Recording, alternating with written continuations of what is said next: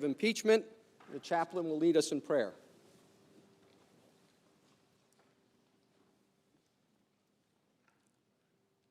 Let us pray.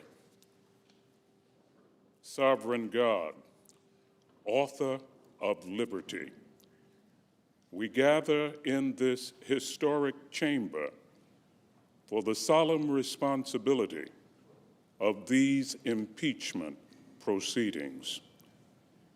Give wisdom to the distinguished Chief Justice John Roberts as he presides.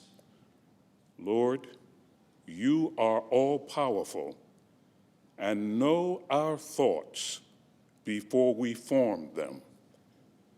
As our lawmakers have become jurors, remind them of your admonition in 1 Corinthians 10:31 that whatever they do should be done for your glory. Help them remember that patriots reside on both sides of the aisle, that words have consequences, and that how something is said can be as important as what is said. Give them a civility built upon integrity that brings consistency in their beliefs and actions. We pray in your powerful name. Amen.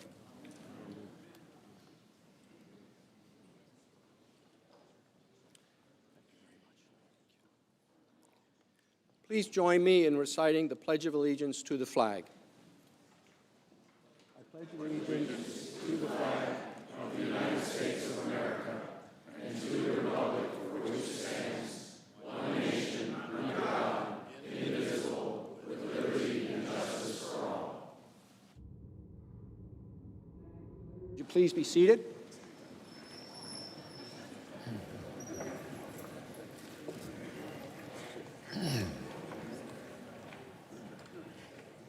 If there is no objection, the journal of proceedings of the trial are approved to date.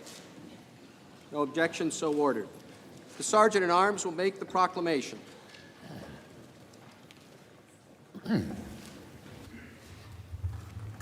Hear ye, hear ye, hear ye. All persons are commanded to keep silent on pain of imprisonment while the Senate of the United States is sitting for the trial of the articles of impeachment exhibited by the House of Representatives against Donald John Trump, President of the United States. The Majority Leader is recognized.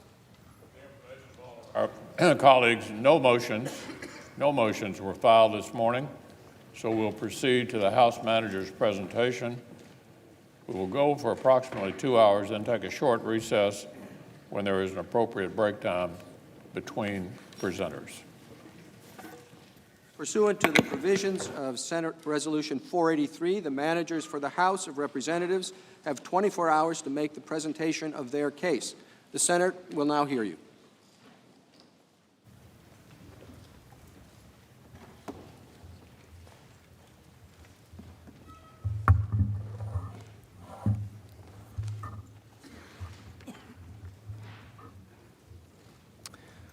Mr. Chief Justice, Senators, Counsel for the President, and my fellow House managers, I want to begin by thanking you, Chief Justice, for a very long day, for the way you have presided over these proceedings. And I want to thank the senators also. We went well into the morning, as you know, until I believe around 2 in the morning. And you paid attention to every word and argument you heard from both sides in this impeachment trial, and I know we are both deeply grateful for that. It was an exhausting day for us, certainly, but we have adrenaline going through our veins, and for those that are required to sit and listen, it is a much more difficult task. And of course, we know our positions. You have the added difficulty of having to weigh the facts and the law. So I want to begin today by thanking you for the conduct of the proceedings yesterday and for inviting your patience as we go forward. We have some very long days yet to come. So let us begin. When a man, unprincipled in private life, desperate in his fortune, bold in his temper, possessed of considerable talents, having the advantage of military habits, despotic in his ordinary demeanor, known to have scoffed in private at the principles of liberty, when such a man is seen to mount the hobby horse of popularity, to join in the cry of danger to liberty, to take every opportunity of embarrassing the general government and bringing it under suspicion, to flatter and fall in with all the nonsense of the zealots of the day, it may justly be suspected that his object is to throw things into confusion, that he might ride the storm and direct the whirlwind. Those words were written by Alexander Hamilton in a letter to President George Washington at the height of the Panic of 1792, a financial credit crisis that shook our young nation. Hamilton was responding to sentiments relayed to Washington as he traveled the country that America, in the face of that crisis, might descend from a Republican form of government, plunging instead into that of monarchy. The framers of the Constitution worried then, as we worry today, that a leader might come to power not to carry out the will of the people that he was elected to represent, but to pursue his own interests. They feared that a president would subvert our democracy by abusing the awesome power of his office for his own personal or political gain. And so they devised a remedy as powerful as the evil it was meant to combat: impeachment. As centuries have passed, our founders have achieved an almost mythical character. We are aware of their flaws, certainly some very painful and pronounced indeed. And yet, when it came to the drafting of a new system of government, never seen before and with no guarantee it would succeed, we cannot help but be in awe of their genius, their prescience even, vindicated time and time again.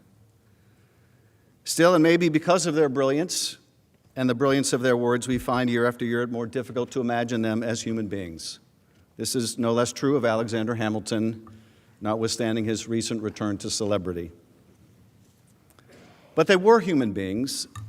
They understood human frailties even as they exhibited them. They could appreciate, just as we can, how power can corrupt, and even as we struggle to understand how the framers might have responded to presidential misconduct of the kind and character that we are here to try, we should not imagine for one moment that they lacked basic common sense or refused to apply it ourselves. They knew what it was like to live under a despot, and they risked their lives to be free of it. They knew they were creating an enormously powerful executive, and they knew they needed to constrain it.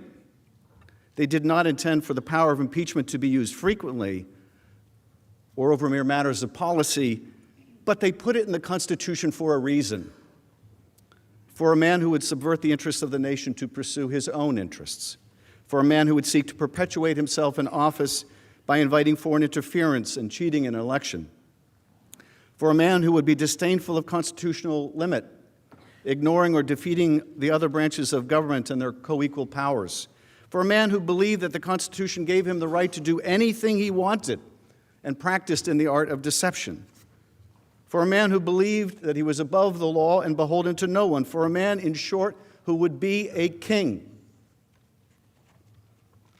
We are here today in this hallowed chamber, undertaking this solemn action for only the third time in history because Donald J. Trump, the 45th President of the United States, has acted precisely as Hamilton and his contemporaries feared. President Trump solicited foreign interference in our democratic elections, abusing the power of his office to seek help from abroad to improve his re-election prospects at home. And when he was caught, he used the powers of that office to obstruct the investigation into his own misconduct. To implement this corrupt scheme, President Trump pressured the president of Ukraine to publicly announce investigations into 2 discredited allegations that would benefit President Trump's 2020 presidential campaign. When the Ukrainian president did not immediately assent, President Trump withheld 2 official acts to induce the Ukrainian leader to comply: a head of state meeting in the Oval Office and military funding. Both were of great consequence to Ukraine and to our national interest and security, but one looms largest. President Trump withheld hundreds of millions of dollars in military aid to a strategic partner at war with Russia to secure foreign help with his reelection. In other words, to cheat. In this way, the president used official state powers available only to him and unavailable to any political opponent to advantage himself in a democratic election. His scheme was undertaken for a simple but corrupt reason: to help him win re-election in 2020. But the effect of his scheme was to undermine our free and fair elections and to put our national security at risk. It was not even necessary that Ukraine undertake the political investigations the president was seeking. They merely had to announce them. This is significant, for President Trump had no interest in fighting corruption, as he would claim after he was caught. Rather, his interest was in furthering corruption by the announcement of investigations that were completely without merit. The first sham investigation that President Trump desired was into former Vice President Joe Biden, who had sought the removal of a corrupt Ukrainian prosecutor during the previous U.S. administration. The Vice President acted in accordance with U.S. official policy at the time and was supported unanimously by our European allies and key global financial institutions such as the International Monetary Fund that shared the concern over corruption. Despite this fact, in the course of this scheme, President Trump and his agents pressed the Ukrainian president to announce an investigation into the false claim that Vice President Biden wanted the corrupt prosecutor removed from power in order to stop an investigation into Burisma Holdings, a company on whose board Biden's son Hunter sat. This allegation is simply untrue, and it has been widely debunked by Ukrainian and American experts alike. That reality mattered not to President Trump. To him, the value in promoting a negative tale about former Vice President Biden, true or false, was its usefulness to his re-election campaign. It was a smear tactic against a political opponent that President Trump apparently feared. Remarkably, but predictably, Russia too has sought to support this effort to smear Mr. Biden, reportedly hacking into the Ukrainian energy company at the center of the president's disinformation campaign only last week. Russia almost certainly was looking for information related to the former vice president's son so that the Kremlin could also weaponize it against Mr. Biden, just like it did against Hillary Clinton in 2016 when Russia hacked and released emails from her presidential campaign. And President Trump has made it abundantly clear that he would like nothing more than to make use of such dirt against Mr. Biden, just as he made use of Secretary Clinton's hacked and released emails in his previous presidential campaign. Which brings us to the other sham investigation that President Trump demanded that the Ukrainian leader announce. This investigation was related to a debunked conspiracy theory alleging that Ukraine, not Russia, interfered in the 2016 presidential election. This narrative, propagated by the Russian intelligence services, contends that Ukraine sought to help Hillary Clinton and harm then-candidate Trump, and that a computer server providing this fiction is hidden somewhere in Ukraine. That is the so-called CrowdStrike conspiracy theory. This tale is also patently false, and remarkably, it is precisely the inverse of what the U.S. intelligence community's unanimous assessment was, that Russia interfered in the 2016 election in sweeping and systemic fashion in order to hurt Hillary Clinton and help Donald Trump.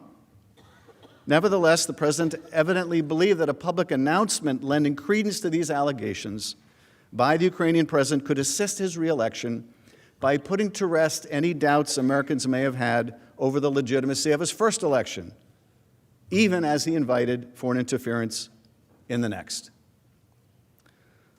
To the degree that most Americans have followed the president's efforts to involve another foreign power in our election, they may be most familiar with his entreaty to the Ukrainian president on the now infamous July 25th call to do us a favor, though, and investigate Biden and the 2016 conspiracy theory.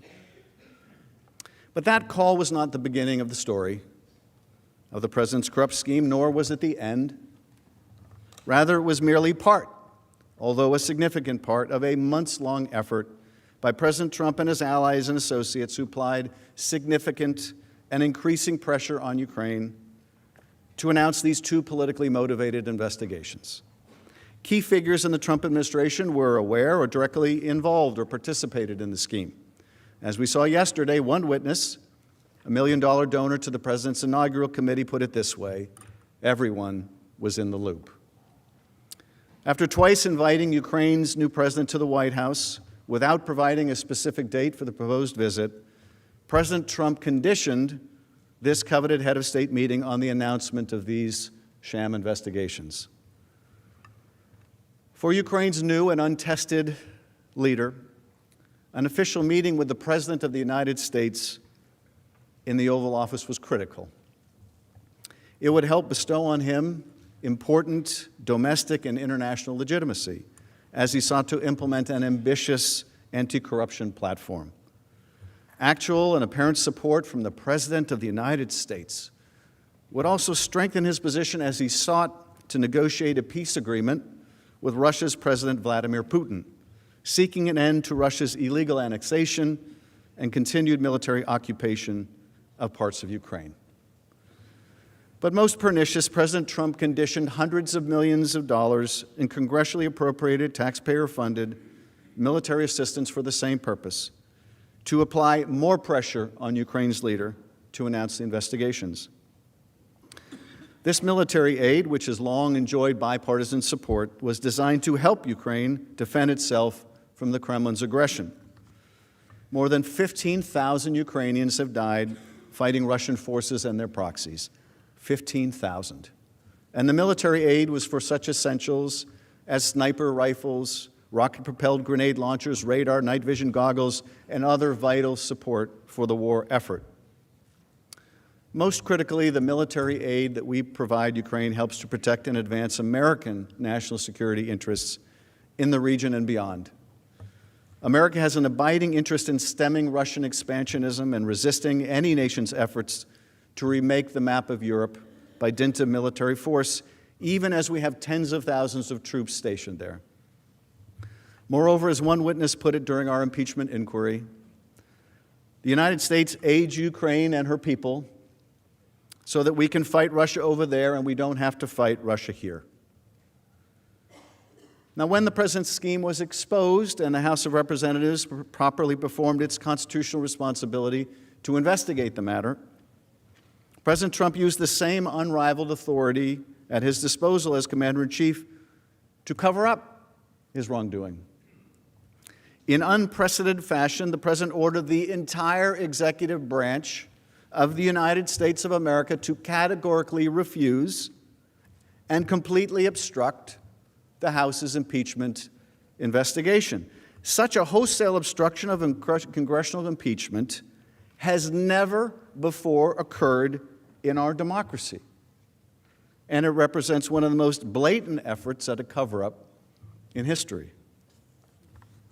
If not remedied by his conviction in the Senate and removal from office, President Trump's abuse of his office and obstruction of Congress will permanently alter the balance of power among the branches of government, inviting future presidents to operate as if they are also beyond the reach of accountability, congressional oversight, and the law. On the basis of this egregious misconduct, the House of Representatives returned 2 articles of impeachment against the president. First, charging that President Trump corruptly abused the powers of the presidency to solicit foreign interference in the upcoming presidential election for his personal political benefit. And second, President Trump obstructed an impeachment inquiry into that abuse of power in order to cover up his misconduct. The House did not take this extraordinary step lightly. As we will discuss, impeachment exists for cases in which the conduct of the president rises beyond mere policy disputes to be decided otherwise and without urgency at the ballot box. Instead, we are here today to consider a much more grave matter, and that is an attempt to use the powers of the presidency to cheat in an election. For precisely this reason, the president's misconduct cannot be decided at the ballot box, for we cannot be assured that the vote will be fairly won. In corruptly using his office to gain a political advantage, in abusing the powers of that office in such a way to jeopardize our national security and the integrity of our elections, in obstructing the investigation into his own wrongdoing, the president has shown that he believes that he's above the law and scornful of constraint. As we saw yesterday on the screen, that under Article 2, he can do anything he wants. Moreover, given the seriousness of the conduct at issue and its persistence, this matter cannot and must not be decided by the courts, which, apart from the presence of the Chief Justice here today, are given no role in impeachments in either the House or the Senate. Being drawn into litigation taking many months or years to complete would provide the president with an opportunity to continue his misconduct. He would remain secure in the knowledge that he may tie up the Congress in the courts indefinitely, as he has with Don McGahn, rendering the impeachment power effectively meaningless. We also took this step with the knowledge that this was not the first time the president solicited foreign interference in our elections. In 2016, then-candidate Trump implored Russia to hack his opponent's email account, something that the Russian military agency did only hours later. Only hours later. When the president said, "Hey, Russia, if you're listening," they were listening. Only hours later, they hacked his opponent's campaign. And the president has made it clear this will also not be the last time, asking China only recently to join Ukraine in investigating his political opponent. Over the coming days, we will present to you and to the American people the extensive evidence collected during the House's impeachment inquiry into the president's abuse of power. Overwhelming evidence. Notwithstanding his unprecedented and wholesale obstruction of the investigation into that misconduct. You will hear and read testimony from courageous public servants who upheld their oath to the Constitution and their legal obligations to comply with congressional action despite a categorical order by President Trump not to cooperate with the impeachment inquiry. These are courageous Americans who were told by the President of the United States not to cooperate, not to appear, not to testify, but who had the sense of duty to do so.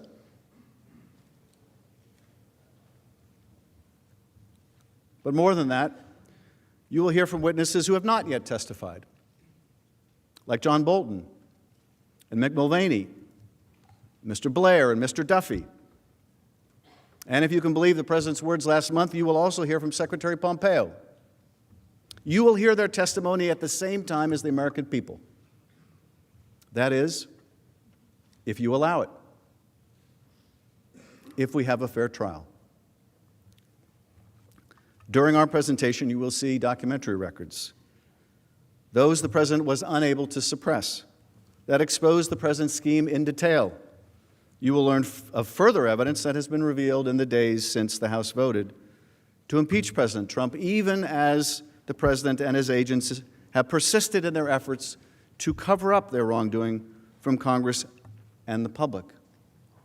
And you will see dozens of new documents providing new and critical evidence of the president's guilt that remain at this time in the president's hands and in the hands of the Department of Defense and the Department of State and the Office of Management and Budget, even the White House. You will see them, and so will the American people if you allow it. If, in the name of a fair trial, you will demand it. These are politically charged times. Tempers can run high, particularly where this president is concerned. But these are not unique times. Deep divisions and disagreements were hardly alien concepts to the framers. So they designed the impeachment power in such a way as to insulate it as best they could from the crush of partisan politics. The framers placed the question of removal before the United States Senate, a body able to rise above the fray, to soberly judge the president's conduct or misconduct for what it was, nothing more and nothing less. In Federalist 65, Hamilton wrote, "Where else than in the Senate could have been found a tribunal sufficiently dignified or sufficiently independent? What other body would be likely to feel confidence enough in its own situation to preserve, unawed and uninfluenced, the necessary impartiality between an individual accused and the representatives of the people, his accuser?" It is up to you to be the tribunal that Hamilton envisioned. It is up to you to show the American people and yourselves that his confidence and that of the other founders was rightly placed. The Constitution entrusts you to the responsibility of acting as impartial jurors, to hold a fair and thorough trial and to weigh the evidence before you, no matter what your party affiliation or your vote in the previous election or the next. Our duty is to the Constitution and to the rule of law. I recognize there will be times during the trial that you may long to return to the business of the Senate. The American people look forward to the same. But not before you decide what kind of democracy that you believe we ought to be,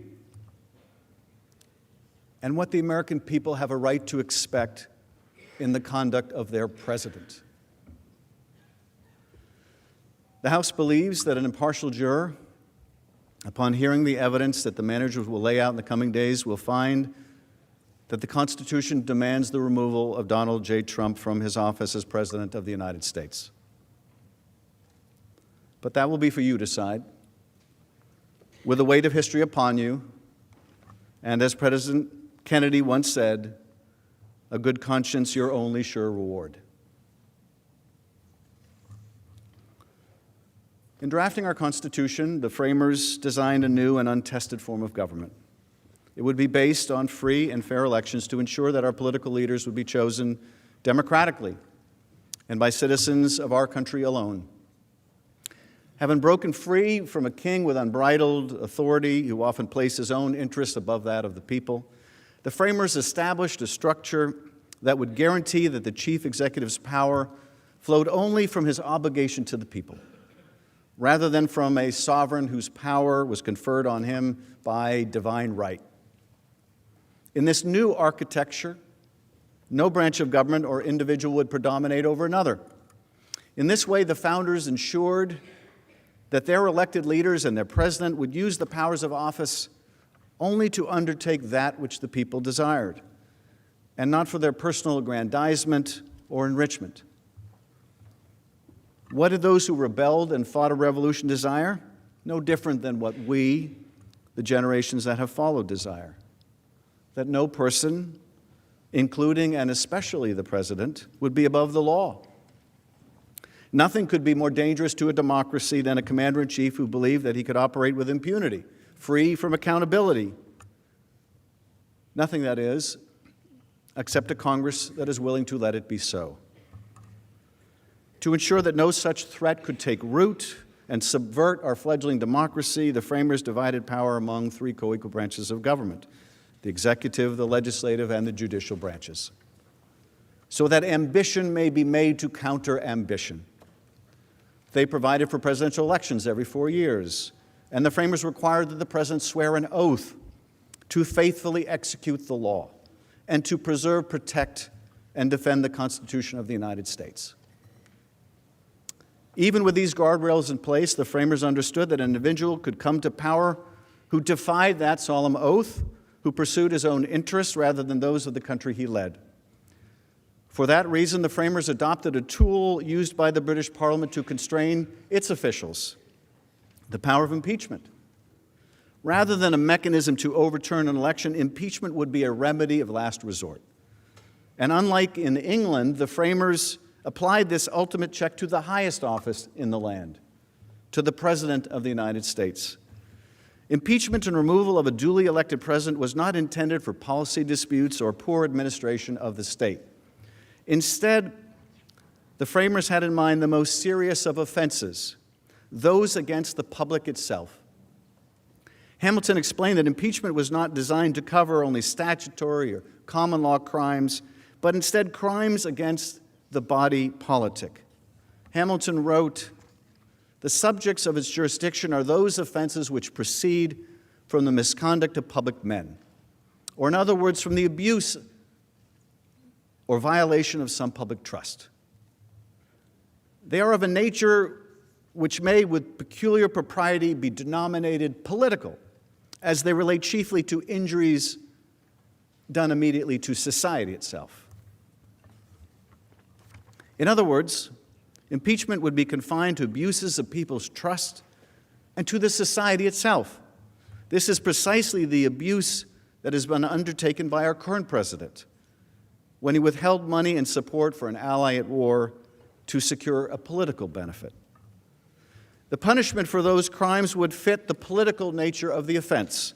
As James Wilson, a delegate at the Constitutional Convention and a future Associate Justice of the Supreme Court, reasoned, impeachments are confined to political characters, to political crimes and misdemeanors, and to political punishments. That punishment, the framers determined, would be neither prison nor fines, but instead limited to removal from office and disqualification from holding future office. The framers chose to undertake impeachment for treason, bribery, or other high crimes and misdemeanors to underscore the requirement of an offense against society. In this phrase, high modifies both the crimes and the misdemeanors, in that both relate to a high injustice, a transgression committed against the people and to the public trust. The framers had two broad categories in mind: those actions that are facially permissible under the president's authority but are based on corrupt motives, such as seeking to obtain a personal benefit through public office, and those that far exceed the president's constitutional authority or violate the legal limits on that authority. In Article 1, we deal with the first evil, which the framers wished to guard against, that is, cases in which a president corruptly misused a power otherwise bestowed on him to secure a personal reward. Guarding against a president who undertakes official acts with the corrupt motive of helping himself is at the heart of the impeachment power. As one scholar explained, the president's duty to faithfully execute the law requires that he undertakes actions only when motivated in the public interest rather than in their private self-interest. Efforts to withhold official acts for personal gain countermand the president's sacred oath and therefore constitute impeachable behavior as it was conceived of by the framers. In Article 2, we also deal with a second evil contemplated by the founders, who made it clear that the president ought not operate beyond the limits placed on him by legislative and judicial branches. Impeachment was warranted for a president who usurped the power of the Constitution that was not granted to him, such as to defy Congress the right to determine the propriety, the scope, and the nature of an impeachment inquiry into his own misconduct. The framers fashioned a powerful chief executive, but not one beyond accountability of law. When a president wields power in ways that are inappropriate and seek to extinguish the rights of the Congress, He exceeds the power of his constitutional authority and violates the limits placed on his conduct. Obstruction of a separate and co-equal branch of government for the purposes of covering up an abuse of power not only implies a corrupt intent, but also demonstrates a remarkable antipathy towards the balance of power contemplated and enshrined in our Constitution. It is a betrayal of the President's sacred oath of office and of his duty to put the country before himself. On September 24th, 2019, Speaker of the House Nancy Pelosi announced that the House of Representatives would move forward with an official impeachment inquiry into President Donald J. Trump. The announcement followed public reporting in the United States and Ukraine that the President and his agents sought Ukraine's help in his re-election effort, and revelations that the White House was blocking from Congress an intelligence community whistleblower complaint possibly related to this grave offense. The next day, on September 25th, under extraordinary pressure, the White House released publicly the record of the July 25th call between President Trump and Ukrainian President Vladimir Zelensky. The call record revealed that President Trump explicitly requested that the new leader undertake investigations beneficial to President Trump's re-election campaign.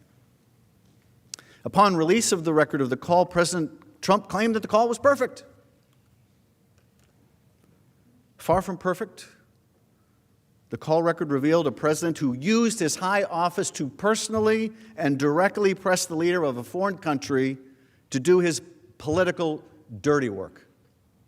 Asking for a favor, President Trump insisted that President Zelensky investigate a formidable potential political opponent, former Vice President Joe Biden, as well as the baseless conspiracy theory that Ukraine, not Russia, interfered in the 2016 election to assist then-candidate Trump's opponent. Witnesses who listened to the call as it transpired testified that they immediately recognized these requests did not represent official U.S. policy and instead were politically charged appeals not appropriate for a president to make. Key witnesses emphasized it was not necessary that Ukraine actually undertake the investigations, only that the Ukrainian president announce them. President Trump's objective was not to encourage a foreign government to investigate legitimate allegations of misconduct or wrongdoing abroad, made clear as well by the fact that the investigations he wanted announced have been discredited entirely. Rather, the president simply wanted to reap a political benefit by tarnishing a political rival and attempting to erase from history his previous election misconduct. To compel the Ukrainian president to do his political dirty work, President Trump withheld from President Zelensky two official acts of great importance: that coveted White House meeting, to which the President Zelensky had already been invited, and $391 million in military assistance Ukraine needed to fight the Russians. For a strategic partner of the United States in a hot war with Russian-backed forces inside its own borders, the symbolic support conferred on it by an Oval Office visit with the President of the United States and the life-saving support of our military aid was essential. As the House's presentation will make clear, in directly soliciting foreign interference and withholding those official acts in exchange for the announcement of political investigations beneficial to his re-election, the President put his own interests above the national interest. President Trump undermined the integrity of our free and fair elections by pressing a foreign power to influence our most sacred right as citizens, our right to freely choose our leaders. And he threatened our national security by withholding critical aid from a partner on the front lines of war with Russia, an aggressor that has threatened peace and stability on an entire continent. In so doing, the President sacrificed not only the security of our European allies, but also our nation's core national security interests. President Trump undertook this pressure campaign through hand-picked agents inside and outside of government who circumvented traditional policy channels. President Trump intentionally bypassed many U.S. government career officials with responsibility over Ukraine and advanced his scheme primarily through the effort of his personal attorney, Rudy Giuliani. President Trump carried out this scheme with the knowledge of senior administration officials, including the President's acting Chief of Staff, Mick Mulvaney, Secretary of State Mike Pompeo, Vice President Mike Pence, National Security Council Legal Advisor John Eisenberg, and White House counsel Pat Cipollone. When the President became aware that the scheme would be uncovered, he undertook an unprecedented effort to obstruct the House of Representatives' impeachment inquiry and to hide it from the public and from Congress, including all evidence related to his misconduct. That cover-up continues today, as the administration has not provided a single document pursuant to lawful subpoenas by the House. Administration also continues to prevent witnesses from cooperating, further obstructing the House, efforts the President is no doubt proud of, but which threaten the integrity of this institution, of this Congress as a co-equal branch of power. Our ability not only to do oversight, but to hold a president who is unindictable accountable. But despite these efforts to obstruct our inquiry, the House of Representatives uncovered overwhelming evidence related to the President's misconduct through interviews with 17 witnesses who appeared before the Intelligence, Oversight and Reform, and Foreign Affairs committees. Many of these witnesses bravely defied White House orders not to comply with duly authorized congressional subpoenas. And were it not for them, were it not for Ambassador Marie Yovanovitch, who was the first through the breach, we may never have known of the President's scheme. I want you to imagine just for a minute what kind of courage that took. For Ambassador Yovanovitch, the subject of that vicious smear campaign, to risk her reputation and her career to stand up to the President of the United States, who's instructing her through his agents, you will not cooperate. You will not testify. You will tell them nothing.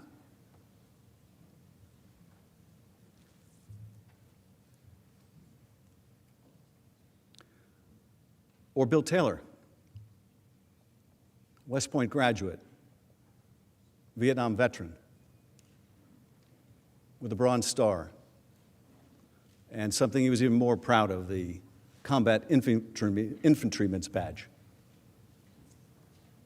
He knows what courage is.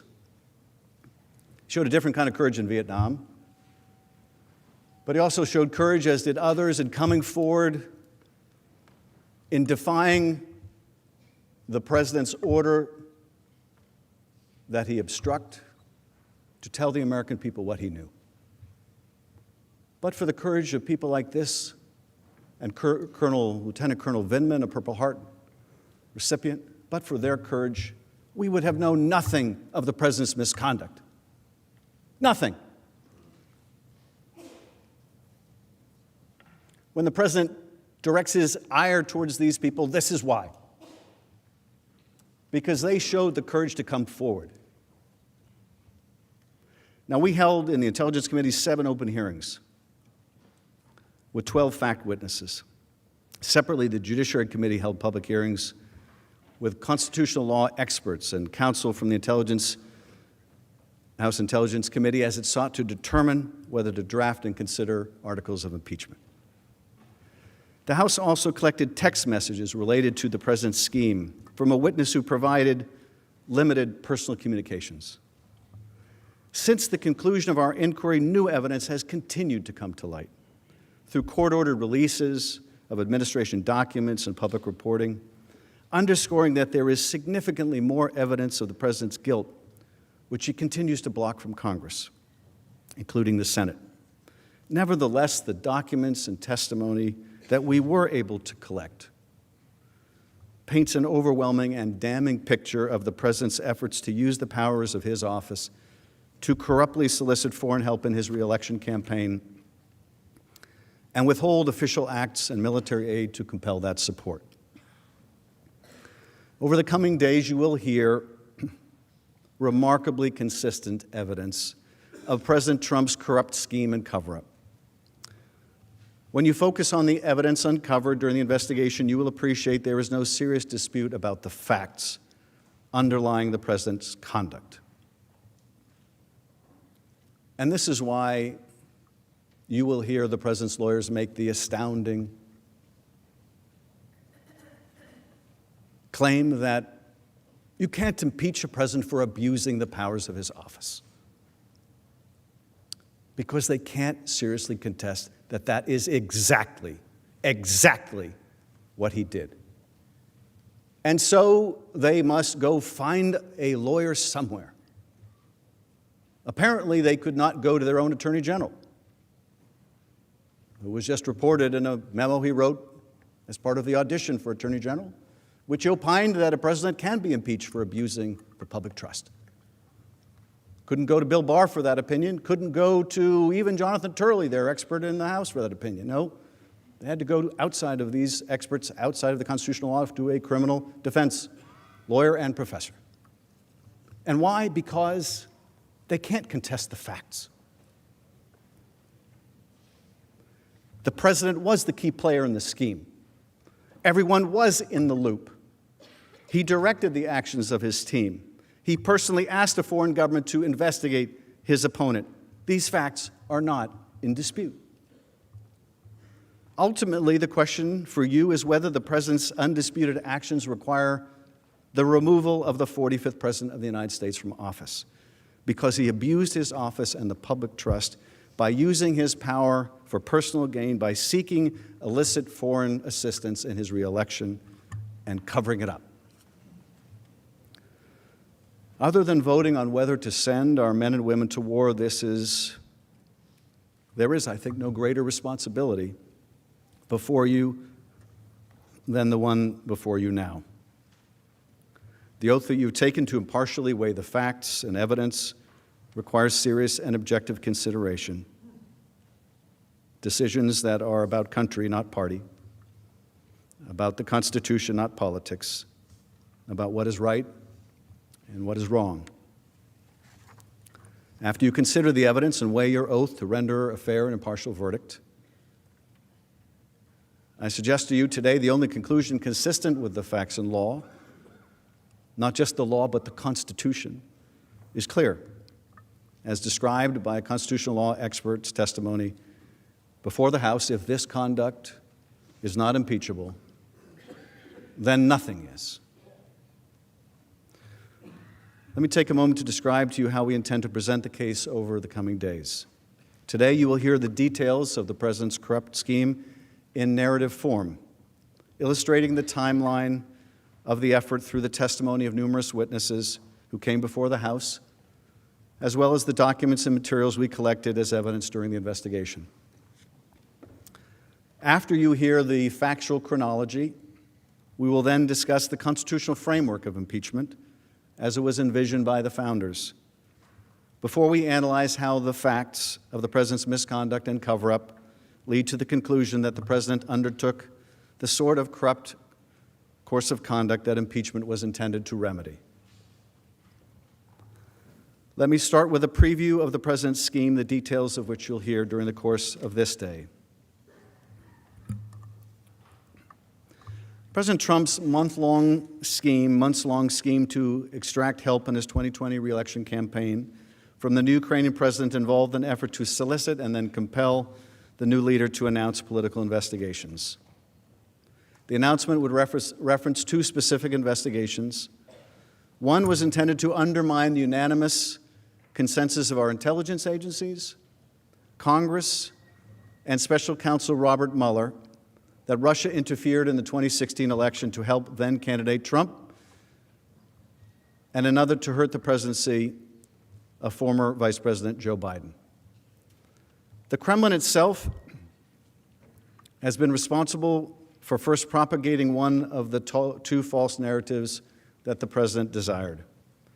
In February 2017, less than a month after the U.S. intelligence community released its assessment that Russia alone was responsible for a covert influence campaign designed to help President Trump win the 2016 election, President Putin said,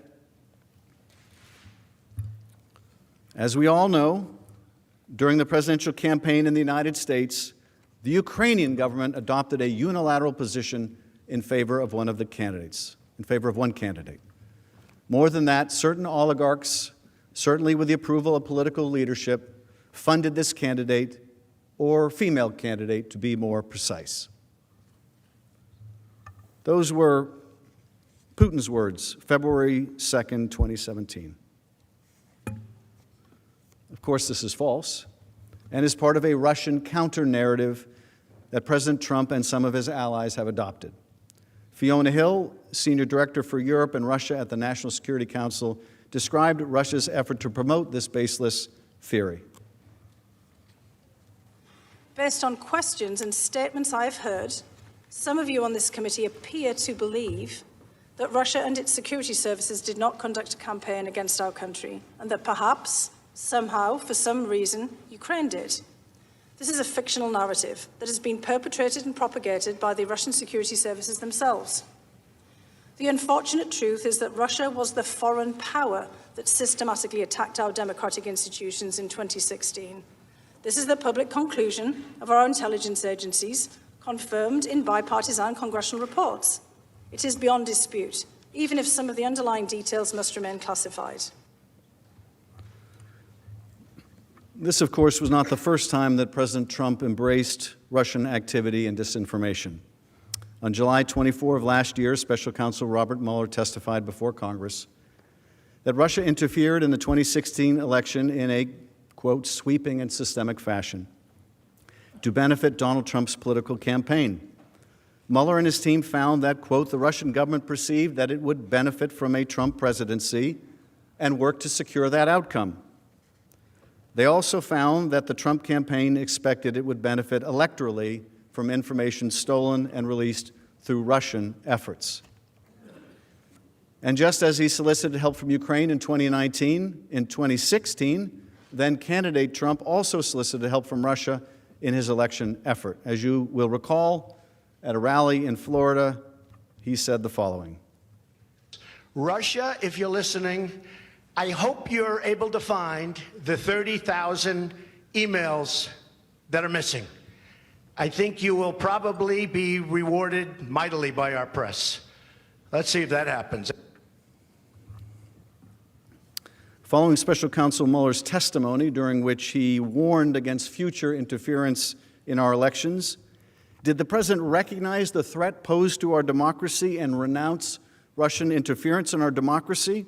Did he choose to stand with his own intelligence agencies, both houses of Congress, and the special counsel's investigation in affirming that Russia interfered in our last election? He did not. Instead, only one day after Special Counsel Mueller testified before Congress, empowered in the belief that he had evaded accountability for making use of foreign support in our last election, President Trump was on the phone with the president of Ukraine, pressing him to intervene on President Trump's behalf in the next election. Let's take a moment to let that sink in. July 24th, Bob Mueller concludes a lengthy investigation. He comes before the Congress. He testifies that Russia systemically interfered in our election to help elect Donald Trump, that the campaign understood that, and they willfully made use of that help. July 24th, that's what happens. The very next day, he's on the phone, President Trump is on the phone with a different foreign power, this time Ukraine, trying to get Ukraine to interfere in the next election, the next day. That should tell us something. That should tell us something. He did not feel shamed by what the special counsel found. He did not feel deterred by what the special counsel found. He felt emboldened by escaping accountability. For the very next day, he's on the phone soliciting foreign interference again.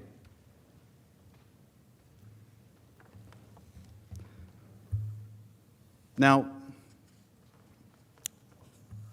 that July 25th phone call between President Trump and President Zelensky was a key part of President Trump's direct and corrupt solicitation of foreign help in the 2020 election. The request likely sounded familiar to President Zelensky, who had been swept into office in a landslide victory on a campaign of rooting out just the type of corruption he was being asked to undertake on this call with our president. Zelensky campaigned as a reformer, as someone outside of politics who would come up and clean up corruption, who would end the political prosecutions, end the political investigations, and what is his most important and powerful patron asking him to do exactly what he campaigned against. No wonder he resisted this pressure campaign. Now, President Trump had been provided talking points for discussion by the National Security Council staff beforehand, including recommendations to encourage President Zelensky to continue to promote anti-corruption reforms in Ukraine. So the National Security Staff understood what was in the U.S. national security interests, and that was rooting out corruption. And they encouraged the president to talk about it. But as you see from the record of the call, and I joined the president saying, read the call, that topic was never addressed. The word corruption never escapes his lips. Instead, President Trump openly pressed President Zelensky to pursue the two investigations that would benefit him personally. In response to President Zelensky's gratitude for the significant military support the United States has provided to Ukraine, President Trump said, I would like you to do us a favor, though, because our country has been through a lot, and Ukraine knows a lot about it. I would like you to find out what happened with this whole situation with Ukraine. They say CrowdStrike. I guess you have one of your wealthy people, the server. They say Ukraine has it. That's that crazy conspiracy theory I talked about earlier, that there's this server somewhere in Ukraine that shows that, in fact, it was Ukraine that hacked the DNC, not the Russians. That's a Russian propaganda conspiracy theory, and here it is being promulgated by the President of the United States, and more than promulgated, he's pressuring an ally to further this Russian propaganda. Because he was referring to this extensively discredited conspiracy theory that Ukraine was the one who really hacked the DNC, the Democratic National Committee servers, in 2016. And that reference to CrowdStrike, well, that's an American cybersecurity firm. And the theory, this kooky conspiracy theory, is that CrowdStrike moved the DNC servers to Ukraine to prevent U.S. law enforcement from getting them. If Ukraine announced an investigation into this fabrication, President Trump would remove what he perceived to be a cloud over his legitimacy, the legitimacy of his last election, Russia's assistance with his campaign, and suggest that it was the Democratic Party that was the real beneficiary of help. On the call, President Trump told Zelensky, whatever you can do, it's very important that you do it if that's possible. President Zelensky agreed that he would do the investigation, saying, yes, it is very important for me, and everything that you just mentioned earlier. President Trump then turned to his second request, asking President Zelensky to look into the sham allegation into former Vice President Biden. President Trump said to President Zelensky, the other thing, there's a lot of talk about Biden's son, that Biden stopped the prosecution. And a lot of people want to find out about that, so whatever you can do with the Attorney General would be great. Biden went around bragging that he stopped the prosecution, so if you could look into it, it sounds horrible to me. There is no question that President Trump intended in pressing the Ukraine leader to look into his political rival. Even after the impeachment inquiry began, he confirmed his desire on the South Lawn of the White House, declaring not only that Ukraine should investigate Biden, but that China should do the same. Let's see what he said. Mr. President, what exactly did you hope Zelensky would do about the Biden after your phone call? Exactly. Well, I would think that if they were honest about it, they'd start a major investigation into the Bidens. It's a very simple answer. They should investigate the Bidens, because how does a company that's newly formed, and all these companies, if you look at, and by the way, likewise, China should start an investigation into the Bidens, because what happened in China is just about as bad as what happened with Ukraine.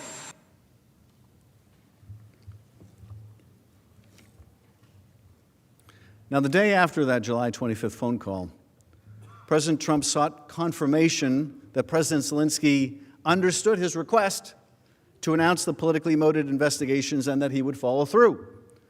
After meeting with Ukrainian officials, President Zelensky and his top aide, the president's handpicked ambassador to the European Union, Gordon Sondland, called President Trump from an outdoor restaurant in Kiev to report back. This was the second conversation between the two about Ukraine in as many days. David Holmes, an American diplomat dining with Sondland, overheard the call, including the president's voice through the cell phone. I described part of that call last night. Holmes testified that President Trump asked Sondland, "So he's going to do the investigation?" Sondland replied that he's going to do it, adding that President Zelensky will do anything you ask him to. After the phone call, Holmes took the opportunity to ask Ambassador Sondland for his candid impression of the president's views on Ukraine. According to Holmes, in particular, I asked Ambassador Sondland if it was true that the president did not give an expletive about Ukraine. Ambassador Sondland agreed that the president did not give an expletive about Ukraine. I asked why not. Ambassador Sondland stated that the president only cares about big stuff. I noted there was big stuff going on in Ukraine, like a war with Russia.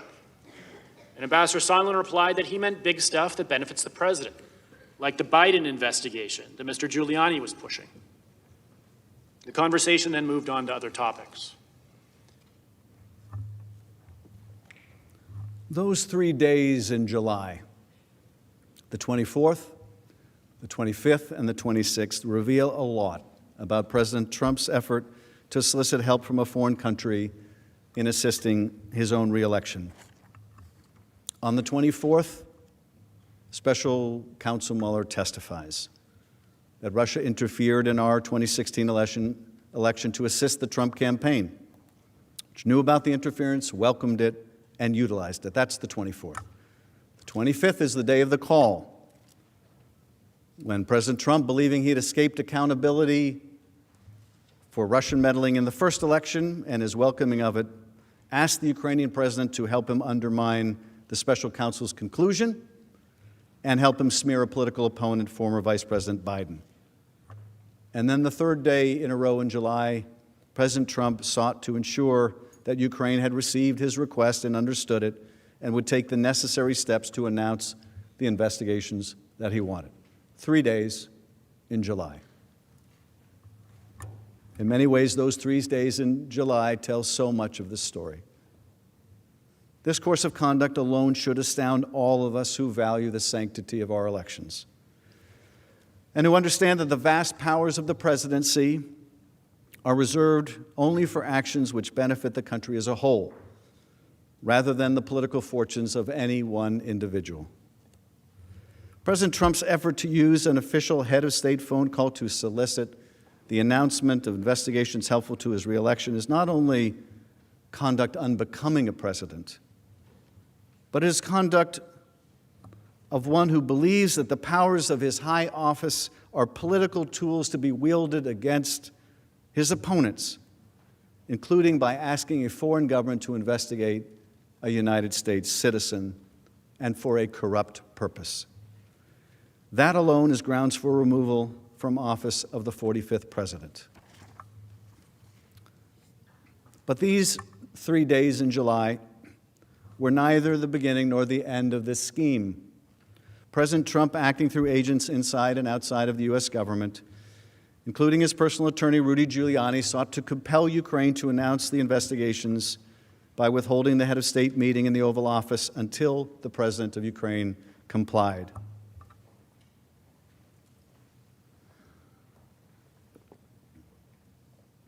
Hosting an Oval Office meeting for a foreign leader is an official act available only to one person, the President of the United States.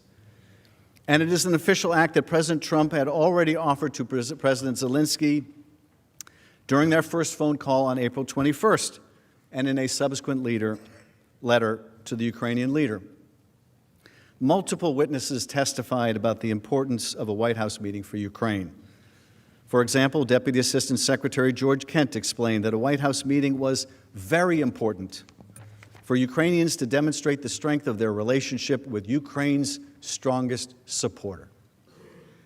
Dr. Fiona Hill of the National Security Council explained a White House meeting would supply the new Ukrainian government with, quote, the legitimacy it needed, especially vis-a-vis the Russians, and that the Ukrainians viewed a White House meeting as a recognition of their legitimacy as a sovereign state. This White House meeting would also prove to be important for 3 hand-picked agents whom President Trump placed in charge of U.S.-Ukraine issues: Ambassador Sondland, Ambassador Volker, and Energy Secretary Rick Perry, the so-called 3 amigos. They hope to convince President Trump to hold an Oval Office meeting with Zelensky. During a meeting of the 3 amigos on May 23rd, President Trump told them that Ukraine had tried to take him down in 2016. He then directed them, talk to Rudy Giuliani about Ukraine. It was immediately clear that Giuliani, who was pursuing the discredited investigations in Ukraine on the president's behalf, was the key to unlocking an Oval Office meeting for President Zelensky. Giuliani by then had said publicly that he was actively pursuing investigations President Trump corruptly desired and planning a trip to Ukraine. Giuliani admitted, quote, "We're not meddling in an election, we're meddling in an investigation." On May 10, however, Giuliani canceled the trip to Ukraine to dig up dirt on former Vice President Biden and the 2016 conspiracy theory, just as President Zelensky won elections for the presidency and parliament. Faced with a choice between working with Giuliani to pursue an Oval Office meeting, understanding it meant taking part in a corrupt effort to secure the political investigations, or abandoning efforts to support our Ukrainian ally, the president's agents fell into line. They would pursue the White House meeting and explain to Ukraine that announcements of the investigations was the price of admission. As Ambassador Sondland made clear, I know that members of this committee frequently frame these complicated issues in the form of a simple question: was there a quid pro quo? As I testified previously, with regard to the requested White House call and the White House meeting, the answer is yes. this quid pro quo was negotiated between the president's agents, Rudy Giuliani, and Ukrainian officials throughout the summer of 2019 in numerous telephone calls, text messages, and meetings, including during a meeting hosted by then National Security Advisor John Bolton on July 10th. Near the end of that July 10th meeting, after the Ukrainians again raised the issue of a White House visit, Ambassador Sondland blurted out that there would be agreement for a White House meeting once the investigations began. At that point, Bolton immediately stiffened and abruptly ended the meeting. During a subsequent discussion that day, Sondland was even more explicit. Lieutenant Colonel Alex Vindman, a director for Europe and Ukraine on the National Security Council, testified that Sondland began to discuss the deliverable required to get the White House meeting, which Sondland specifically mentioned was investigation of the Bidens. This is again in that meeting in the White House with a Ukrainian delegation and an American delegation. Sondland explained in that meeting he had an agreement with Acting Chief of Staff Mick Mulvaney, whereby President Zelensky would be granted the Oval Office meeting if he went forward with the investigations. After the meeting, Vindman's supervisor, Dr. Hill, reported back to Bolton, who told her to tell John Eisenberg, the National Security Council legal advisor, that he was not part of whatever drug deal Sondland and Mulvaney are cooking up on this. She reported her concerns, as did Vindman. It remains unclear what action, if any, Bolton or Eisenberg took once they were made aware of Mulvaney and Sondland's drug deal. Both refused to testify in our inquiry. However, Dr. Hill testified that she understood that Mr. Eisenberg informed Mr. Cipollone of her concerns about the drug deal.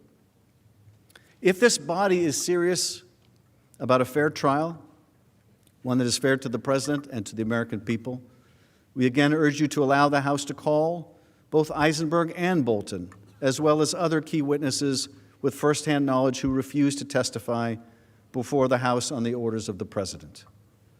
Additional testimony and documents are particularly important because, according to Sondland, everyone was in the loop when it came to the President's self-serving effort.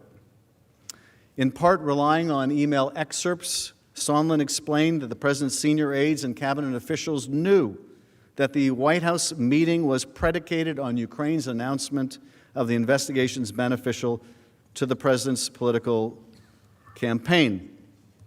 Hill characterized the quid pro quo succinctly. But it struck me yesterday when you put up on the screen Ambassador Sondland's emails and who was on these emails, and he said, these are the people who need to know, that he was absolutely right, because he was being involved in a domestic political errand. And we were being involved in national security foreign policy, and those two things had just diverged. In effect, President Zelensky was being drawn into this domestic political errand. He grew wary of becoming involved in another country's election and domestic affairs. Bill Taylor, the acting U.S. ambassador to Ukraine at the time, described a conversation he had with a senior aide to the Ukrainian leader. He said, Also, on July 20th, I had a phone conversation with Alexander Danylyuk, President Zelensky's national security advisor, who emphasized that President Zelensky did not want to be used as an instrument in a U.S. re-election campaign. Remember that conversation when you hear counsel say that the Ukrainians felt no pressure to be involved in a U.S. re-election campaign. But that concern did not deter President Trump.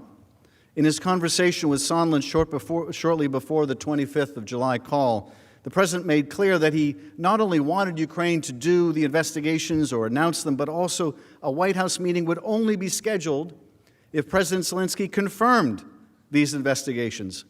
As Volker communicated to President Zelensky's top aide by text less than 30 minutes before the phone call between Trump and Zelensky.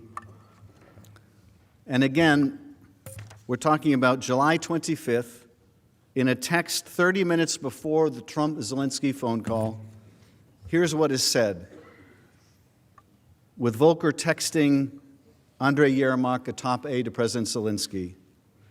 Good lunch. Thanks. Heard from White House. Assuming President Z convinces Trump he will investigate, quote, get to the bottom of what happened, unquote, in 2016, we will nail down date for visit to Washington. Good luck. See you tomorrow. Kurt. Well, those words couldn't be much clearer. Assuming President Z convinces Trump he will investigate, get to the bottom of what happened in 2016, we'll nail down the visit to Washington. That's a text 30 minutes before that call. Counsel for the President would like you to think this is just about that call. You don't get to look outside the four corners of that call. They don't want you to look at the months that went into preparing for that call or the months of pressure that followed it. But you can just look at, right now, what happened 30 minutes before that call in this text message. Heard from White House, assuming President Xi convinces Trump he will investigate, get to the bottom of what happened in 2016. If you are wondering how it seemed that President Zelensky was aware of what he was going to be asked on that call, this is how you can tell. He was prepped. Of course he was prepped. And in fact, the missing reference in the call record to Burisma was a signal Colonel Vindman recognized that clearly he had been prepped for that call. Why else would the name of this particular energy company come up in that conversation? Well, President Zelensky clearly got the message. Toward the end of the call with President Trump, President Zelensky said, "I also want to thank you for your invitation to visit the United States, specifically Washington, D.C. On the other hand, I also wanted to ensure you that we will be very serious about the case and we will work on the investigation." Thank you for the invitation. On the other hand, I want to assure you that we will be very serious about the case and we will work on the investigation. President Zelensky clearly understood the quid pro quo for the White House meeting on July 25th. But his reticence to be used as a political pawn kept President Trump from moving forward with a promise to schedule the meeting. And so, the president and his agents pressed on. In August, Giuliani met with a top Ukrainian aide and made it clear that Ukraine must issue a public statement announcing the investigations in order to get the White House meeting. Fearful of getting involved in U.S. domestic politics and having entered office with a promise to clean up government and corruption, President Zelensky and his aides preferred a generic statement about investigations. But Giuliani insisted, no, the statement must include 2 specific investigations that would benefit President Trump. Let's look at a comparison between the statement the Ukrainians preferred and the one that Giuliani required. So on the left, and I will read it in case you can't see the screens, the draft, the Yermak draft, the Ukrainian draft, says we intend to initiate and complete a transparent and unbiased investigation of all available facts and episodes, which in turn will prevent the recurrence of this problem in the future. That's pretty generic. But here's the Giuliani-Volker-Sondland response. This is what had to be included. We intend to initiate and complete a transparent and unbiased investigation of all available facts and episodes. Up to that point, it's exactly the same until you get to including those involving Burisma and the 2016 U.S. elections. And then it goes back to the Ukrainian draft, which in turn will prevent the recurrence of this problem in the future. You can see in this such graphic evidence, Ukrainians did not want to do this. They didn't even want to mention this. Giuliani had to insist, no, we're not going to be satisfied with some generic statement. After all, I think we can see, this isn't about corruption. No, this isn't about announcing investigations to damage Biden and to promote this fiction about the last election. So here in these texts you see that Giuliani, Volker, and Sondland have added these references to Burisma, a thinly veiled reference to former Vice President Biden and the 2016 election. They wish to ensure the Ukrainians mentioned the sham investigations President Trump required. Now, the Ukrainians recoiled at the new statement, recognizing that releasing it would run directly counter to the anti-corruption platform that Zelensky campaigned on and would embroil them in U.S. election politics. As a result, Zelensky didn't get his White House meeting. He still hasn't gotten his White House meeting. Senators, witness testimony, text messages, emails, and the call record itself confirm a corrupt quid pro quo for the White House meeting, an official act available only to the President of the United States, in exchange for the announcement of political investigations, the President and his allies have offered no explanation for this effort, except the President can abuse his office all he likes, and there's nothing you can do about it. Can't indict him, can't impeach him. That is because they cannot seriously dispute that President Trump corruptly used an official White House visit for a foreign leader to compel the Ukrainian president into helping him cheat in the next election. The White House meeting, of course, was not the only official act that President Trump conditioned on the announcement of investigations into Biden and the conspiracy theory meant to exonerate President Trump from Russians' interference on his behalf in the last election. In a far more draconian step, as we have discussed, the President withheld $391 million of military aid. Several weeks before this phone call with President Zelensky, but after Giuliani was already pressing Ukrainian officials to conduct the investigations his clients sought, President Trump ordered the hold on Ukraine's military aid. Significantly, this was after Congress had already been notified that most of it was prepared to be spent.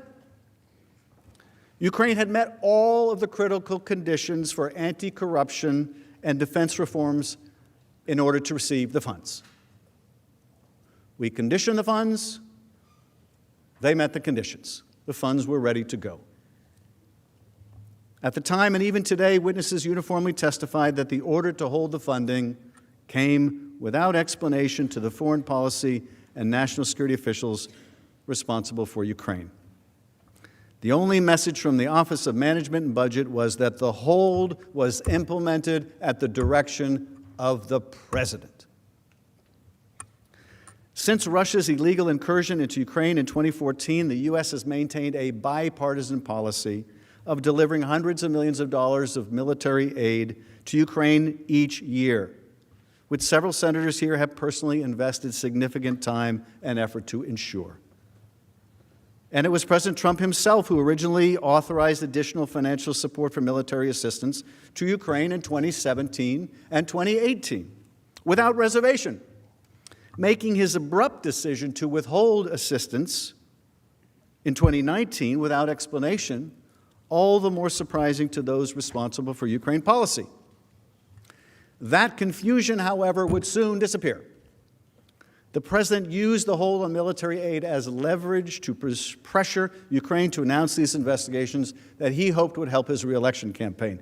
The only difference between the prior years, when the President approved the aid without question, and the inexplicable aid on hold in 2019, was the emergence of Joe Biden as a potentially formidable obstacle to the President's re-election.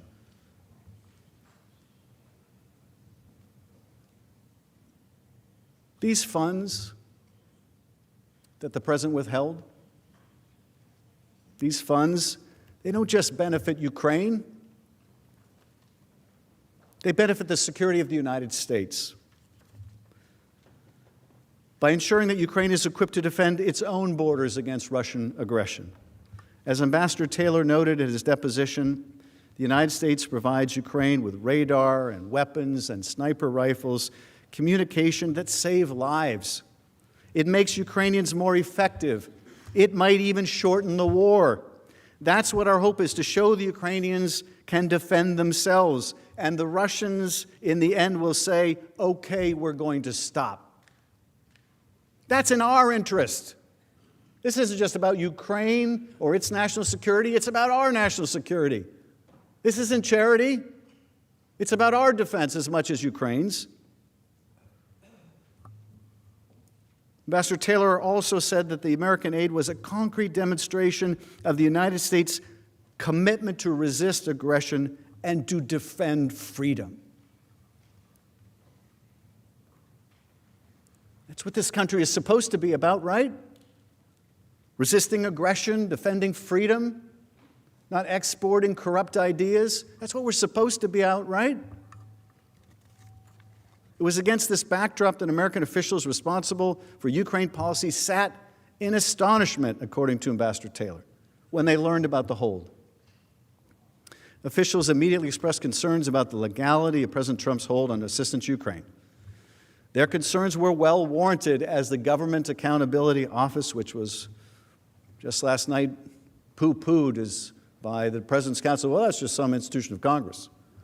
Right? They're going to be just inherently biased, right? Well, they're a nonpartisan organization that both parties have come to rely upon. But I'm not surprised they don't like the conclusion of the GAO, because the Defense Department warned them that this was going to be the conclusion, and that conclusion was the hold on aid was not only wrong, it was not only immoral, it was also illegal. It violated the law, a law that we passed so that presidents could not refuse to spend money that we allocated for the defense of others and for ourselves. The Empowerment Control Act prevents the president and other government officials from unilaterally making funding decisions when Congress has made its intent clear. In fact, the act exists precisely because of previous presidential abuses of Congress's power of the purse during the Nixon era. The nonpartisan GAO ruled that the hold on military aid was not only illegal, but that holding underscores the president's efforts to go to any lengths to ensure his own personal benefit, rather than take care that the laws be faithfully executed, as he swore he would do when he took his oath of office. Now, because of recent Freedom of Information Act responses and media reports, we now know additional details about how senior officials expressed serious reservations about the legality of the hold at the time. So this is not like some new surprise.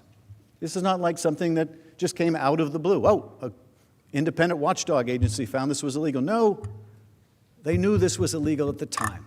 These concerns were raised at the time. Certain individuals who may have further information about the hold have refused to testify the president's direction, including his chief of staff, Mick Mulvaney, his deputy, Robert Blair, OMB official Michael Duffy.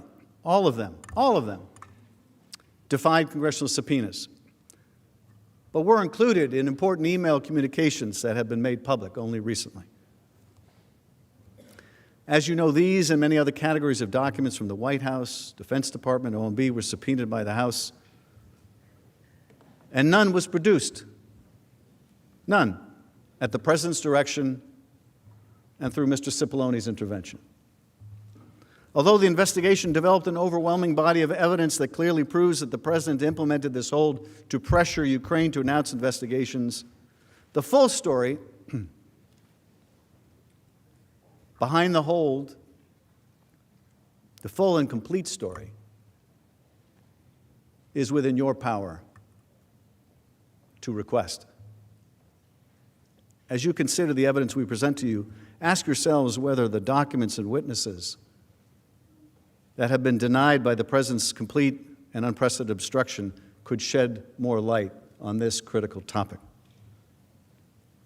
You may agree with the House managers that the evidence of the president's withholding of military aid to coerce Ukraine is already supported by overwhelming evidence, and no further insight is necessary to convict the president.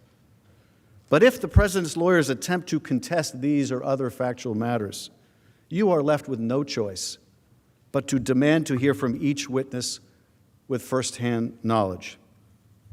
A fair trial requires nothing less. Let's look at some of the evidence that we gather notwithstanding this obstruction. First, the president withheld the aid without explanation and against the advice of his own agencies, cabinet officials, national security experts, including Secretary Pompeo, Secretary Esper, Ambassador Bolton, and others. Only Mick Mulvaney, a central figure in this effort, reportedly supported the hold, and he told us why. During a press briefing, Mulvaney personally acknowledged that the hold was ordered as part of a quid pro quo designed to get Ukraine to undertake the investigation President Trump sought. Second, the reason for the security assistance hold was undoubtedly on the president's mind during the telephone call with President Zelensky on July 25th. Near the beginning of their conversation, President Zelensky expresses gratitude for U.S. military assistance, noting the United States' quote, great support in the area of defense.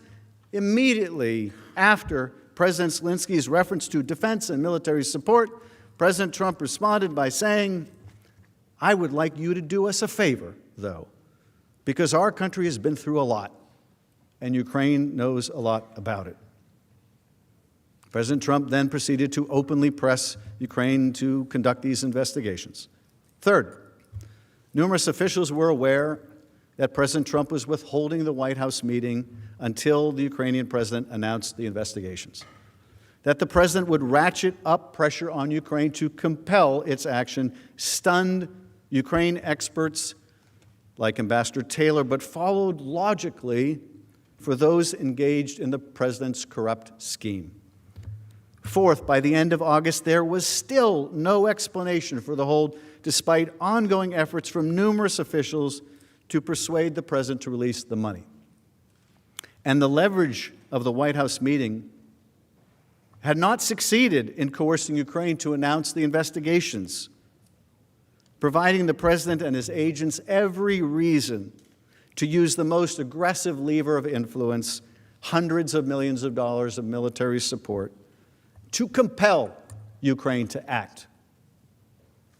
If they didn't feel pressure, they would have done it. They would have done it. But of course they did. Imagine if this country were dependent on a more powerful country for our defense. Imagine we were at war. Imagine we were waiting for weapons to defend ourselves. Something our framers could have understood. Imagine that we found ourselves in those circumstances, and much to our astonishment, we couldn't even get a meeting with our ally. Much to our astonishment, they were withholding aid from us. You think we'd feel pressure? Of course we would. The framers had common sense, and so must we. Are we to accept, well, the president said there was no quid pro quo? I guess that closes the case. In every courtroom in America, jurors, and I know you're not just jurors, I read the Clinton trial, you're jurors and judges. Jurors all over America are told you don't leave your common sense at the door. Well, we don't have to leave our common sense at the door here, too. 2 + 2 = 4. The aid is withheld. You're asking for it. We're asking for it. His own aides are asking for it. No one can get an explanation. Ukrainians can't get an explanation. All the Ukrainians get is, we want you to do these investigations. They're promised a White House meeting. They want a White House meeting. They need a White House meeting. They're going to be going into negotiations with Putin. They want to show strength. They can't get in the door. They see the Russian foreign minister get in the door of the White House. We see the photos of the president, the Russian foreign minister, or the ambassador. What a great time they're having, but no, the president of Ukraine, our ally, can't get in the door. They're not stupid. They know what's going on here. They're not stupid.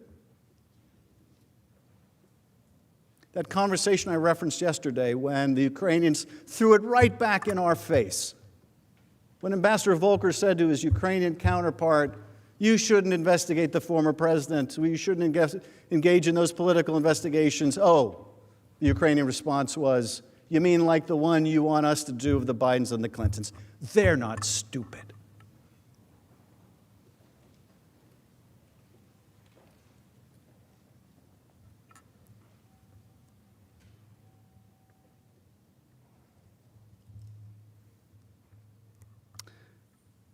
By the end of August, there was still no explanation for the hold, despite efforts by numerous people to seek the release of the funding. The leverage hadn't succeeded in getting the president in coercing Ukraine to announce the investigations, and so the aid was withheld. Two witnesses privy to this scheme testified that the only logical conclusion to reach about the president's continued hold on the aid was that it was intended to put more pressure on Ukraine to announce the investigations. As I said, they testified it was as simple as 2 + 2 = 4. We can do math, and more importantly, so can the Ukrainians. And maybe even more importantly than that, so can the Russians. Multiple senior officials, including President Trump himself, have confirmed this logical conclusion. On September 7th, Ambassador Sondland spoke directly to President Trump, who by that point was aware that a whistleblower complaint was circulating that alleged the contours of his scheme, and that Congress and the public were beginning to ask probing questions about the hold on aid, including whether the withholding of the aid was in exchange for re-election help. During that call, September 7th, so July, you've got Bob Mueller's testimony, you've got the call itself, you've got the follow-up call the next day where the president is speaking to Sondland and wants to make sure they're going to do the investigations. You've got August, while they're trying to hammer out a statement, and the Ukrainians are still resisting, and then you have September 7th. Ambassador Sondland on the phone with President Trump. At that point, he is aware that a whistleblower has filed a complaint alleging the contours of this scheme, and Congress and the public are beginning to ask questions about the hold on aid, including whether this was to get help in his re-election. And during this call between the president and Ambassador Sondland, without a prompt, President Trump told Sondland, there's no quid pro quo. Now, why would he do that? That's not something that comes up in normal conversation, right? Hello, Mr. President, how are you today? No quid pro quo. That's the kind of thing that comes up in a conversation if you're trying to put your alibi out there. If you've heard about a whistleblower complaint, if you've seen allegations, if you know Congress is starting to sniff around, no quid pro quo. But, and I know this is astonishing,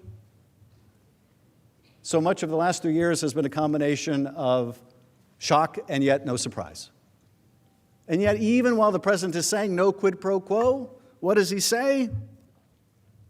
Zelensky must publicly announce the 2 political investigations, and he should want to do it.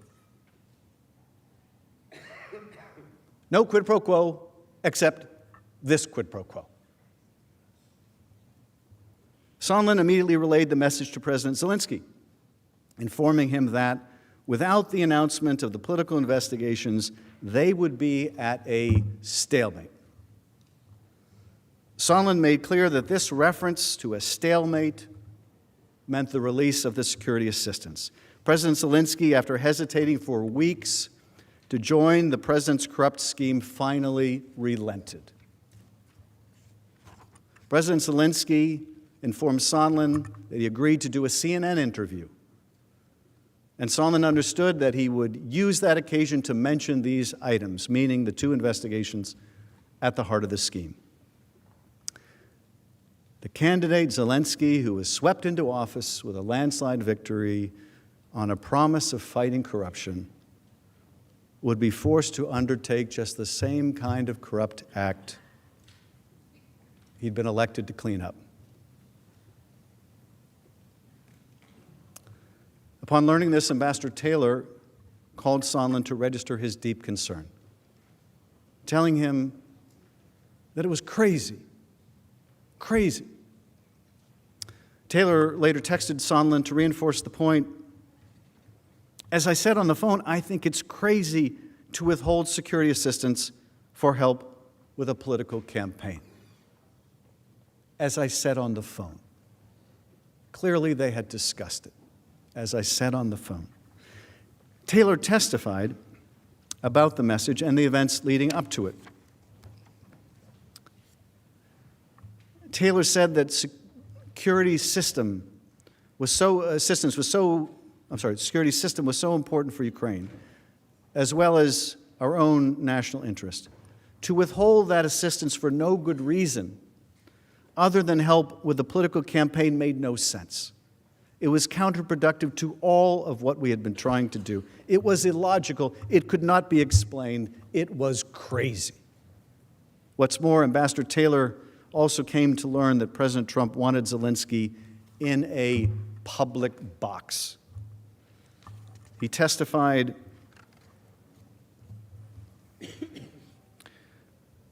Mr. Goldman asking the question, now you referenced a television interview and a desire for President Trump to put Zelensky in a public box, which you also have in quotes. Was that in your notes? Now, this is a reference, I think, to his written testimony. Was that reference to in a public box in his notes? Remember, he kept detailed notes. Taylor's answer, it was in my notes. And what did you understand to mean to put Zelensky in a public box? And Taylor responds, I understood that to mean that President Trump, through Ambassador Sondland, was asking for President Zelensky to publicly commit to these investigations, that it was not sufficient to do this in private, that this needed to be done, this needed to be a very public statement. So we saw earlier the side-by-side comparison, right, of what the Ukrainians wanted to say. They wanted to make no mention of these specific investigations, and how Giuliani insisted, no, this isn't going to be credible unless you mention these specific investigations. This is what it's going to take. And now you see Ambassador Sondland has acknowledged to Ambassador Taylor that not enough to use even the right language, apparently. Got to be done in public. We're not going to take any private commitment. It's got to be done in public. As we would later come to understand, this is because President Trump didn't care about the investigations being done. He just wanted them announced. He wanted Zelensky in a public box. He wanted it announced publicly. Ambassador Taylor also testified that he understood from Sondland that because President Trump was a businessman, he would expect to get something in return before signing a check. During our call on September 8th, Ambassador Sondland tried to explain to me that President Trump is a businessman. When a businessman is about to sign a check to someone who owes him something, the businessman asks that person to pay up before signing the check. Ambassador Volker used the same language several days later while we were together at the Yalta European Strategy Conference. I argued to both that the explanation made no sense. The Ukrainians did not owe President Trump anything.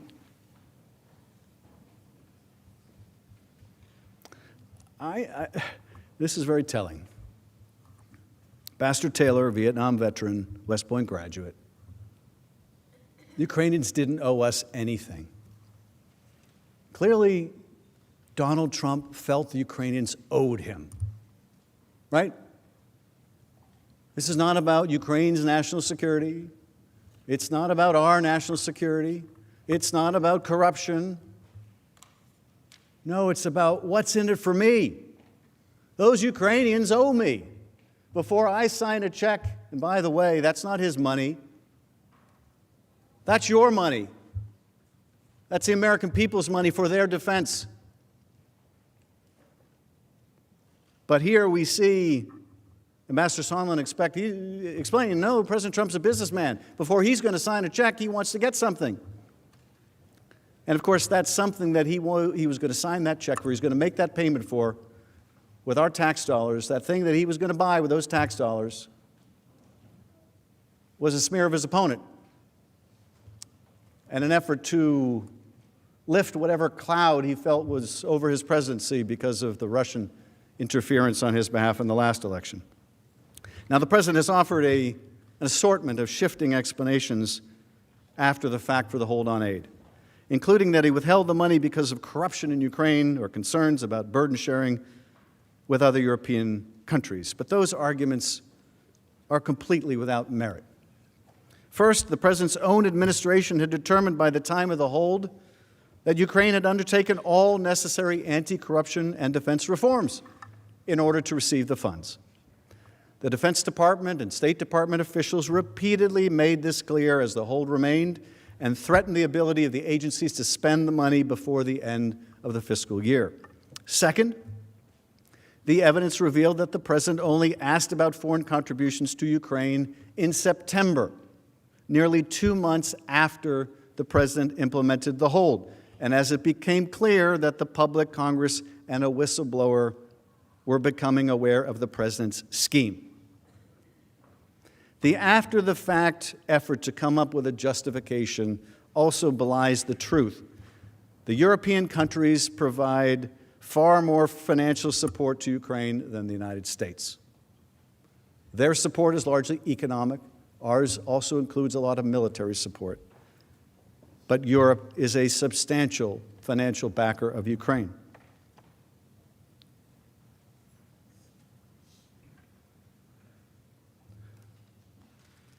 Something else remarkable about this I was struck by yesterday as we were going through the importance of the witness testimony and looking at some of those redacted emails in which the administration sought to hide its misconduct.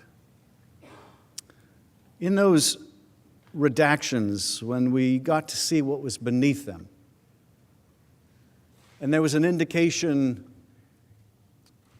this is very close hold. This is a need-to-know basis only. Remember that? We'll show you that again, but one of those emails that only came to light, I believe, recently, and not because the administration wanted you to see this information, we see there's a desire not to let people know about this hold. If the president was fighting corruption, if he wanted the Europeans to pay more, why would he hide it from us? Why would he hide it from the Ukrainians? Why would he hide it from the rest of the world? If this was a desire to get Europe to pay more, why wouldn't he charge Sondland to go ask Europe for more? Why wouldn't he be proud to tell the Congress of the United States, I'm holding up this aid, and I'm holding it up because I'm worried about corruption? Why wouldn't he? Because, of course, it wasn't true. There's no evidence of that. And what's more, the White House admitted why the president held up the money. The president's own chief of staff explained precisely why during October 17th and October 17th press conference. Let's see again what he had to say. Those were the driving factors. Did he also mention to me in the past the corruption related to the DNC server? Absolutely, no question about that. But that's it, and that's why we held up the money. Now, there was a report. So the demand for an investigation into the Democrats was part of the reason that he ordered to withhold funding to Ukraine. The look back to what happened in 2016 certainly was part of the thing that he was worried about in corruption with that nation. And that is absolutely appropriate. But Mulvaney didn't just admit that the president withheld the crucial aid appropriated by Congress to apply pressure on Ukraine to do the president's political dirty work. He also said that we should just get over it. Let's watch. But to be clear, what you just described is a quid pro quo. It is funding will not flow unless the investigation into the Democratic server happened as well. We do that all the time with foreign policy. If you read the news reports and you believe them, what did McKinney say yesterday? Well, McKinney said yesterday that he was really upset with the political influence in foreign policy. That was one of the reasons he was so upset about this. And I have news for everybody. Get over it. There's going to be political influence in foreign policy.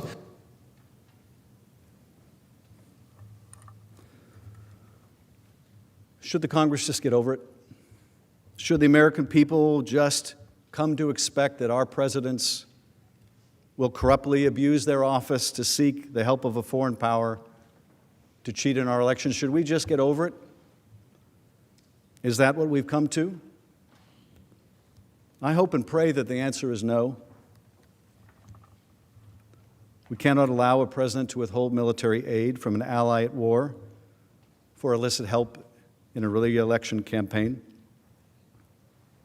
I hope that we don't have to just get over that. I hope that we just don't have to get accustomed to that. Is that what we want to tell our constituents? Yeah, the president withheld aid from an ally. Yeah, it damaged our national security. And yeah, he wouldn't meet with a foreign leader who's important to us unless he got help in the next election. And yeah, it's wrong to try to get a foreign power to help. It's kind of cheating, really, if we're going to be honest about it and blatant about it. It's cheating. Americans are supposed to decide American elections, but, you know, I guess we just need to get over it. I guess that's just what we should now expect of a President of the United States. I guess there's really no remedy for that anymore. The impeachment, I mean, maybe that was a good idea 200 years ago, but I guess we just need to get over it. I guess maybe the president really is above the law because they say you can't indict the president. The president says you can't even investigate the president. The president is in court saying you can not only not indict the president, you can't even investigate the president. Attorney General's position is you can't even investigate the president. Are we really prepared to say that? The only answer to presidential misconduct is we just need to get over it? What are we going to say with the next president? What are we going to say with the president who's from a different party, who refuses the same kind of subpoenas? And the president says to you, or his chief of staff says to you, or her chief of staff says to you, just get over it. I'm not doing anything different than Donald Trump did. Just get over it. He asked for help in the next election. I'm asking for help in the next election. Just get over it. We do this kind of thing all the time. People are cynical enough as it is about politics, about people's commitment to their good. Cynical enough without having us confirm it for them.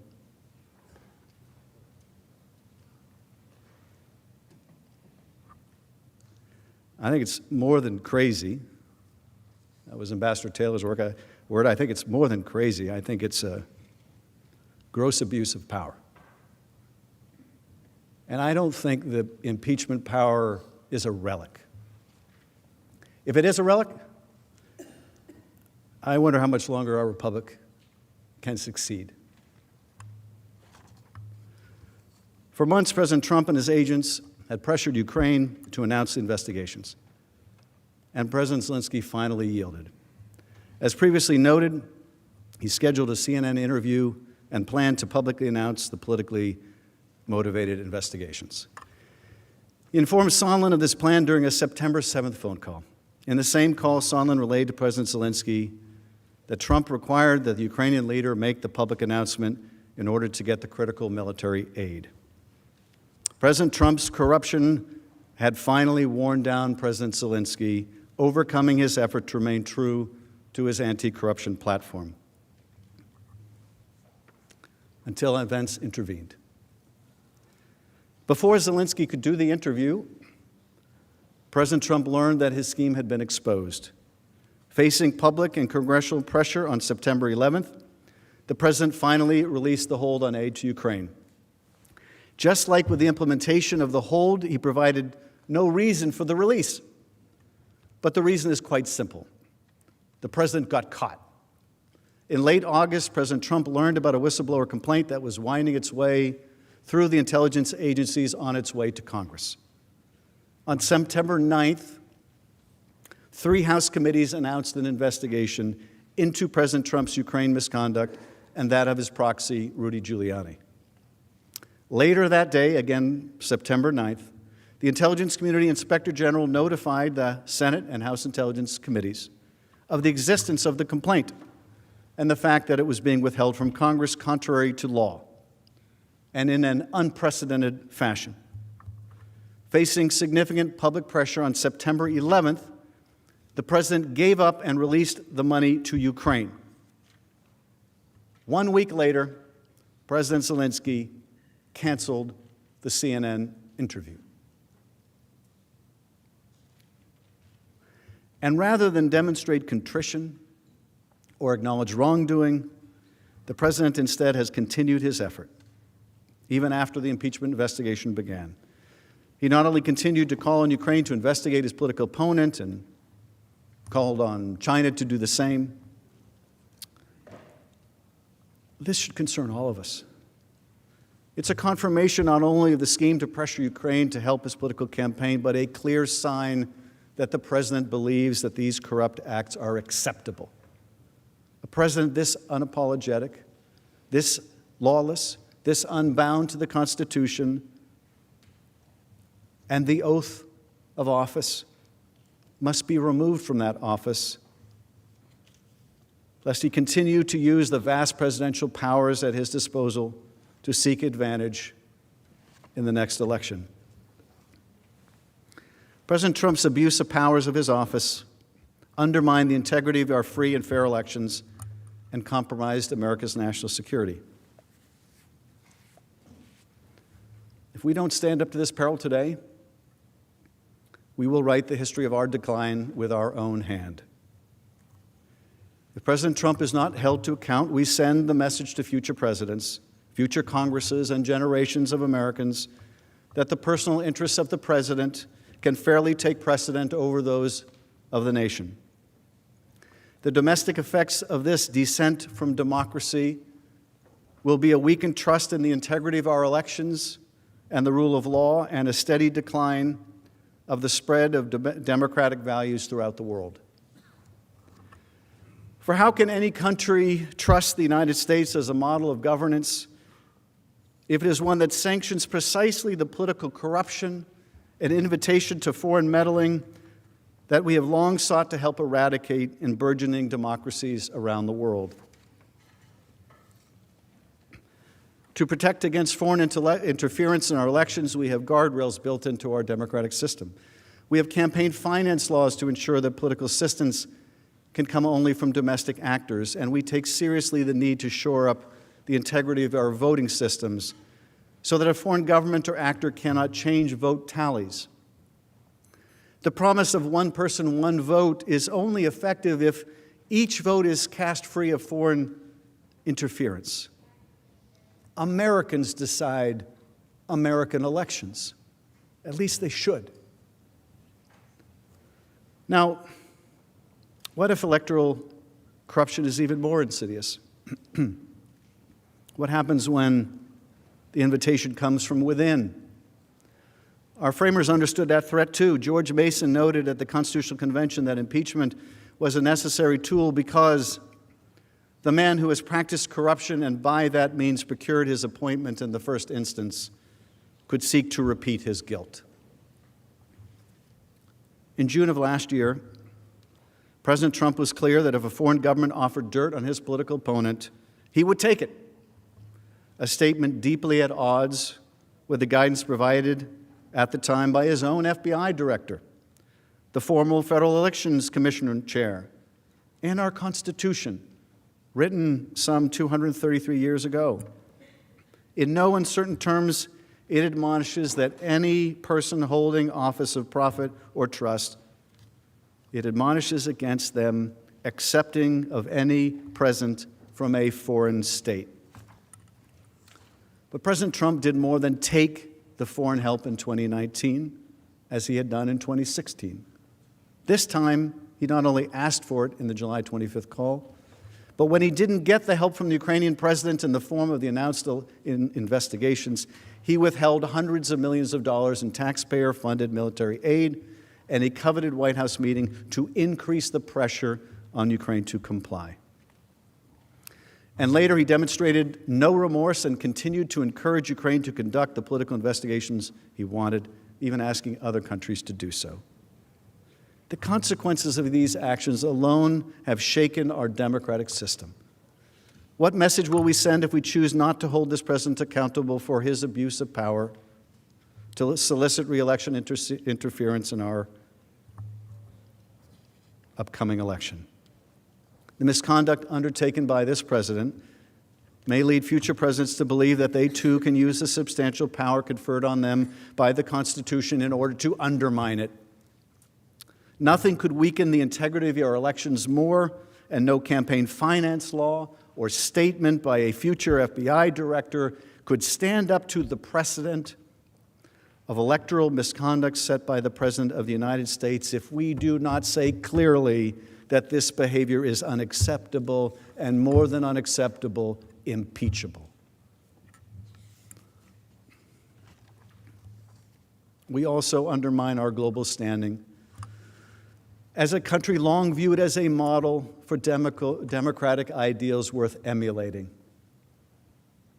We have, for generations, been the shining city upon a hill that President Reagan described.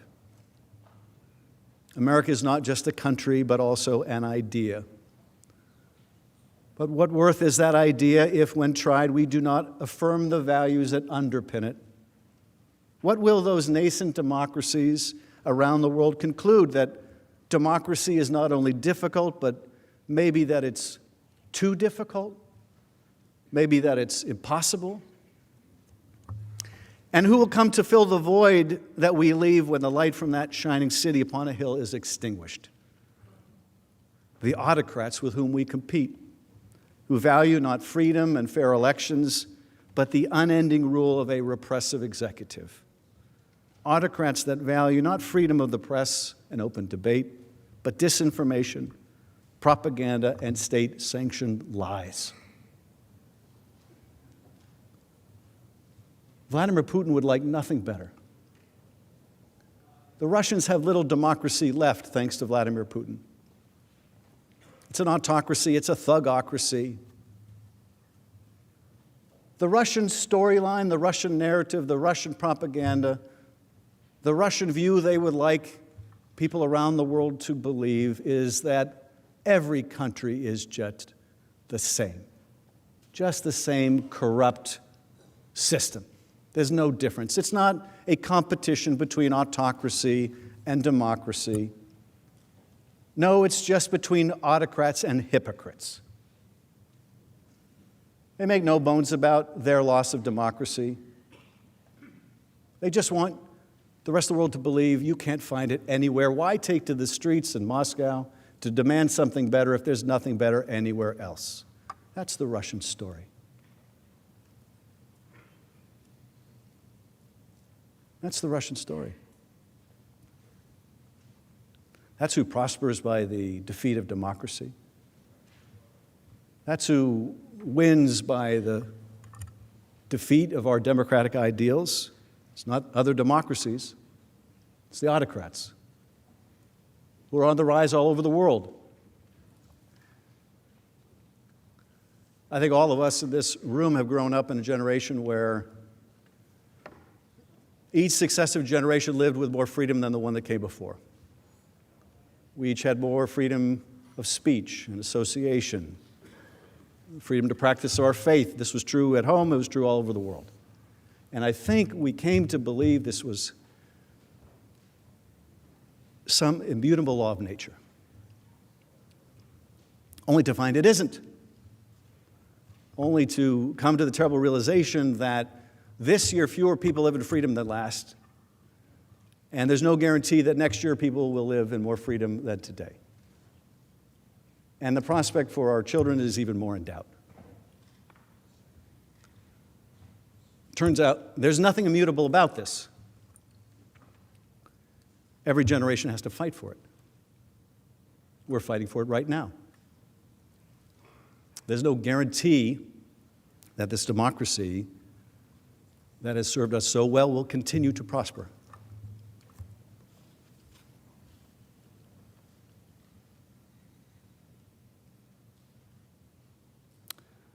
We will struggle to protect this idea, and even as we do, we will struggle to protect our security in more tangible ways. Support for an independent and democratic Ukraine, which is the literal bulwark against Russian expansionism in Europe, is essential to our security. Russia showed that when it invaded Ukraine in 2014 and sought to redraw the map of Europe. Was our commitment to Ukraine's independence and sovereignty just an empty promise? Or are we prepared to support its efforts to keep Russia contained so that they and we may all eventually enjoy a long peace? Russia is not a threat, I don't need to tell you, to Eastern Europe alone. Ukraine has become the de facto proving ground for just the types of hybrid warfare that the 21st century will become defined by: cyber attacks, disinformation campaigns, efforts to undermine the legitimacy of state institutions, whether that is voting systems or financial markets. The Kremlin showed boldly in 2016 that with the malign skills it honed in Ukraine, they would not stay in Ukraine. Instead, Russia employed them here to attack our institutions, and they will do so again. Indeed, they've never stopped. Will we allow the primary country now fighting Russia to be weakened, placing our troops in Europe at greater risk and opening the door to greater interference in our affairs at home? If we allow the President of the United States to pursue his political and personal interests rather than the national interest, we send a message to our European allies that our commitment to a Europe free and whole is for sale to the highest bidder. The strength of our global alliances relies on a shared understanding of what that alliance stands for, one built on the rule of law, on free and fair elections, on a shared struggle against aggression from autocratic regimes. We are countries built on a commitment to our people, not unyielding loyalty to a president who would be king. A president has a right to hold a call with a foreign leader, yes. And he has a right to decide the time and location of a meeting with that leader, yes.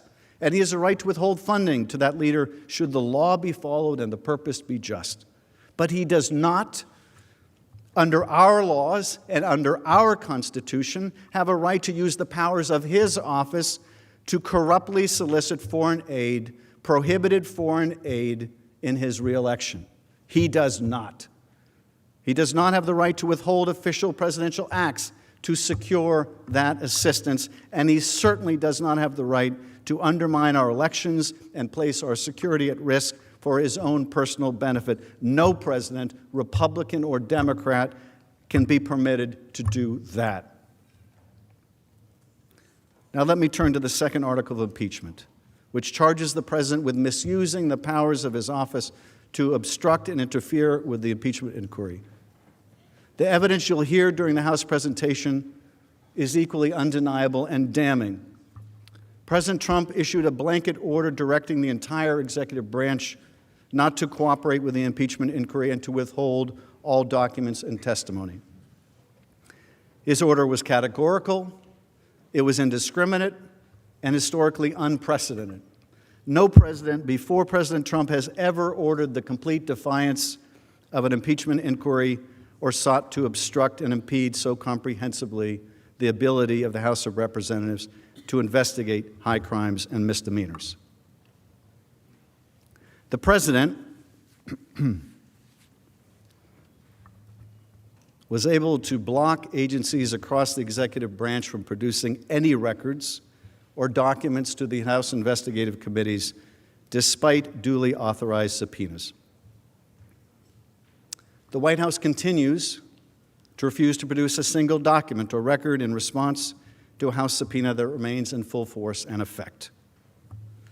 The Department of State and Office of Management and Budget, the Department of Energy, and the Department of Defense continue to refuse to provide a single document or record in response to House subpoenas that remain in full force and effect.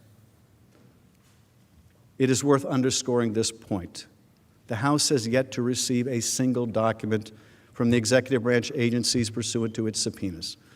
Not a single piece of paper, email, or other record has been turned over, not one. And while I pause to get a drink of water, let me let you know for your timing, I have about 10 minutes left in my presentation. So the end is in sight.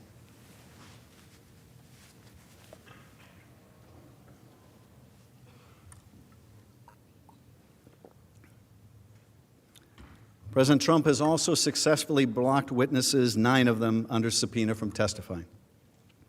Witnesses with firsthand knowledge of the president's actions, including his closest aides, some of whom were directly involved in executing the president's improper orders. These witnesses include Mick Mulvaney and Robert Blair, Russell Vought, the acting head of the Office of Management and Budget, Michael Duffy, a senior official, and the president's chief legal advisor on the National Security Council, John Eisenberg, among others. The managers will present in detail what these officials knew about their role in executing different parts of the president's scheme. There is no dispute, nor could there be, that President Trump's order substantially obstructed the House impeachment inquiry. That obstruction continues unabated today, even as we stand here at the start of the president's trial. And the president has been able to do so only because of the uniquely powerful position that he holds as our commander-in-chief. No other American could seek to obstruct an investigation into his own wrongdoing this way. No other American could use the vast powers and levers of his government to conduct a corrupt scheme to benefit themselves, and then use those same powers to suppress evidence and bar any cooperation with the authorities investigating them. Not a police chief, not a mayor, not a governor, not any elected official in the country, and certainly not any non-elected official in the country. All those folks watching us from around the country, you know what would happen to them if they defied a lawful subpoena. They got a subpoena commanding them to appear. You know what would happen to them because they're not above the law. They'd be arrested, they'd be detained, they'd be incarcerated, they would be forced to comply. They're not above the law, and neither are we, and neither is the president. And yet, despite the fact that he is not above the law, the president's extensive and persistent efforts, the House heard from courageous witnesses who did obey lawful subpoenas. And we gathered overwhelming evidence. The House built a formidable case that forms the basis of these articles. The second article for obstruction of Congress is not simply about President Trump's decision to obstruct a congressional investigation or even an impeachment inquiry. It should not be misunderstood as some routine dispute between two branches of government, nor should it be reduced to the notion that the president was simply protecting himself or fighting back against a partisan or overzealous Congress. The charges in the second article are much more serious and urgent than that. First, the president's attempt to obstruct the inquiry so categorically and comprehensively is part and parcel of the president's furious effort to conceal, suppress, and cover up his own misconduct. From the very first moment his actions were at the risk of coming to light, President Trump sought to hide and cover up key evidence, even as his scheme to pressure Ukraine was still underway. As the House presentation will make clear, the president's cover-up started even before the House began to investigate the president's Ukraine-related activity. The president learned early on of the existence of a lawful whistleblower complaint from within the intelligence community that would ring the first alarm. He deployed the White House and Justice Department to intervene in an unprecedented fashion to conceal and then withhold from Congress, for the first time ever, a credible and urgent whistleblower complaint, even though the law requires that it be provided to the congressional intelligence committees. Once the impeachment inquiry was underway in late September, the president used the immense and unique power at his disposal to direct and maintain at every turn the categorical defiance of congressional scrutiny, even as he attacked the inquiry itself and its witnesses. The president offered multiple and shifting justifications for obstructing the House's inquiry, each of them deficient, while his actions and statements powerfully reflect his own consciousness of guilt. Second, the ramifications of the president's obstruction go beyond the sinister motives of simply covering up his actions. His obstruction strikes at the heart of our Constitution. It threatens the last line of defense our founders purposely enshrined in our system to protect our democracy. If presidents can obstruct an impeachment inquiry undertaken by the House and evade accountability in the Senate, for doing so, they usurp an essential power granted exclusively to the Congress, and for a reason. Presidents could seize for themselves the power to neutralize and nullify the impeachment clause in order to shield themselves from any accountability.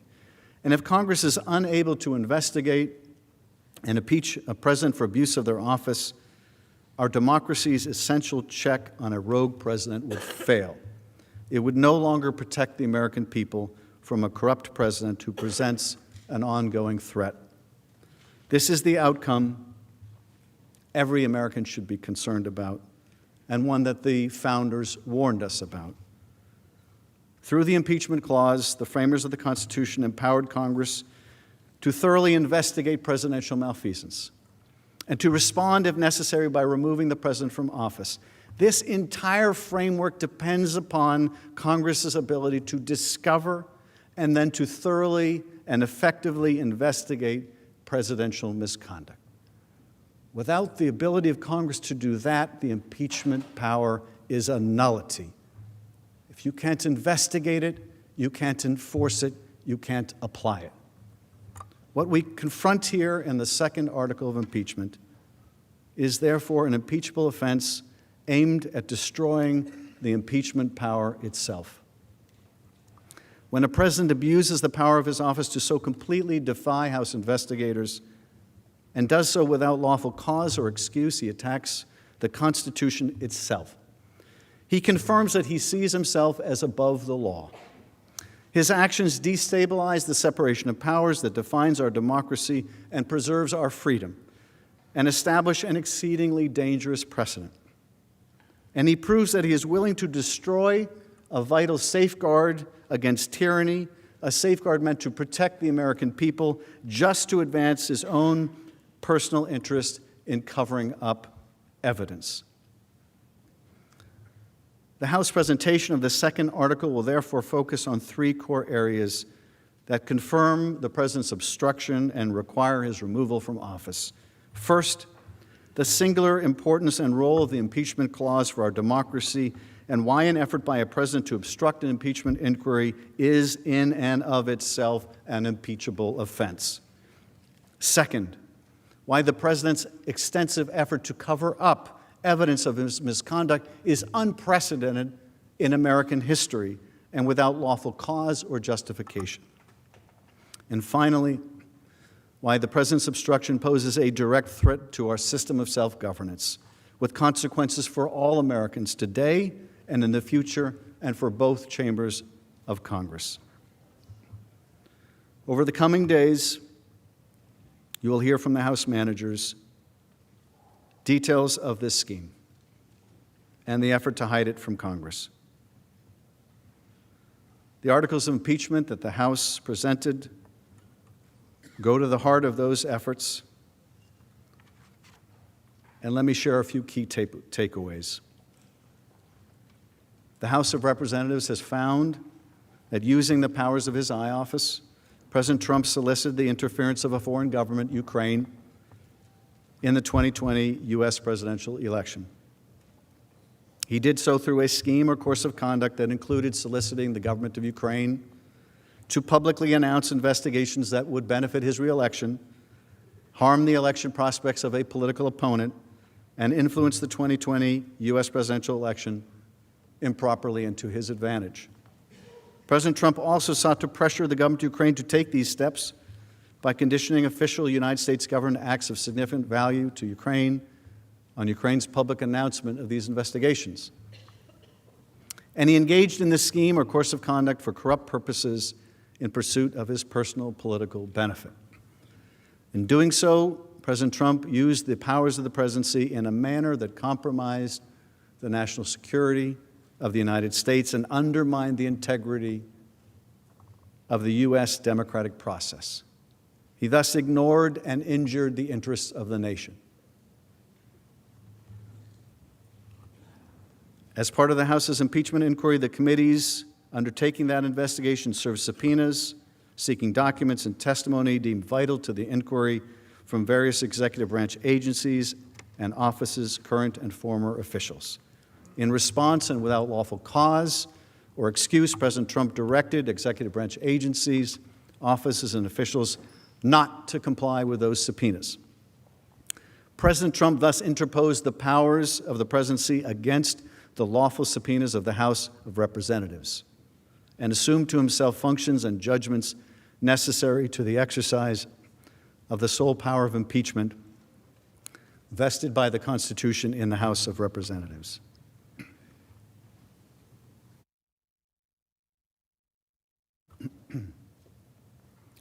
As George Washington and his troops retreated across the Delaware River in early December 1776, they were read the words of Thomas Paine published that month in his pamphlet, The American Crisis.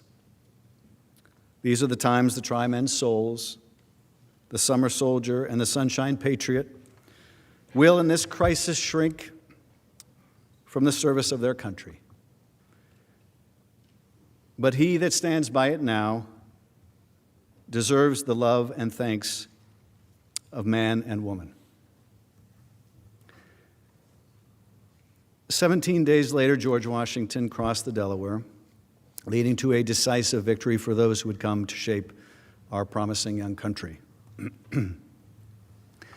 As much as our founders feared an unchecked chief executive able to pursue his own will over the will of the people, they also feared the poison of excessive factionalism that could divert us from a difficult service to our country.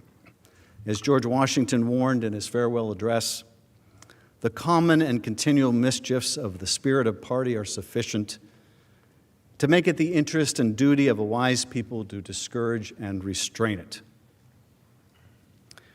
Now, our political parties and affiliations are central to our democracy, ensuring that good and bad political philosophies alike are considered in the marketplace of ideas. Here, the American people can choose between the policies of one party or another and make decisions about their political leaders, up to and including the President of the United States, based on the degree to which that person represents their interests and values. That is not factionalism. That is the foundation of our democracy. But when a leader takes the reins of the highest office in our land and uses that awesome power to solicit the help of a foreign country to gain an unfair advantage in our free and fair elections, we all, Democrats and Republicans alike, must ask ourselves whether our loyalty is to our party or whether it is to our Constitution. If we say that we will align ourselves with that leader, allowing our sense of duty to be usurped by an absolute executive, that is not democracy. It is not even factionalism. It is a step on the road towards tyranny. The damage that this president has done to our relationship with a key strategic partner will be remedied over time. And Ukraine continues to enjoy strong bipartisan support in Congress. But if we fail to act, the damage to our democratic elections, to our national security, to our system of checks and balances will be long-lasting and potentially irreversible. As you will hear in the coming days, President Trump has acted in a manner grossly incompatible with self-governance. His conduct has violated his oath of office and his constitutional duty to faithfully execute the law. He has shown no willingness to be constrained by the rule of law and has demonstrated that he will continue to abuse his power and obstruct investigations into himself, causing further damage to the pillars of our democracy if he is not held accountable. He cannot be charged with a crime, so says the Department of Justice. There is no remedy for such a threat but removal from office of the President of the United States. If impeachment and removal cannot hold him accountable, then he truly is above the law. We are nearly 2.5 centuries into this beautiful experiment of American democracy, but our future is not assured. As Benjamin Franklin departed the Constitutional Convention, he was asked, "What have we got? A republic or a monarchy?" He responded simply, "A republic if you can keep it." A fair trial, impartial consideration of all of the evidence against the president is how we keep our republic. That concludes our introduction. The majority leader is Chief recognized. Justice, colleagues, I suggest we have a recess until 10 minutes to 4, at which moment we'll reconvene subject to call the chair. Without objection, so ordered.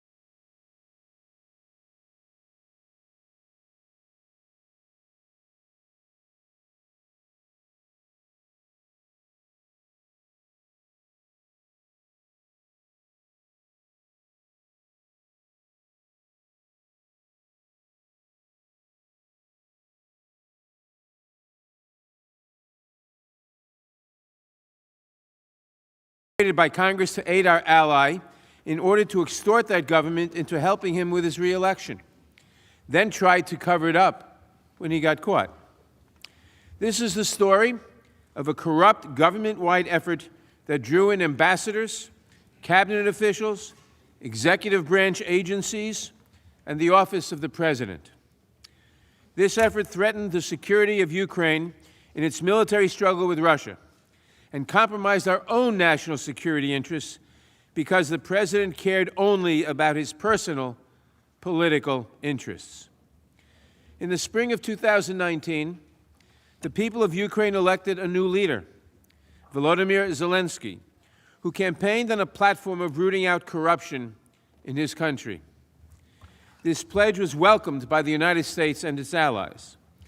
But the new government also threatened the work of President Trump's chief agent in Ukraine, Rudy Giuliani.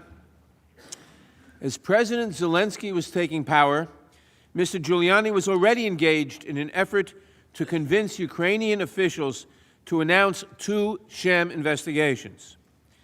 The first was an effort to smear former Vice President Joe Biden. The second was designed to undermine the intelligence community's unanimous assessment that Russia interfered in the 2016 election. One obstacle to Mr. Giuliani's work was Ambassador Marie Yovanovitch. A 33-year veteran of the Foreign Service, Ambassador Yovanovitch had partnered with Ukraine to root out the kind of corruption that would have allowed Mr. Giuliani's lies to flourish. In order to complete his mission, Mr. Giuliani first needed Ambassador Yovanovitch out of the way.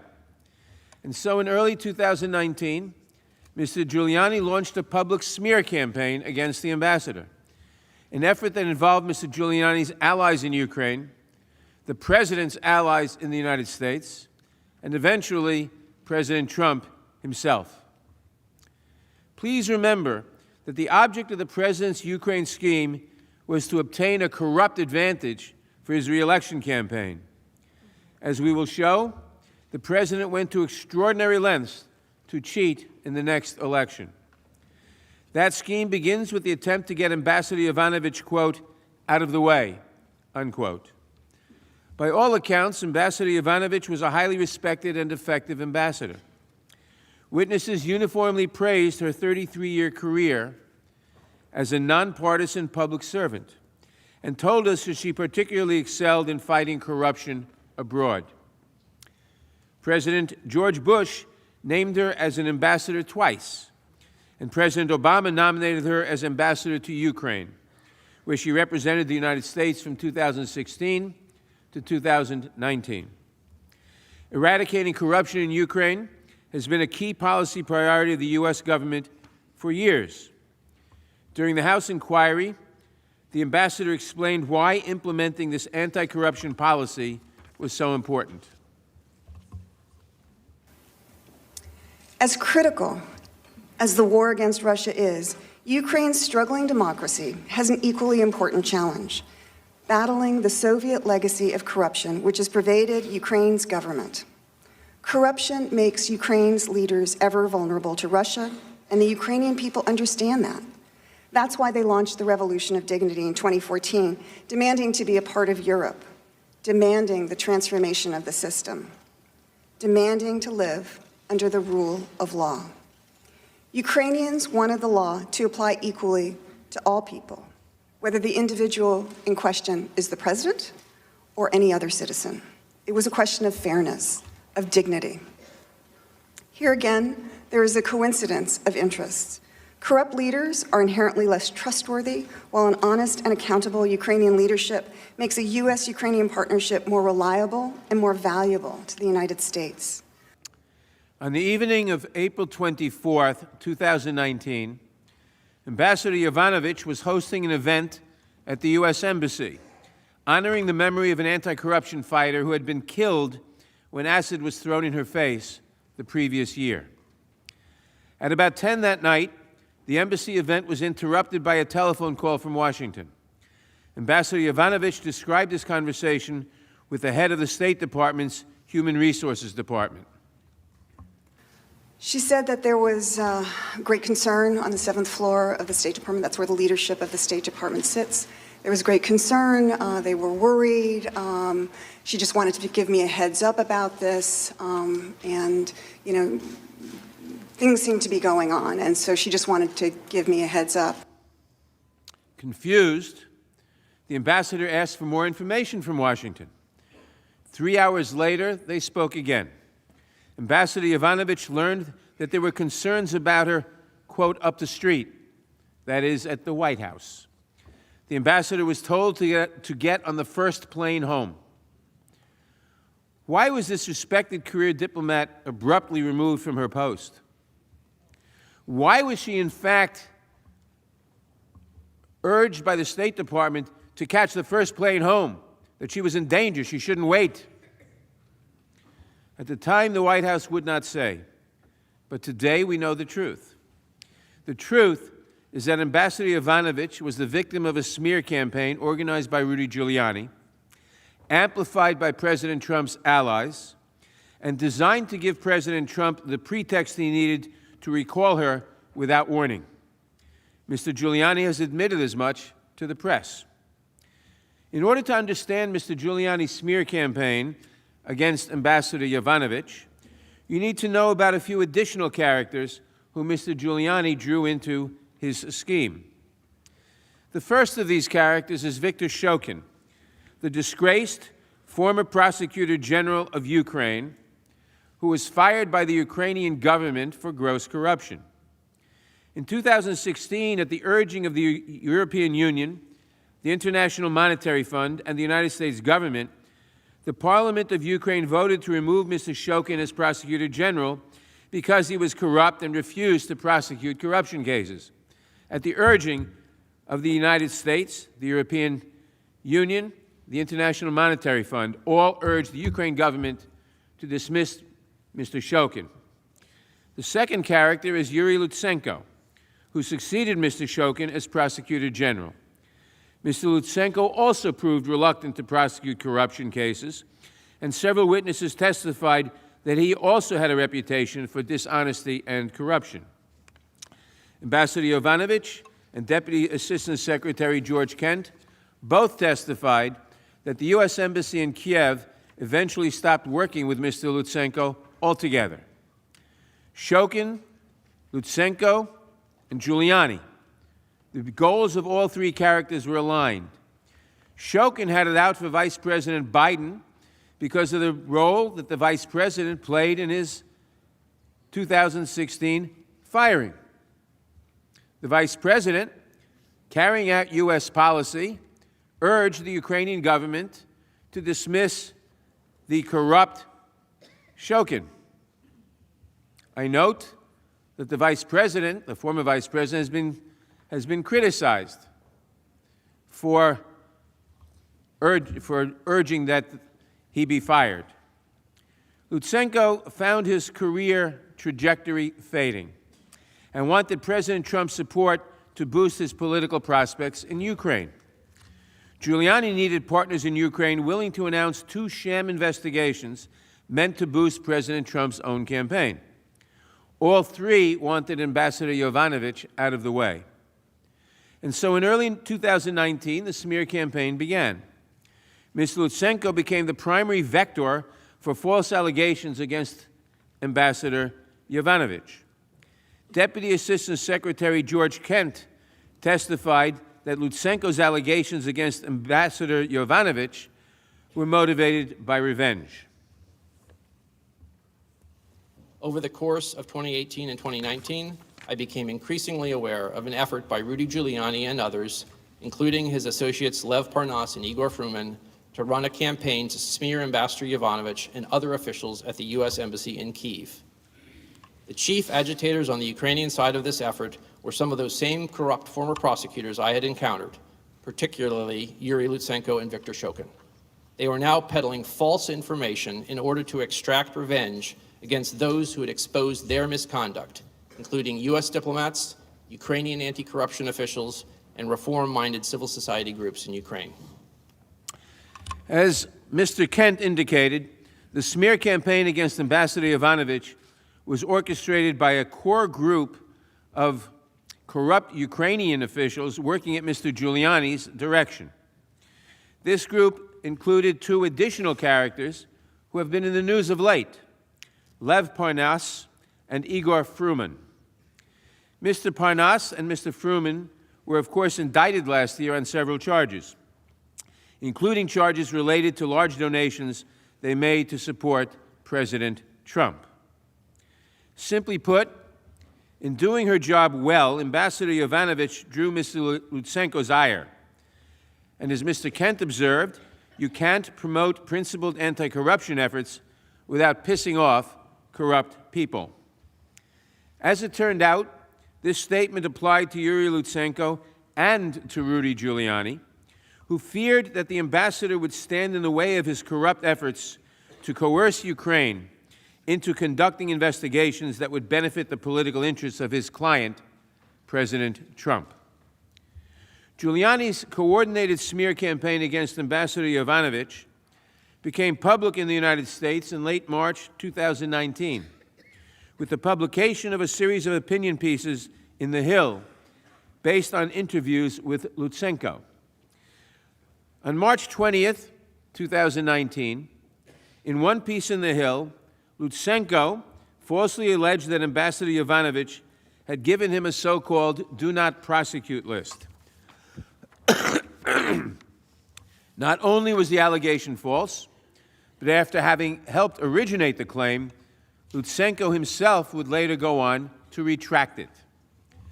The same piece also falsely stated that Ambassador Yovanovitch had, quote, made disparaging statements about President Trump, unquote. A statement issued by the State Department declared the allegations to be a total fabrication.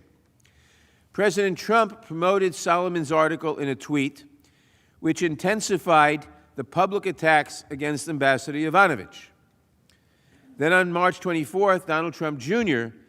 called Ambassador Yovanovitch a joker on Twitter and called for her removal. You can see the slides of the two tweets.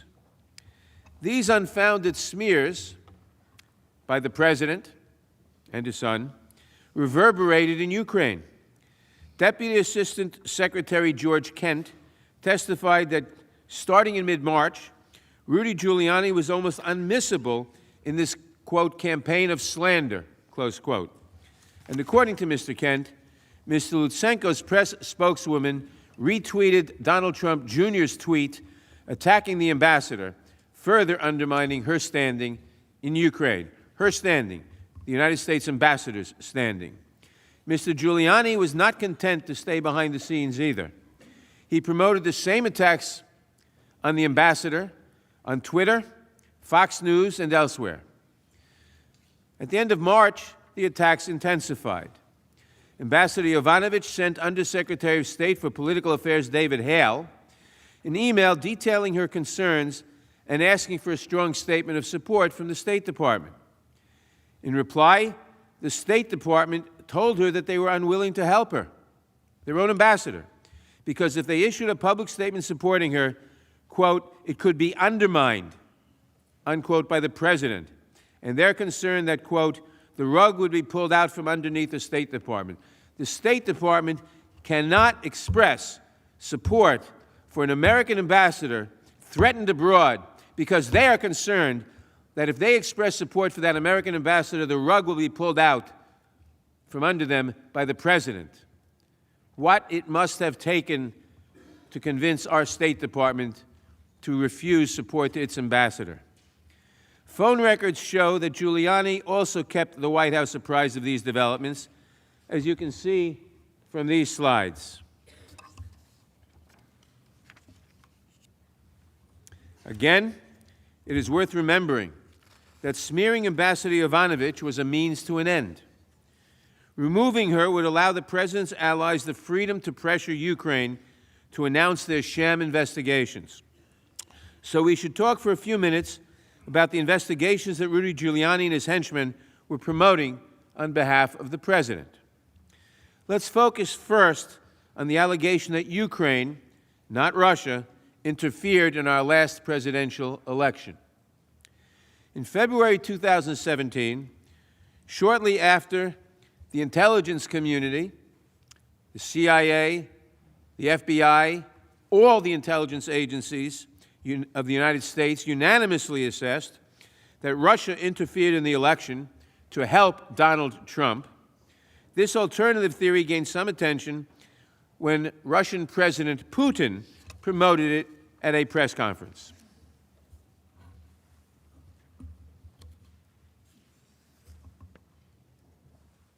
Second, he said, I'm quoting from him, it's in the Russian on the slides, I think. Second, as we all know, during the presidential campaign in the United States, the Ukrainian government adopted a unilateral position in favor of one candidate.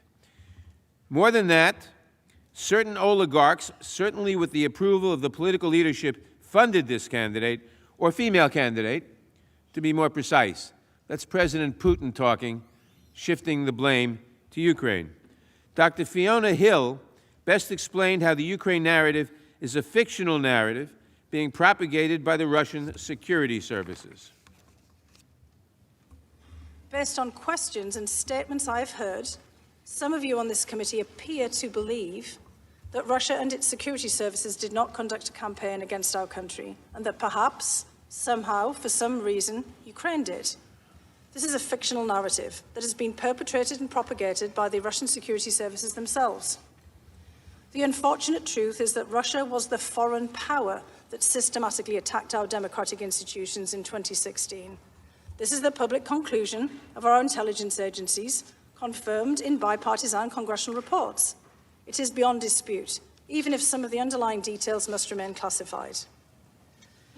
The impact of the successful 2016 Russian campaign remains evident today. Our nation is being torn apart. Truth is questioned. Our highly professional and expert career foreign service is being undermined. US support for Ukraine, which continues to face armed Russian aggression, has been politicized. The Russian government's goal is to weaken our country, to diminish America's global role, and to neutralize a perceived US threat to Russian interests. President Trump knew this too. His former Homeland Security advisor, Tom Bossert, said that the idea that Ukraine hacked the DNC server was, quote, not only a conspiracy theory, it is completely debunked, close quote. And he and other U.S. officials spent hours with the president explaining why. The second false allegation that the president wanted the Ukrainians to announce was that Vice President Biden used his power to protect the company on whose board his son sat by forcing the removal of Viktor Shokin, the corrupt former prosecutor general. It is true that Vice President Biden helped remove Mr. Shokin, who was widely believed to be corrupt. And as I said a few minutes ago, it was official policy of the United States, the European community, and others, in order to fight corruption in Ukraine, to ask that Shokin and Lutsenko be removed. So the Vice President Biden, in fulfilling U.S. policy, pressured Ukraine to remove Shokin, not to secure some personal benefit, but to advance the official policy of the United States and its allies. Even Ms. Lutsenko, who initially ceded the allegations against Mr. Biden in American media, later admitted that the allegations against the vice president were false. And Rudy Giuliani told Kurt Volker, the special representative for Ukrainian negotiations, who had a prominent role in the scheme, that he also knew the attacks on Joe Biden were a lie. With Ambassador Yovanovitch out of the way, the first chapter of the Ukraine scheme was complete. Mr. Giuliani and his agents could now apply direct pressure to the Ukrainian government to spread these two falsehoods. And who benefited from this scheme? Who sent Mr. Giuliani to Ukraine in the first place? Of course, we could rephrase that question as the former Republican leader of the Senate, Howard Baker, asked it in 1973. What did the president know, and when did he know it?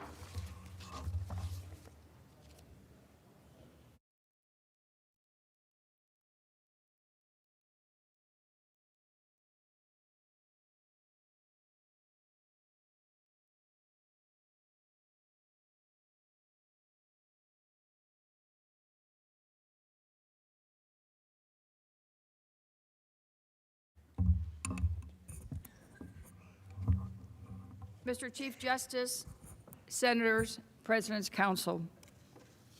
President Trump and President Zelensky's relationship started out well.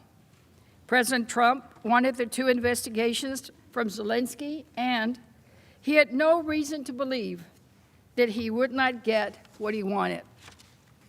On April 21st, 2019, Zelensky, who was new to politics, won a landslide victory in Ukraine's presidential election. That evening, President Trump called Zelensky to congratulate him. On that first call, Zelensky invited President Trump to visit Ukraine for the upcoming inauguration.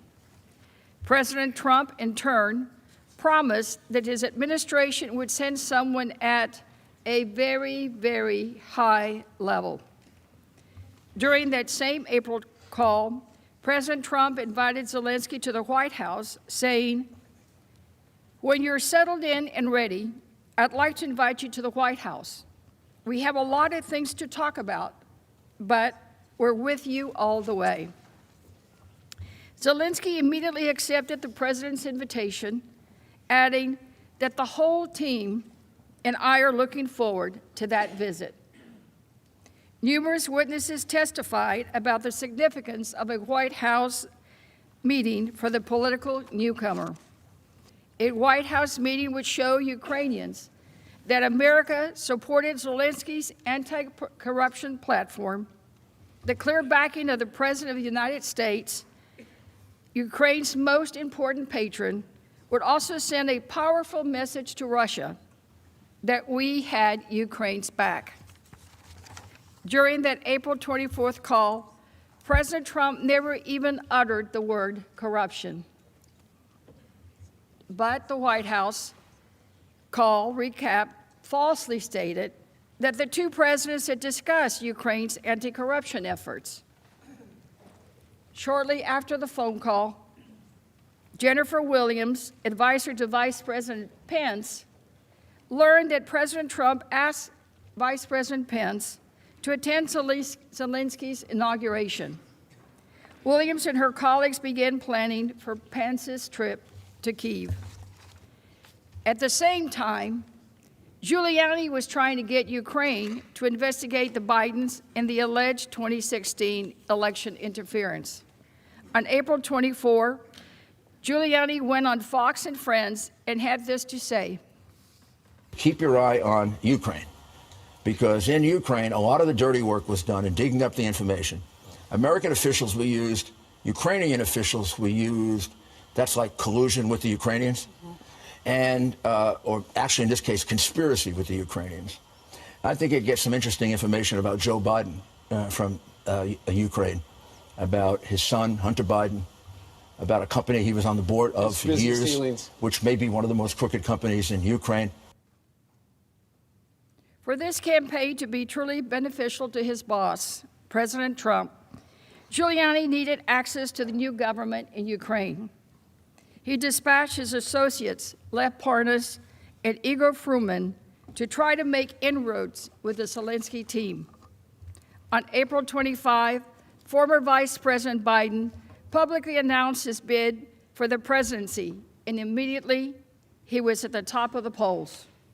That same day, David Holmes, an American diplomat at our embassy in Ukraine, learned that Giuliani had reached out to the head of President Zelensky's campaign.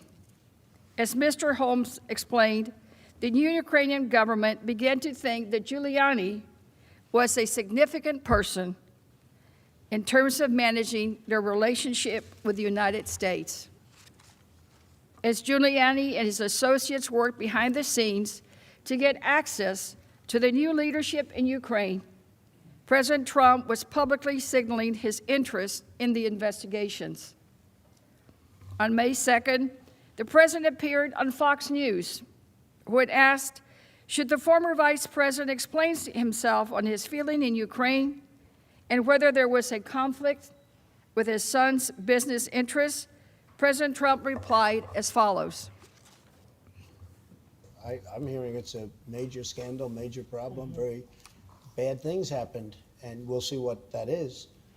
They even have him on tape talking about it. They have Joe Biden on tape talking about the prosecutor, and I've seen that tape. A lot of people are talking about that tape. But that's up for them. They have to solve that problem.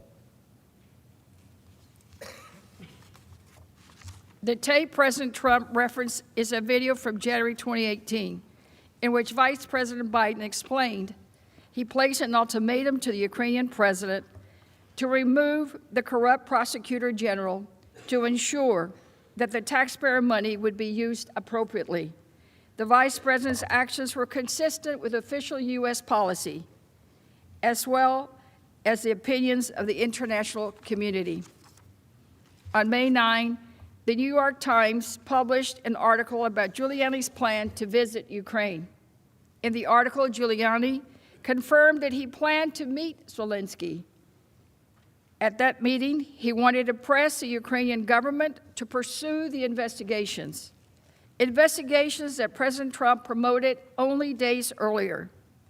Giuliani said, "We're not meddling in an election, we're meddling in an investigation which we have a right to do."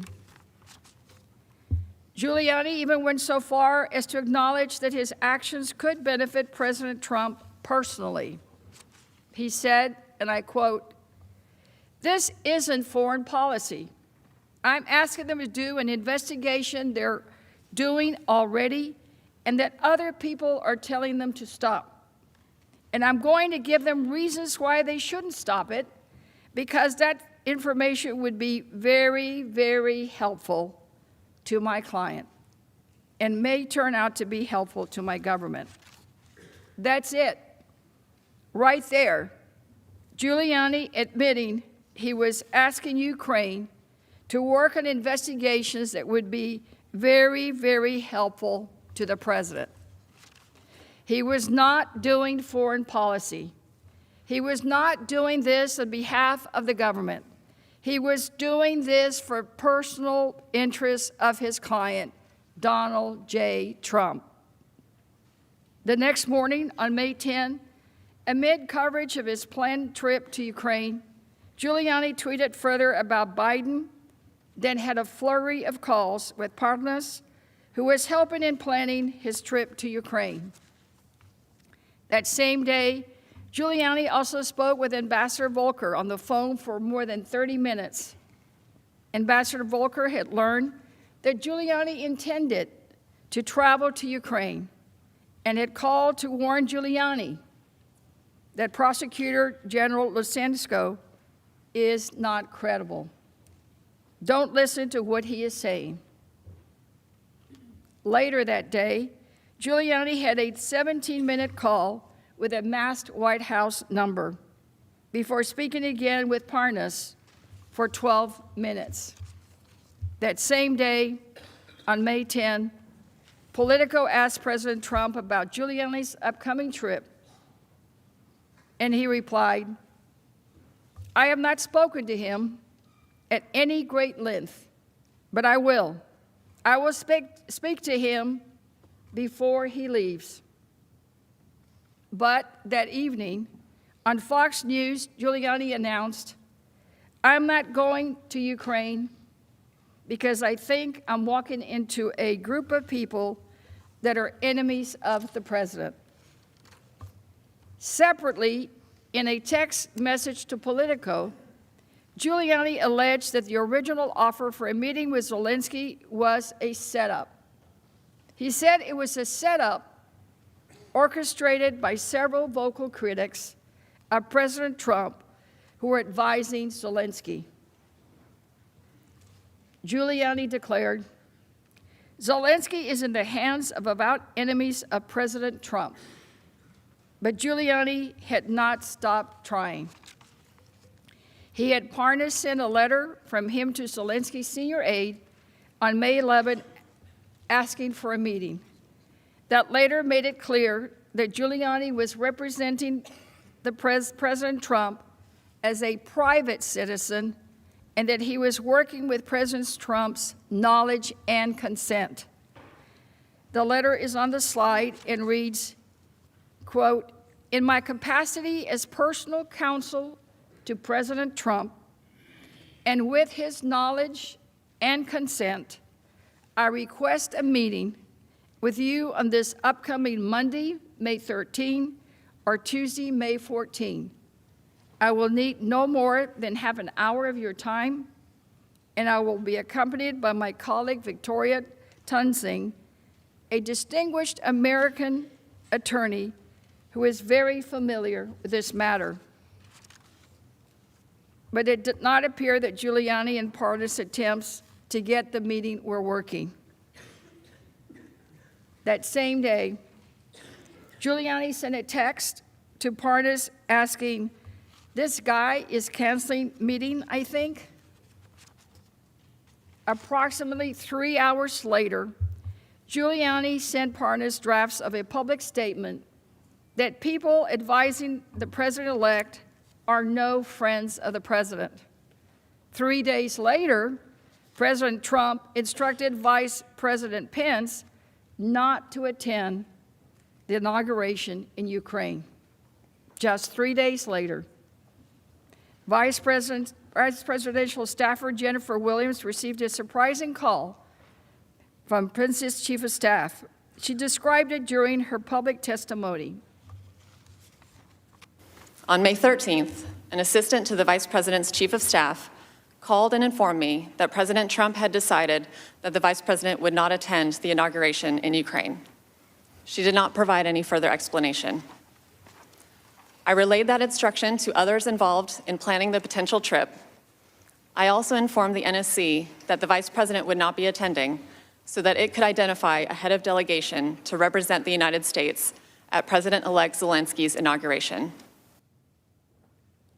Notably, Williams confirmed that the inauguration date had not yet been decided, been scheduled at the time of that phone call. So the reason for President Trump's decision was certainly not due to a scheduling conflict. Secretary of Energy Rick Perry ultimately led the delegation to the inaugural. Accompanying Secretary Perry were Ambassador to the European Union Gordon Sondland, Ambassador Volker, and NSC Director for Ukraine, Lieutenant Colonel Alexander Vindman. Senator Rob Johnson also attended many of the inaugural events with the delegation. When asked if this delegation was a good group, Holmes replied, "It was not as senior a delegation as we might have expected." After the inauguration, Ambassadors Volker and Sondland left Kyiv with a very favorable impression of President Zelensky. Ambassador Volker said they believed it was important that President Trump personally engaged with the President of Ukraine in order to demonstrate full U.S. support for him. When the inauguration team returned to the United States, they had a meeting with President Trump on May 23. The May 23 meeting with President Trump proved to be important for two good reasons.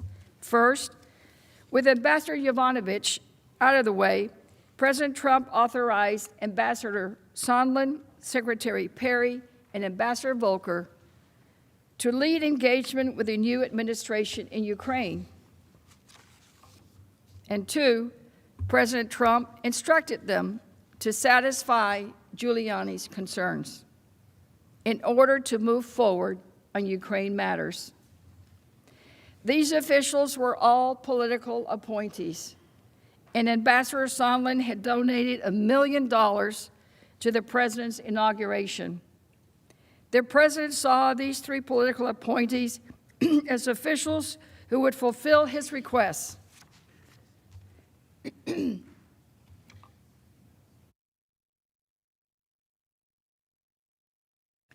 Ambassador Volker testified that he, Ambassador Sondland, Secretary Perry, and Senator Johnson took turns making their case that this is a new crowd. It's a new president in Ukraine.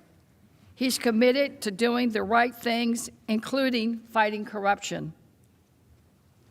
They recommended that President Trump follow through on his invitation for President Zelensky to meet with him in the Oval Office. But President Trump did not receive the recommendation well. At his public hearing, Ambassador Volker described the May 23rd Oval Office meeting with President Trump. Let's listen. We stressed our finding that President Zelensky represented the best chance for getting Ukraine out of the mire of corruption it had been in for over 20 years. We urged him to invite President Zelensky to the White House. The president was very skeptical. Given Ukraine's history of corruption, that's understandable. He said that Ukraine was a corrupt country full of terrible people. He said, they tried to take me down. In the course of that conversation, he referenced conversations with Mayor Giuliani. It was clear to me that despite the positive news and recommendations being conveyed by this official delegation about the new president, President Trump had a deeply rooted negative view on Ukraine rooted in the past. He was receiving other information from other sources, including Mayor Giuliani, that was more negative, causing him to retain this negative view. Witnesses said the reference to taking me down was to unfounded allegations that Ukraine had interfered in the 2016 election. This was what President Trump considered to be corruption in Ukraine. The president's words echoed Giuliani's public statements about Ukraine in early May. Rather than committing to an Oval Office meeting with the Ukrainian leader, President Trump directed the delegation to talk to Giuliani. Here is how Ambassador Sondland described that instruction from the president. If we wanted to get anything done with Ukraine, it was apparent to us we needed to talk to Rudy. Right. You understood that Mr. Giuliani spoke for the president, correct? That's correct. Ambassador Sondland saw the writing on the wall. Sondland concluded that if we did not talk to Rudy, nothing would move forward on Ukraine. The three amigos, as they called themselves, did as the president ordered and began talking to Giuliani. Dr. Hill testified, Volker, Sondland, and Perry gave us every impression that they were meeting with Rudy Giuliani at this point, and Rudy Giuliani was also saying on the television, and indeed has said subsequently, that he was closely coordinating with the State Department. Like Dr. Hill, Ambassador Bolton closely tracked Giuliani's Ukraine-related activities. Hill testified about a conversation she had with Bolton in May of 2019. That conversation was revealing, so let's listen. On television making these statements, and I had already brought to Ambassador Bolton's attention the attacks, the smear campaign against Ambassador Yovanovitch, and expressed great regret about how this was unfolding and, in fact, the shameful way in which Ambassador Yovanovitch was being smeared and attacked. And I'd asked if there was anything that we could do about it. And Ambassador Bolton had looked pained, basically indicated with body language that there was nothing much that we could do about it. And he then, in the course of that discussion, said that Rudy Giuliani was a hand grenade that was going to blow everyone up. Did you understand what he meant by that? I did, actually. What did he mean? Well, I think he meant that, obviously, what Mr. Giuliani was saying was pretty explosive in any case. He was frequently on television making quite incendiary remarks about everyone involved in this, and that he was clearly pushing forward issues and ideas that would, probably come back to haunt us. And, in fact, I think...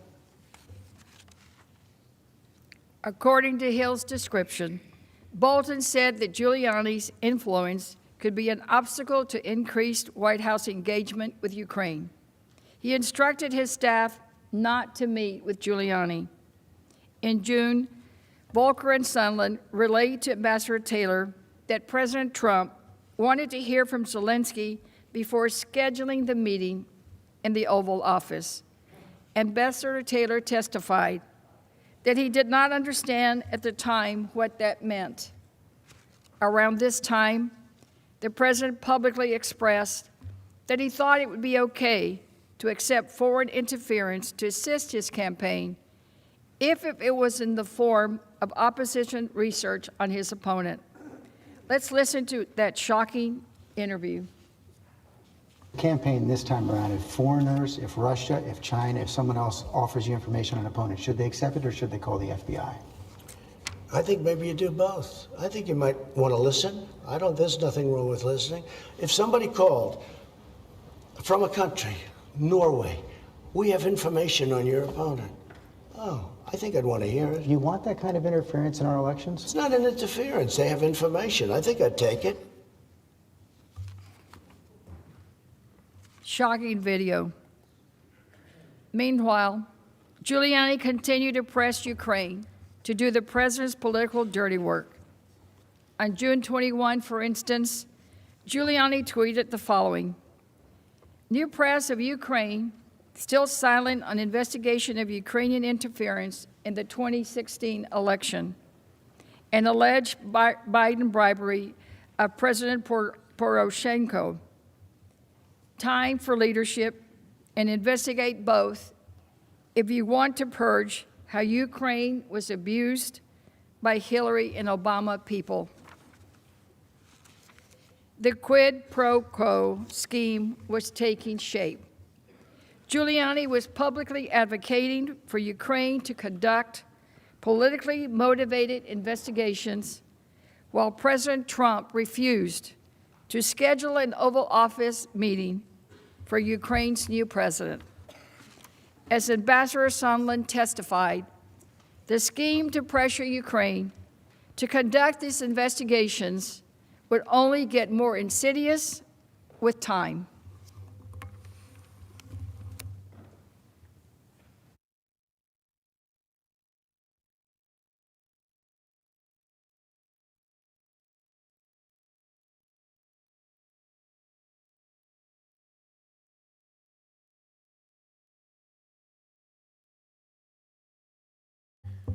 Mr. Chief Justice, the Majority Leader expressed a preference for a break about 2 hours in, so it's the House Manager's request that I present, and then we take the break if that's acceptable for everybody.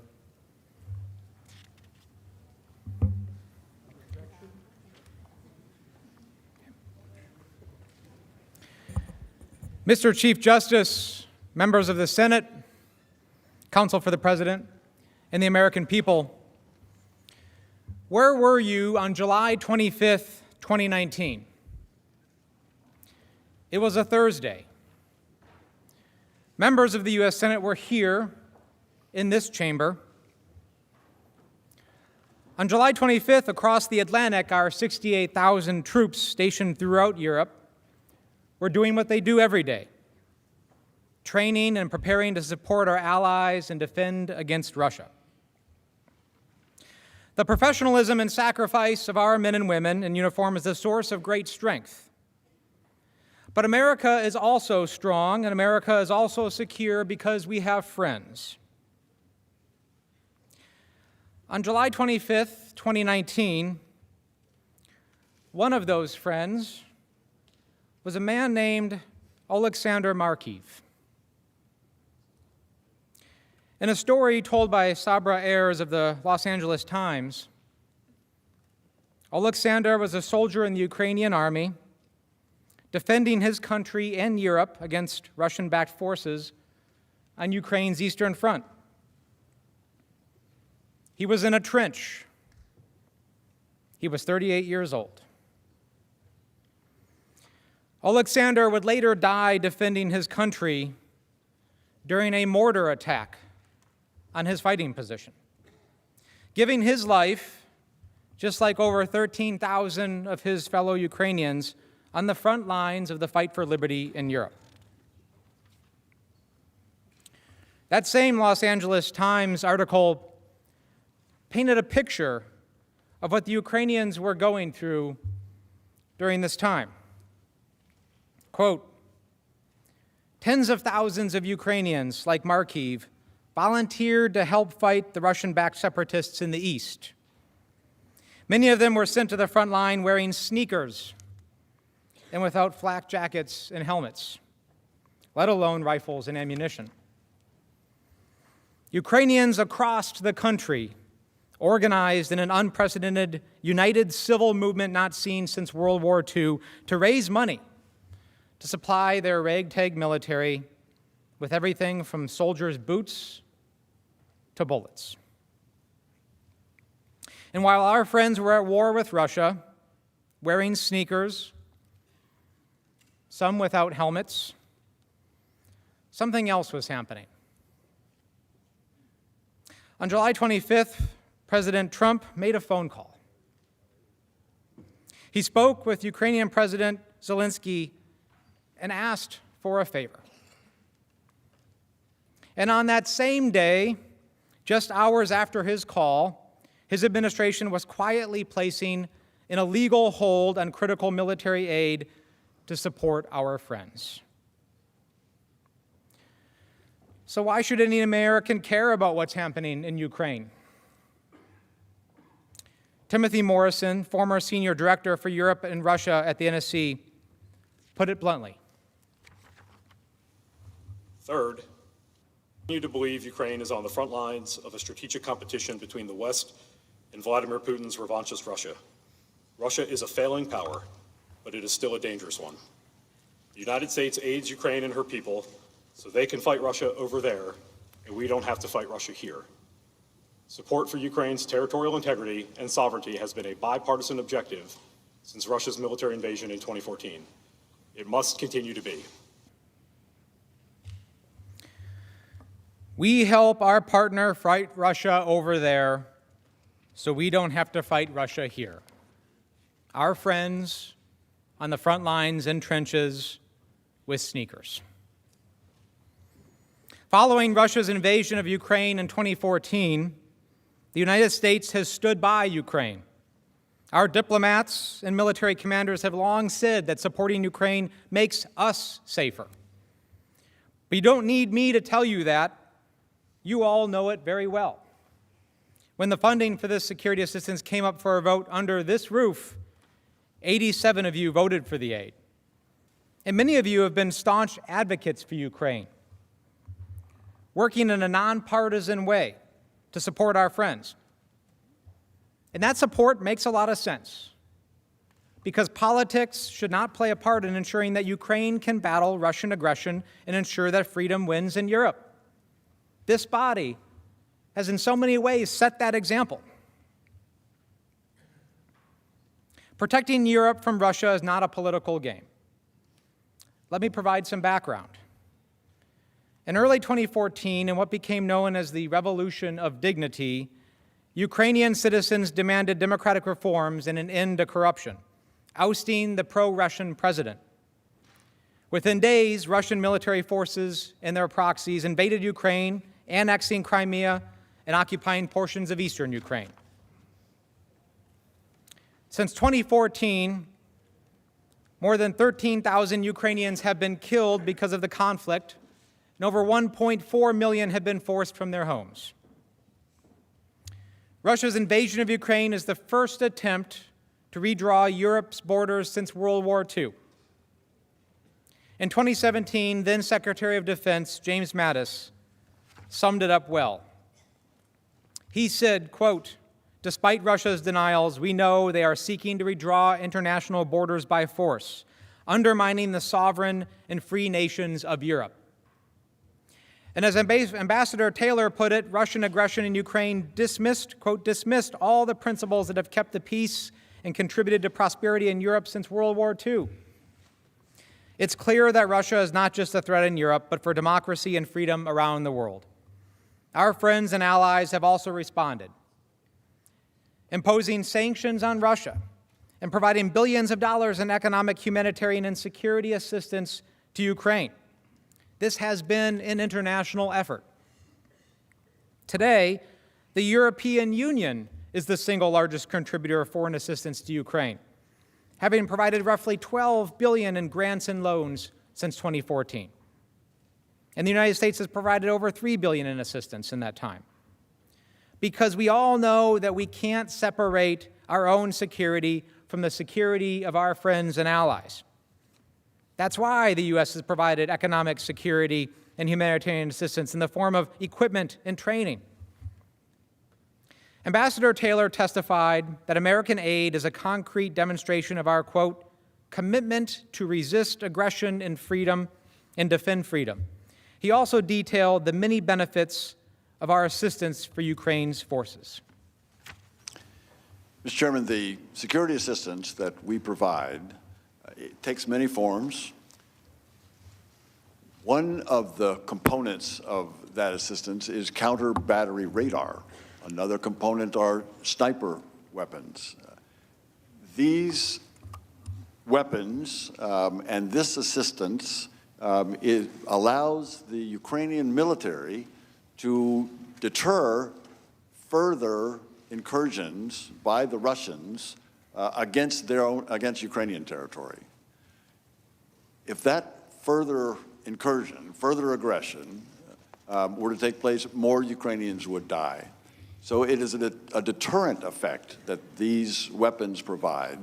It's also the ability, it gives the Ukrainians the ability to negotiate from a position of a little more strength when they negotiate an end to the war in Donbass, negotiating with the Russians. This also is a way that would reduce the number of Ukrainians who would die. I would like to make a finer point of how this type of aid helps, because I know something about counter-battery radar. In 2005, I was an Army Ranger serving in a Special Operations Task Force in Afghanistan. We were at a remote operating base along the Afghan-Pakistan border. And frequently, the insurgents that we were fighting would launch rockets and missiles onto our small base. But luckily, we were provided with counter-battery radar. So 20, 30, 40 seconds before those rockets and mortars rained down on us, an alarm would sound. And we would run out from our tents and jump in to our concrete bunkers and wait for the attack to end. This is not a theoretical exercise, and the Ukrainians know it. For Ukraine, aid from the U.S. actually constitutes about 10% of their military budget. It's safe to say that they can't fight effectively without it. So there is no doubt U.S. military assistance to Ukraine makes a real difference in the fight against Russia. In 2019, Congress provided $391 million in security assistance. This included $250 million through the Department of Defense, the Ukraine Security Assistance Initiative, USAI, and $141 million through the State Department's Foreign Military Financing Program, FMF. President Trump signed the bill to authorize this aid in August 2018 and signed another bill to fund it the following month. The aid was underway. The train was leaving the station and following the same track it had followed every single year. But all of this was about to change. In July of 2019, President Trump ordered the Office of Management and Budget, OMB, to put a hold on all of the aid. The president personally made this decision even after his own appointed advisors warned him that it wasn't in our country's interest to withhold the aid, after overwhelming support in this Senate and against long-standing policy even in his own administration. But what's most interesting to me about this is that he was only interested in the Ukraine aid, nobody else. The U.S. provides aid to dozens of countries around the world, lots of partners and allies. He didn't ask about any of them, just Ukraine. The most important question here is, why would he do that? What was his motivation? Well, we now know why. This hold shocked people across our own government. The Department of Defense, along with the State Department, had already certified to Congress that Ukraine had implemented sufficient anti-corruption reforms to get the funds. And the Defense Department had already notified Congress of its intent to deliver the assistance. So let's recap all of this. Congress had already funded it. Our own government had already certified that it met all the standards it had met every other year. And Congress had already been notified just like every other year. In a series of meetings of the national security agencies, everyone except the OMB supported the provision of the assistance. And OMB, as we know, is headed by Mick Mulvaney, the President's Chief of Staff. Ukraine experts at DoD, the State Department, and the White House emphasized that it was in the national security interest of the U.S. to continue to support Ukraine in its fight. But it wasn't just the national security concern, because many people thought that the hold was just outright illegal. And they were right. It was. The President's hold did violate the law because just last week, Congress's independent, nonpartisan watchdog, the Government Accountability Office, released an opinion finding that the hold was illegal. President Trump held the military aid money for so long that the administration ran out of time to spend the money. Ultimately, even after the President lifted the hold on September 11th, again with no clear explanation why, we, the Congress, had to pass another law to extend the deadline, delaying the delivery of the aid. In the same LA Times article that told the story about our friend Mr. Markiv, Ukrainian defense spokesperson said that even though the hold had been lifted, this was in September, quote, "It has not reached us yet." That spokesperson went on to say, quote, "It is not just money from the bank, it is arms, equipment, and hardware." And to this day, millions of dollars still haven't been spent.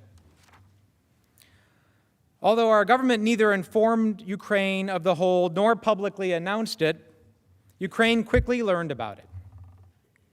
On July 25th, the same day as President Trump's call with President Zelensky, officials at Ukraine's embassy here in Washington emailed DoD to ask about the status of the funding. By mid-August, officials at DoD, the State Department, and the NSC received numerous questions from Ukrainian officials about the hold. Everyone was worried. And not just because of the urgent need for the equipment on the front lines, but also because of the message that it sent. You see, President Zelensky had just been sworn in. They were very vulnerable. And as we all know, Vladimir Putin looks for vulnerability. He looks for hesitation. He looks for delay. And any public sign of a hold on that aid could be a sign of weakness that could show him it was time to pounce. President Trump's hold on the Ukraine assistance was eventually publicly reported on August 28th. As we will explain, Ukraine fully understood that the hold was connected to the investigations that President Trump wanted. On February 28th, DoD notified Congress that it had intended to deliver $125 million of assistance appropriated in September, including, quote, more than $50 million of assistance to deliver counter-artillery radar and defense lethal assistance. Congress cleared the notification, which enabled DoD to begin spending the funds. For Ukraine to receive the remaining $125 million, Congress required that the Secretary of Defense, in coordination with the Secretary of State, certify that the government of Ukraine had taken substantial anti-corruption reforms. Deputy Assistant Secretary of Defense Laura Cooper and senior officials across our government conducted a review to evaluate whether Ukraine had met the required benchmarks.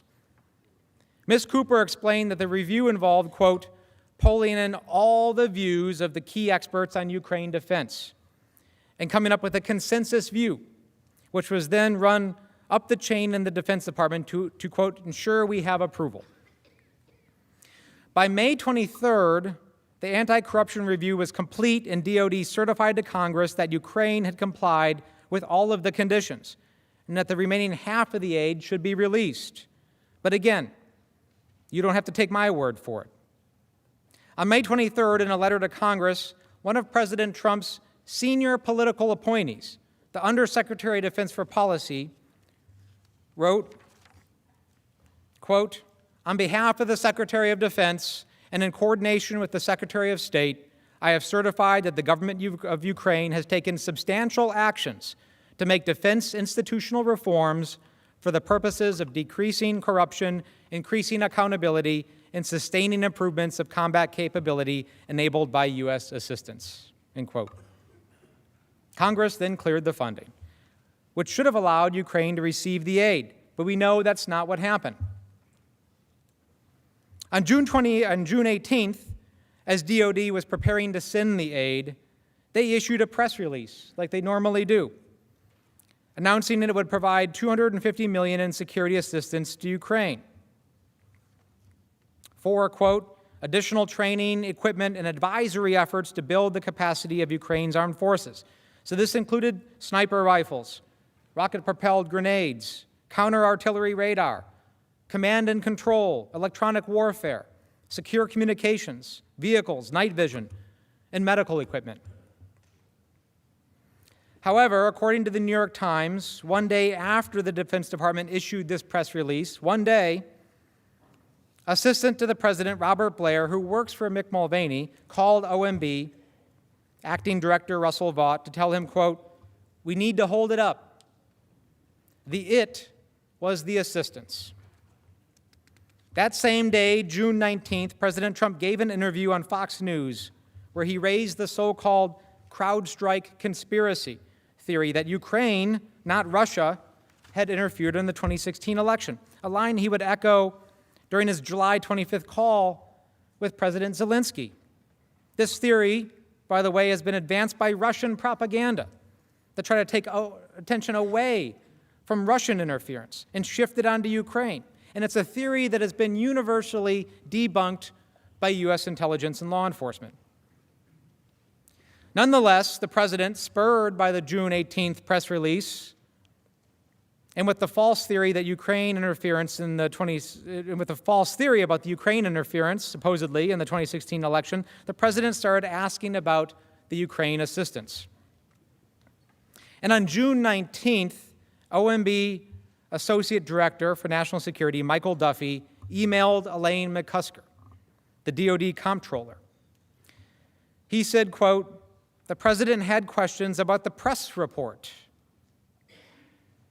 and that he was seeking additional information." This was a reference to an article in the Washington Examiner, shown here on the slide in front of you. The White House withheld this email from the House, of course. We first learned of it from Duffy's deputy, Mark Sandy, who testified that he was copied on it. Subsequently, as a result of a lawsuit under the Freedom of Information Act, the public, and therefore Congress, received a copy of that email. But the White House still refuses to comply with the subpoenas for this and other documents. On June 20th, McCusker responded to President Trump's inquiry by providing Sandy information on the Security Assistance Program. Sandy shared the information with Duffy, but he did not know whether Duffy shared the information with the White House. Laura Cooper also recalled receiving an email inquiry about Ukraine security assistance, quote, a few days after DOD's June 18th press release. She noted that it was, quote, relatively unusual to receive questions from the president. In response, DOD provided materials explaining that the $250 million funding package was for additional training, equipment, advisory efforts to build the capacity of Ukraine's armed forces. DOD emphasized, quote, almost all of the dozens of vendors are U.S. companies, meaning that this funding also benefited U.S. businesses and workers. Nonetheless, President Trump put the wheels in motion to freeze the funds shortly after learning about DOD's plan to release the funds. According to a New York Times article on June 27th, Chief of Staff Mulvaney emailed Blair, quote, I'm just trying to tie up some loose ends. Did we ever find out about the money from Ukraine and whether we can hold it back? Blair reportedly responded that it would be possible, but not pretty. He added, quote, expect Congress to become unhinged. And I suppose he said that for all the reasons we talked about earlier, because this chamber and our chamber on the other side of the Capitol resoundingly supports it. And that was just the Defense Department assistance to Ukraine. For 2019, Congress also appropriated $141 million to Ukraine through the State Department. Unlike the Defense Department funding, which was approved by Congress and ready to be spent, OMB blocked the State Department from even seeking Congress's approval to release the funds. And I'd like to pause here to once again stress that we have learned a lot about the circumstances around the initial hold only from the public release of and reporting about these emails in the past few weeks. The White House has refused to provide these emails in response to a subpoena. Mick Mulvaney and Rob Blair refused to comply with a subpoena to testify.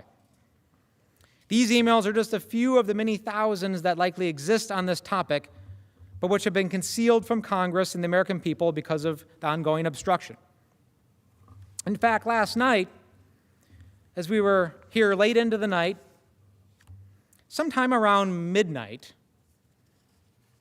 a new tranche of documents were released under a Freedom of Information Act request by an independent watchdog that had been asking for them. They were released last night between Mr. Duffy and Elaine McCusker and others on the things that I'm talking about right now. Unfortunately, as you can see, there isn't a lot to read here because it's all blacked out.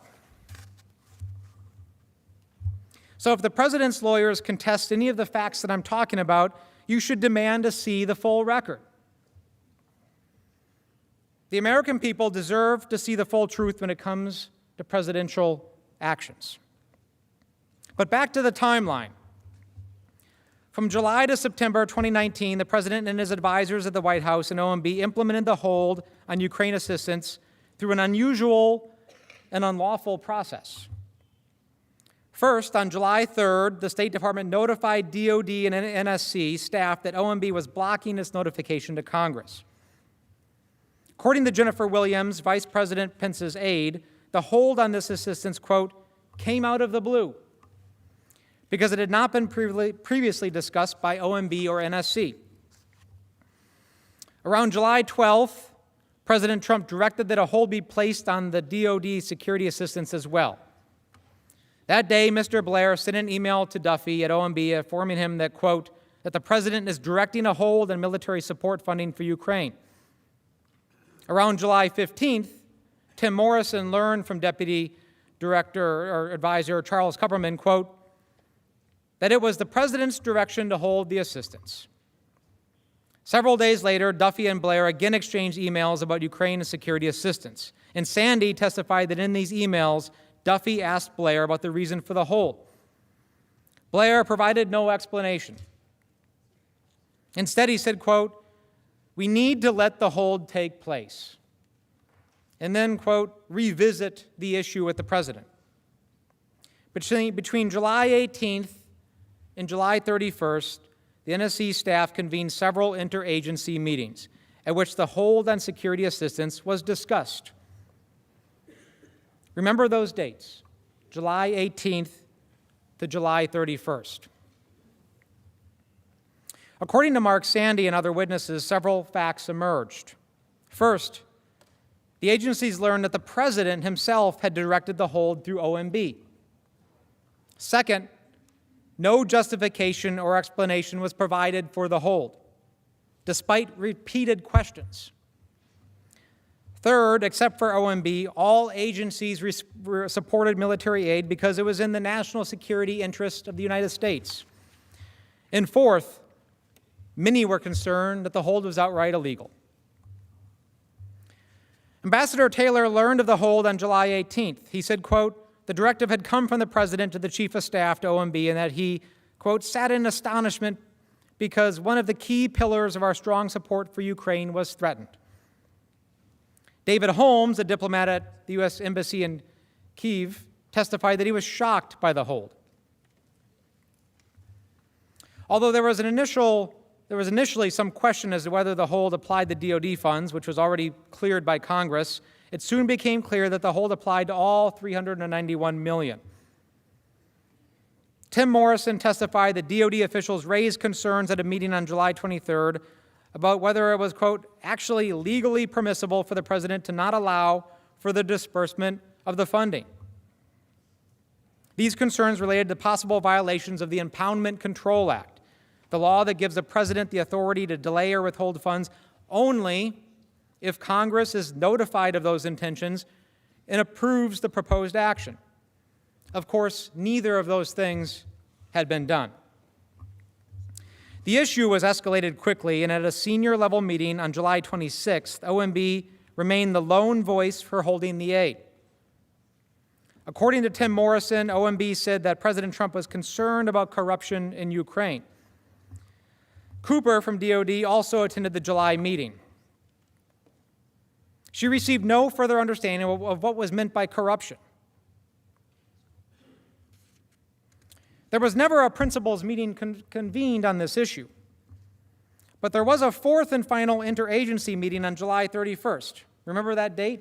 A fourth and final one.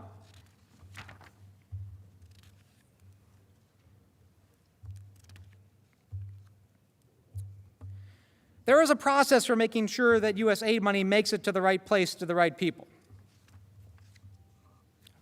And Mr. Chief Justice, I do see a lot of members moving and taking a break. Would we like to take a break at this time? I have another probably 15 minutes. Oh, I think we can continue. Okay. If I may, what I was going to suggest was at 6:30, we take a 30-minute break for dinner. Okay. If that would work. So break at 6:30? Yep, okay. What I was going to suggest was a break for dinner at 6:30 for about 30 minutes. Does that work?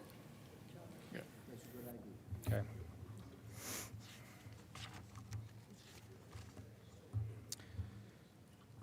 So we know there was a hold, but there was no lawful way to implement that hold. So the OMB had to use creative methods. There is a process for making sure that U.S. aid money makes it to the right place, to the right people, a process that has been followed every year since Congress approved security assistance to Ukraine. The administration needed to find a creative way of getting around that process. Later in the evening of July 25th, the OMB found that way, even though DOD had already notified Congress that the funds would be released. Here is how it worked. First, OMB issued guidance asserting that there was an ongoing review of assistance, even though none of the witnesses who testified were aware of any review of assistance. Second, OMB also attempted to hide the hold in a series of technical footnotes and funding documents. And third, OMB's leadership also transferred responsibility for approving funding obligations from career civil servant Mark Sandy to a political appointee, Mark Duffy, someone with no relevant experience in this funding.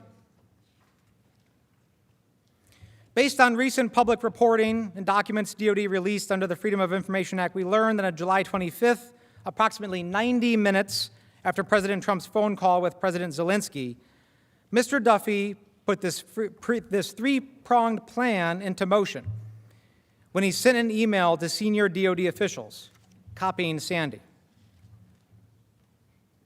The email is in front of you. In this email, Duffy stated, quote, based on guidance I have received and in light of the administration's plan to review assistance to Ukraine, please hold off on any additional DOD obligations of these funds pending direction from that process. Duffy also underscored, quote, given the sensitive nature of the request, I appreciate you keeping that information closely held to those who need to know to execute the direction. In other words, don't tell anybody about it. Later that day, Sandy approved and signed the first July 25th funding document, which delayed funding until August 5th. Sandy testified that the purpose of this and subsequent footnotes, quote, was to preclude obligation for a limited period of time, but enable planning and casework to continue. Sandy also testified that his use of footnotes was unusual and that in his 12 years of OMB experience, he could, quote, not recall another event like it. On July 29th, Duffy told Sandy he would no longer be responsible for approving the release of DoD Ukraine funding. This was only weeks after Sandy had raised questions about the legality of the president's hold. Duffy also revoked the authority for approving the release of the State Department funding from Sandy's colleague at OMB. In short, Duffy assumed approval authority for all $391 million of the assistance. Over the next several weeks, with Duffy in charge, OMB continued to issue funding documents that kept kicking the can down the road, supposedly to allow for an interagency process. And remember, an interagency process that had already wrapped up back in July. While inserting the whole time footnotes throughout the apportionment documents stating that the delay wouldn't affect the program. And yet concerns continued to be relayed within DoD that it had. In total, OMB issued 9 of these documents between July 25th and September 10th. Even as OMB was implementing the president's hold, officials inside OMB advocated for the release of the funds. On August 7th, OMB staff sent a memo to Director Vaught, recommending removing the hold because the assistance was consistent with the national security strategy in terms of 1, supporting a stable, peaceful Europe, 2, the fact that the aid countered Russian aggression, and 3, that there was bipartisan support for the program.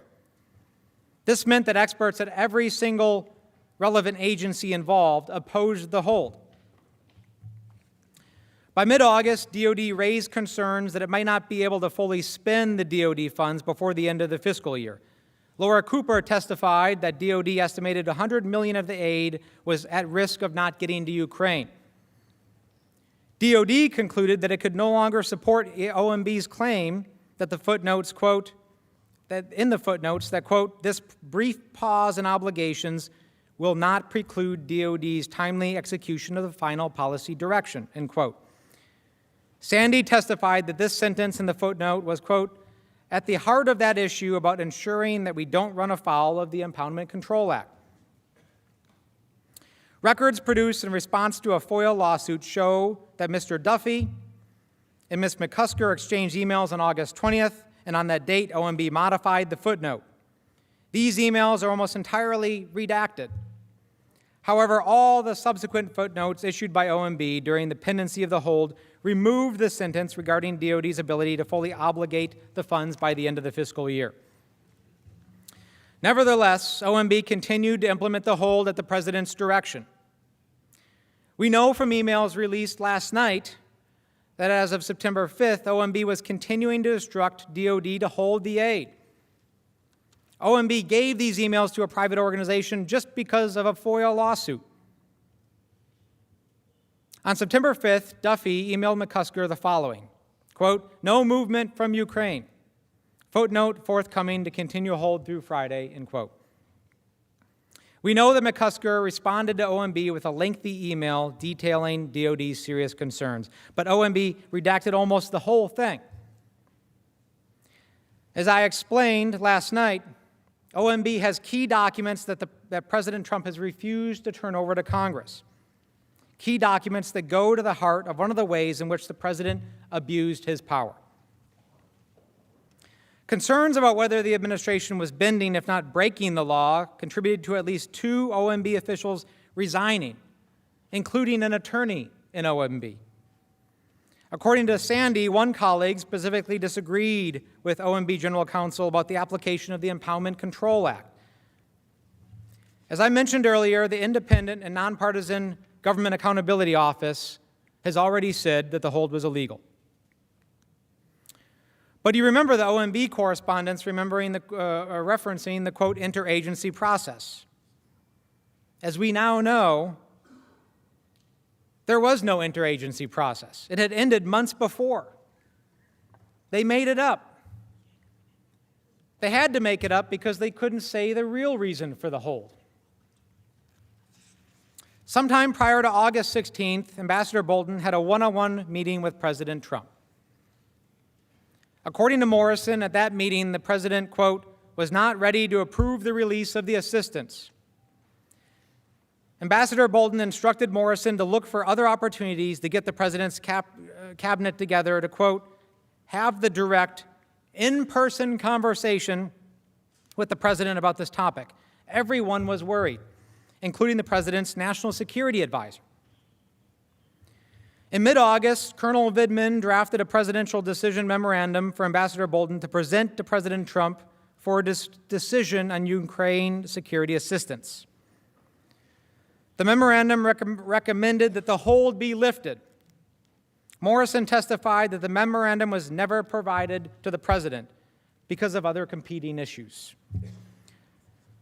Morrison testified that a meeting with the president was never arranged in August, reportedly because of scheduling problems.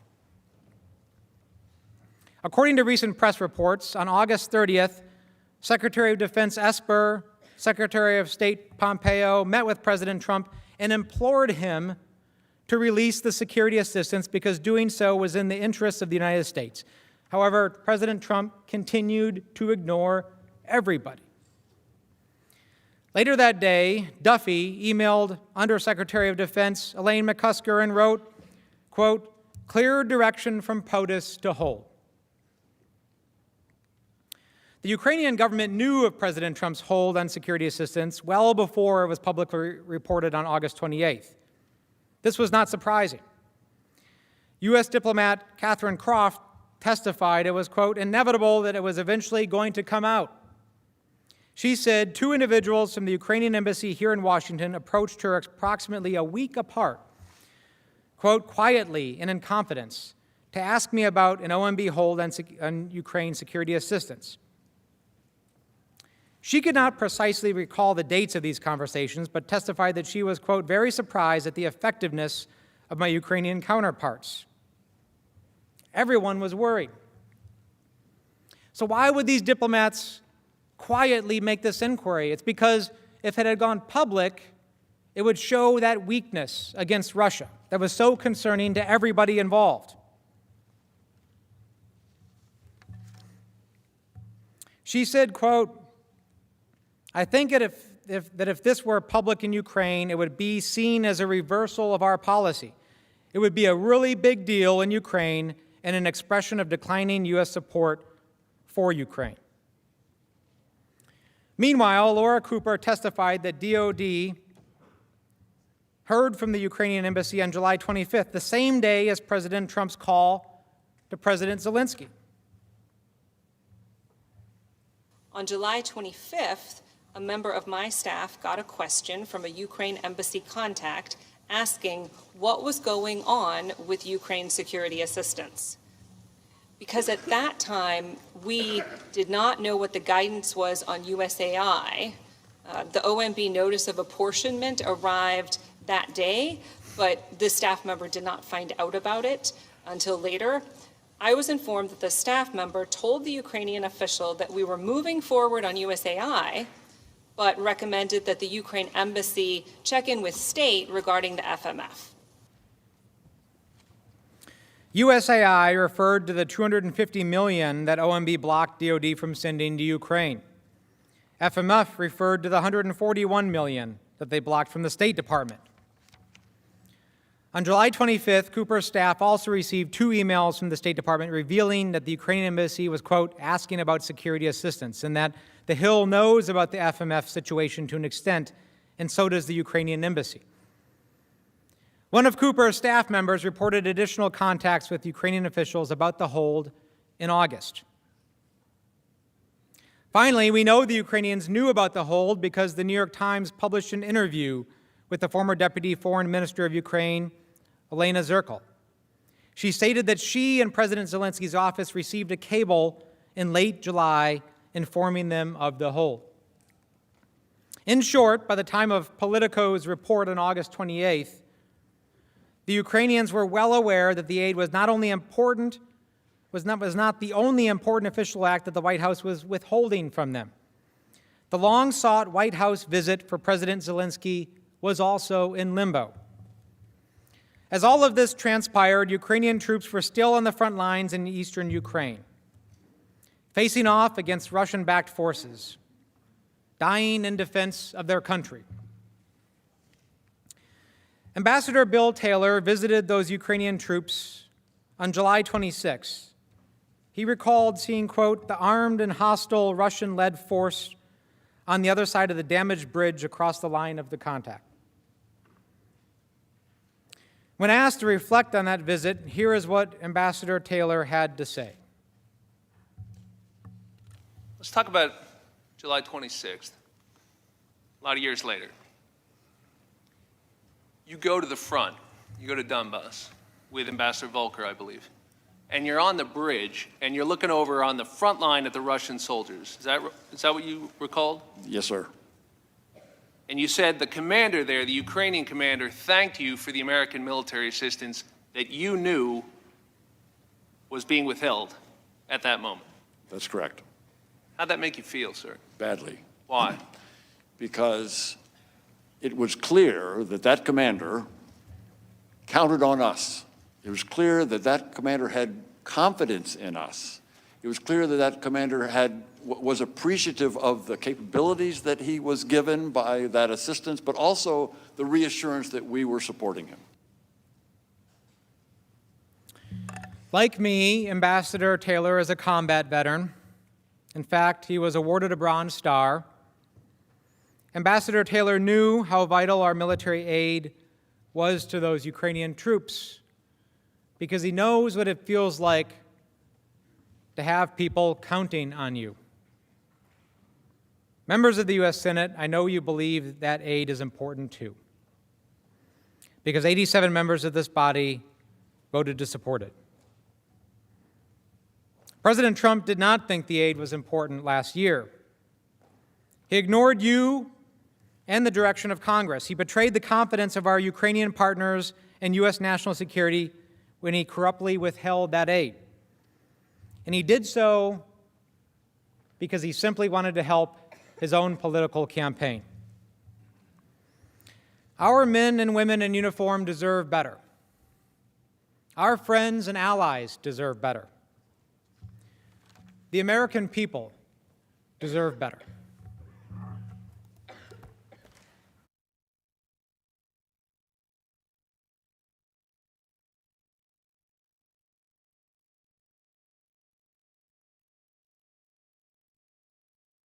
Chief Justice Roberts, senators, and counsel for the president.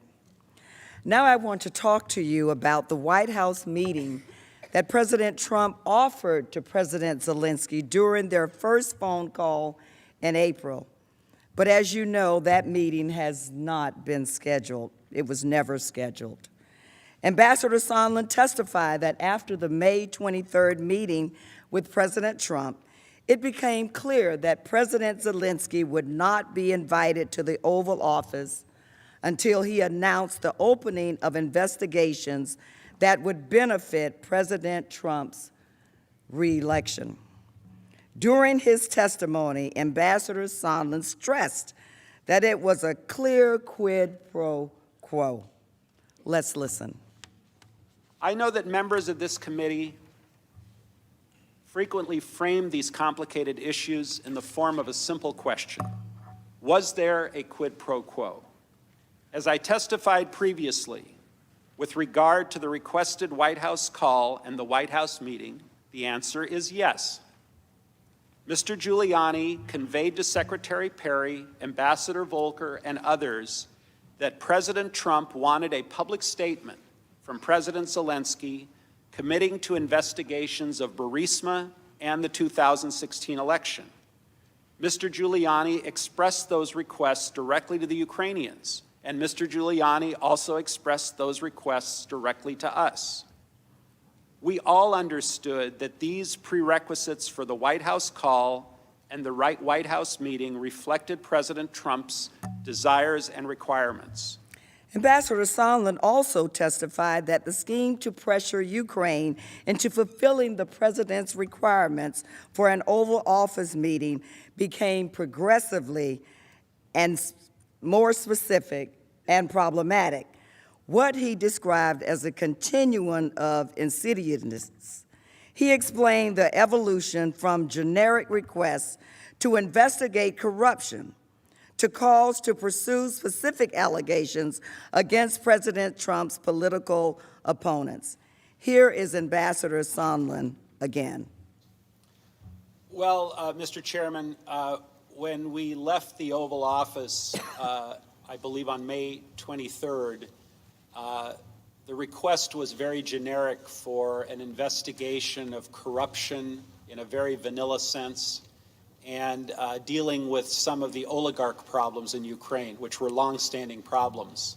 And then as time went on, more specific items got added to the menu, including the Burisma and 2016 election meddling specifically, the DNC server specifically. And over this continuum, it became more and more difficult to secure the White House meeting because more conditions were being placed on the White House meeting. In short, Ambassadors Volker and Sondland understood that to get the meeting scheduled, they needed to get Mr. Giuliani's agreement first. On June 27, Ambassador Sondland explained to Ambassador Taylor that President Trump needed to hear from the Ukrainian leader before he would consent to a White House meeting. Here is how Ambassador Taylor explained it. On June 27th, Ambassador Sondland told me during a phone conversation that President Zelensky needed to make clear to President Trump that he, President Zelensky, was not standing in the way of investigations. Diplomat David Holmes testified that he understood early on the investigations to mean the Burisma Biden investigations that Mr. Giuliani and his associates had been speaking about publicly. Mr. Holmes noted that while President Trump was withholding an Oval meeting with Ukraine's newly elected leader, he agreed to meet with Ukraine's chief foe, Vladimir Putin. Mr. Holmes had this to say. Also on June 28th, while President Trump was still not moving forward on a meeting with President Zelensky, he met with Russian President Putin at the G20 summit in Osaka, Japan, sending a further signal of lack of support to Ukraine. Ambassador Volker did not dispute other witnesses' testimony that President Trump conditioned Oval Office meetings on President Zelensky's willingness to announce investigations. Indeed, Ambassador Volker helped matters along. Ambassador Volker testified that at a conference in early July, he suggested that President Zelensky speak to President Trump on the phone to discuss the investigations. During his testimony, Ambassador Volker described that encounter. And in the July 2nd or 3rd meeting in Toronto that you had with President Zelensky, you also mentioned investigations to him, Yes. right? And again, you were referring to the Burisma. I was thinking and of the 2016. Burisma in 2016. Okay. And you understood that that's what the Ukrainians interpreted references to investigations to be related to Burisma and the 2016 election. I don't know specifically at that time if we had talked that specifically Burisma 2016 with President Zelensky. That was my assumption, though, that they would have been thinking that too. Mr. Giuliani became an inescapable presence to both Ukrainian officials and American diplomats. To the Ukrainians, Rudy Giuliani was seen as both a potential channel to President Trump and an obstacle to a productive U.S.-Ukraine relationship. A top aide to President Zelensky texted to Volker that, "I feel that the key for many things is Rudy, and I'm ready to talk with him at any time." But everyone understood that Mr. Giuliani was no rogue agent. He was acting at the direction of the president. Ambassador Sondland clearly described Mr. Giuliani's role in regard to the president. Let's listen. Mr. Giuliani's requests were a quid pro quo for arranging a White House visit for President Zelensky. Mr. Giuliani demanded that Ukraine make a public statement announcing the investigations of the 2016 election, DNC server, and Burisma. Mr. Giuliani was expressing the desires of the President of the United States, and we knew these investigations were important to the President. Concerned about Mr. Giuliani's influence began to grow. On July 10th, at a meeting between Ambassador Taylor and 2 Ukrainian officials in Kyiv, Ukrainian officials said they were very concerned because Mr. Giuliani had told the corrupt Prosecutor General Lysenko that President Trump would not meet with the Ukrainian leader. Back in Washington, 2 important encounters at the White House further revealed the existence of a corrupt quid pro quo. Ambassador Sondland first broached the investigation in a meeting in Ambassador Bolton's office with Bolton's Ukrainian counterpart and President Zelensky's top aide. Also present were Secretary Perry, Ambassador Volker, and NSC officials Dr. Hill and Lieutenant Colonel Vindman. Toward the end of the meeting, the Ukrainians raised the topic of an Oval Office meeting between President Trump and President Zelensky. Ambassador Bolton started to respond when Ambassador Sondland interjected and raised the demands of the investigation. Here is how Lieutenant Colonel Vindman recalled the conversation. To the best of my recollection, Ambassador Sondland said that in order to get a White House meeting, the Ukrainians would have to provide a deliverable, which is investigations, specific investigations.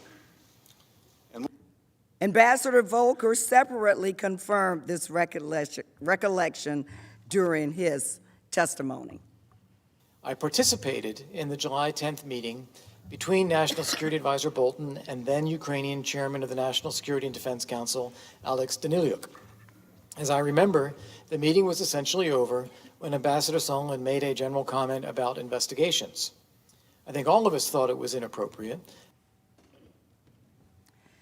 Ambassador Bolton also found Ambassador Sondland's reference to be inappropriate, and he abruptly ended the meeting. However, Ambassador Sondland was not deterred. He convened a second meeting where he discussed what needed to happen before an Oval Office meeting. Apparently, Ambassador Sondland had received his marching orders from the president, and he was determined to carry them out. Bolton sent Dr. Hill to join that meeting and report back, and this is what Dr. Hill had to say. And so when I came in, Gordon Sondland was basically saying, well, look, we have a deal here that there will be a meeting. I have a deal here with Chief of Staff Mulvaney. There will be a meeting if the Ukrainians open up or announce these investigations into 2016 in Burisma. And I cut it off immediately there. Because by this point, having heard Mr. Giuliani over and over again on the television and all of the issues that he was asserting, by this point it was clear that Burisma was code for the Bidens because Giuliani was laying it out there. After the meeting, Dr. Hill followed up with Ambassador Bolton and relayed what transpired. Bolton was alarmed. In other words, Ambassador Bolton didn't want any part of it. He directed Dr. Hill to brief the NSC's top attorney, John Eisenberg, as she explained during her hearing. What was that Question specific you're instruction? The specific instruction was that I had to go to the lawyers, to John Eisenberg, our senior counsel for the National Security Council, to basically say, you tell Eisenberg, Ambassador Bolton told me, that I am not part of this whatever drug deal that Mulvaney and Sondland are cooking up. What did you understand him to mean by the drug deal that Mulvaney and Sondland were cooking up? I took it to mean investigations for a meeting. Did you go speak to the lawyers? I certainly did. Senators, as a former chief of police, I think it's quite interesting that Ambassador Bolton categorized the corrupt scheme, the pressure campaign, as a, quote, drug deal. I think that Ambassador Bolton was trying to send us a very powerful message. A message that not only would the lawyers, the top lawyer, understand, but that every person would understand. Every member of the House, every member of the Senate, every member of our great country, every citizen. And Ambassador Bolton also wanted to make clear, especially to the top attorney, that he did not want to have anything to do with a drug deal in progress. But we do know. We know now, of course, that Ambassador Bolton can testify directly about this. He can testify directly for himself about this meeting if he appears before this body, as he has indicated that he is prepared to do if this body is willing to issue a subpoena. We need to hear from Ambassador Bolton, and I know the American people want to hear from Ambassador Bolton as well. Dr. Hill testified that she spoke to Mr. Eisenberg twice. Dr. Hill also indicated that Mr. Eisenberg took notes of their meeting, which we, to no surprise now, do not have. We have not received because of the president's obstruction. It's clear Ambassador Sondland was not operating a rogue operation. He testified that everyone was in the loop. Let's listen once again. Everyone was in the loop. It was no secret. Everyone was informed via email on July 19th, days before the presidential call. As I communicated to the team, I told President Zelensky in advance that assurances to run a fully transparent investigation and turn over every stone were necessary in his call with President Trump. In the email referenced, Ambassador Sondland wrote the following to Secretary Pompeo, Secretary Perry, and Mr. Mulvaney regarding President Zelensky. He is prepared to receive POTUS's call. We'll assure him that he intends to run a fully transparent investigation and will turn over every stone. Both Mulvaney and Perry responded to the email noting that the head of state call would be scheduled right away. Now you may be asking, what did Mulvaney know about these investigations? And did he have any conversations with President Trump about them?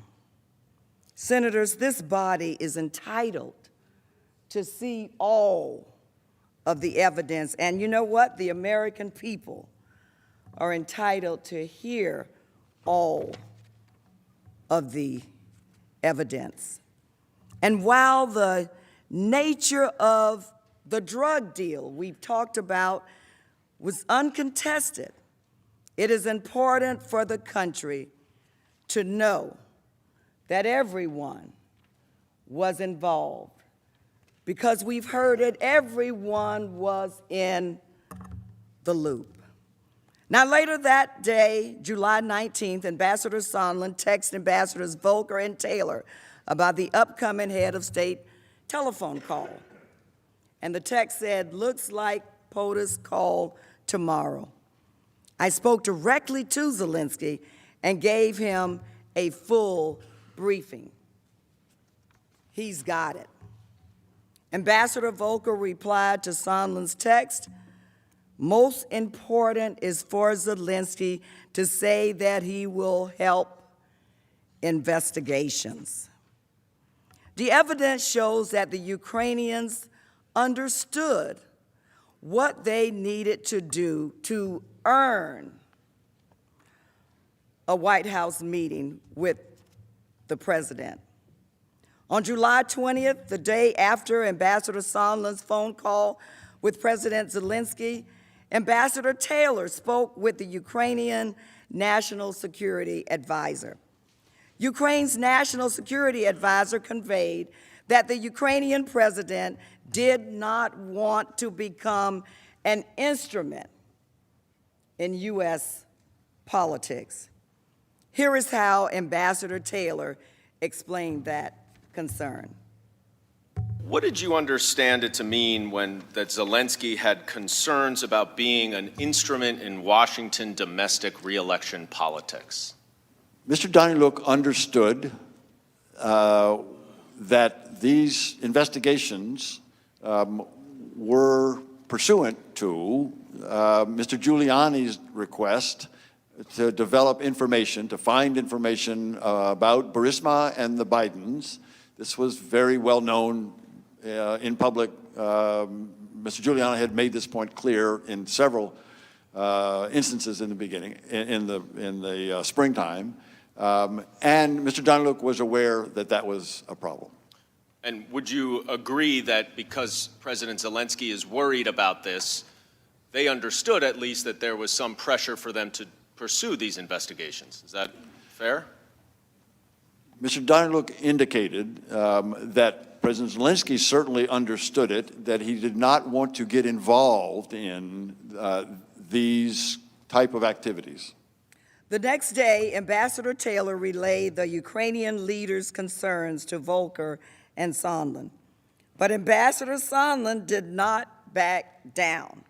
Specifically, Ambassador Sondland texted in response to Ambassador Taylor's worry. "Absolutely, but we need to get the conversation started and the relationship built, irrespective of the pretext." Again, Ambassador Sondland had his marching orders, and he was determined to carry them out. A call between President Trump and President Zelensky was scheduled for July 25th.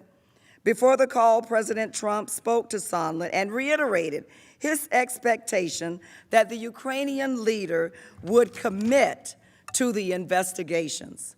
Ambassador Sondland subsequently contacted Ambassadors Volker and relayed the message to him. Volker then texted Zelensky's top aide with President Trump's instructions. Assuming President Z convinces Trump he will investigate, get to the bottom of what happened in 2016, we will nail down the date for a visit to Washington. Senators, in other words, even before the July 25th phone call with President Zelensky, before it ever took place, Ukraine understood what it needed to initiate, that it needed to initiate the investigations into the debunked conspiracy theory about the 2016 election as a condition for President Zelensky, the newly elected Ukrainian president, to visit the White House. Ambassador Sondland testified that acting on President Trump's direct orders, he and Ambassador Volker prepped President Zelensky for the telephone call. And you would agree that the message in this that is expressed here is that President Zelensky needs to convince Trump that he will do the investigations in order to nail down the date for a visit to Washington, D.C. Is that correct? That's correct. By this time, nonpartisan career officials involved with Ukraine policy had become aware of this quid pro quo. Here is what 3 of them said during their testimony. Ambassador Taylor, the meeting President Zelensky wanted was conditioned on investigations of Burisma and alleged Ukrainian influence in the 2016 elections. Ambassador David Holmes, it was made clear that some action on a Burisma-Biden investigation was a precondition for an Oval Office visit. Dr. Hill, there seems to be an awful lot of people involved. You know, basically turning a White House meeting into some kind of asset that was dangled out to the Ukrainian government. A White House visit, a visit to the Oval Office dangled out to the Ukrainian government. Senators, I ask you to think about those words as we decide, as you decide, what action you will take. Think about those words. There was no doubt the direction came from the President of the United States. The President was the center of this scheme. Ambassador Sondland testified that Mr. Giuliani was expressing the desires of the President of the United States, and we knew these investigations were important to the President. Ambassador Sondland added that Mr. Giuliani followed the direction of the President, and we followed the President's orders. However, as Ambassador Taylor testified, Ambassador Bolton was not interested in did not want to have the call because he thought it was going to be a disaster. He thought that there could be some talk of investigations or even worse than that. He thought, what was Ambassador, I ask you today, Senators, what was Ambassador Bolton so afraid that President Trump would say to the newly elected Ukrainian president? What was the National Security Advisor so afraid that President Trump would say to President Zelensky? And this is another topic we'd like to ask Ambassador Bolton about if and when he appears before this body.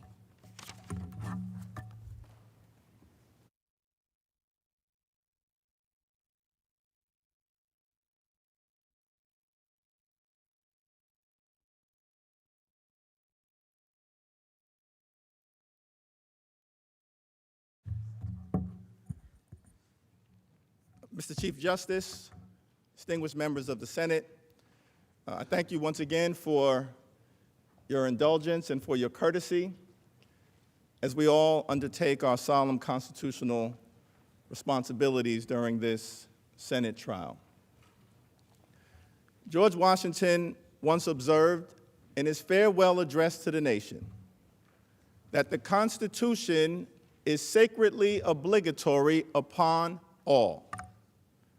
That means everyone.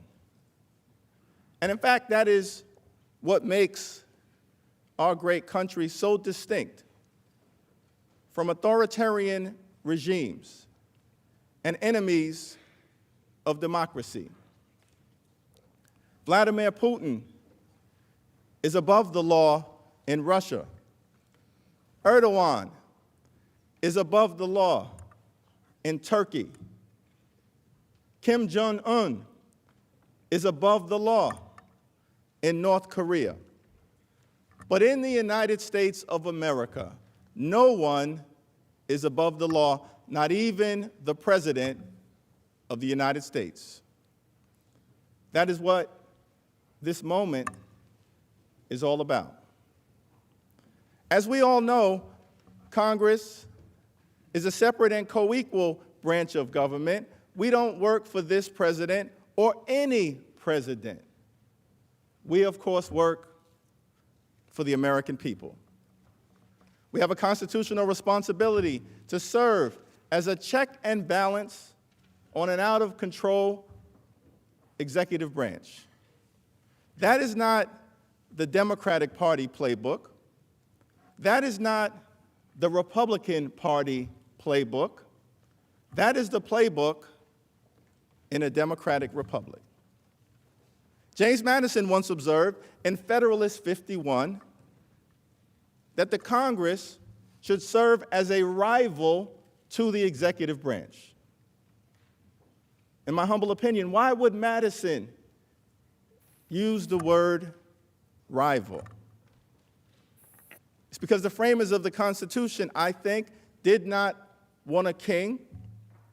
They did not want a dictator. They did not want a monarch. They wanted a democracy. The Constitution is sacredly obligatory upon all. It is through that lens that we proceed today. For the next few moments, I would like to discuss President Trump's July 25th phone call with Ukraine's newly elected leader. The president claims that his call was perfect. Nothing can be further from the truth. The call is direct evidence of President Trump's solicitation of foreign interference in the 2020 election as part of a corrupt scheme. It is important, of course, to remember the context of this call. The new Ukrainian president, Vladimir Zelensky, was in a vulnerable position and viewed American and diplomatic military support as critical to his standing and to Ukraine's fragile future as a democracy. Equally significant, as outlined by my colleagues, America has a strong national security interest in supporting Ukraine against Russia's continued aggression.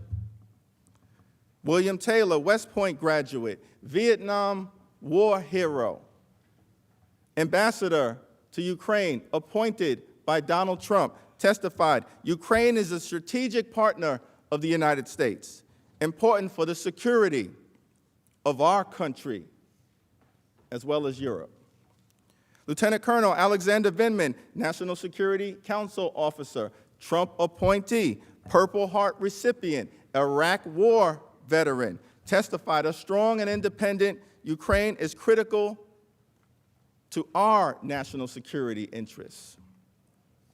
Ukraine remains under attack by Russian-backed separatists in Crimea. It is an ongoing hot war. Ukraine is a friend, Russia is a foe. Ukraine is a democracy, Russia is a dictatorship.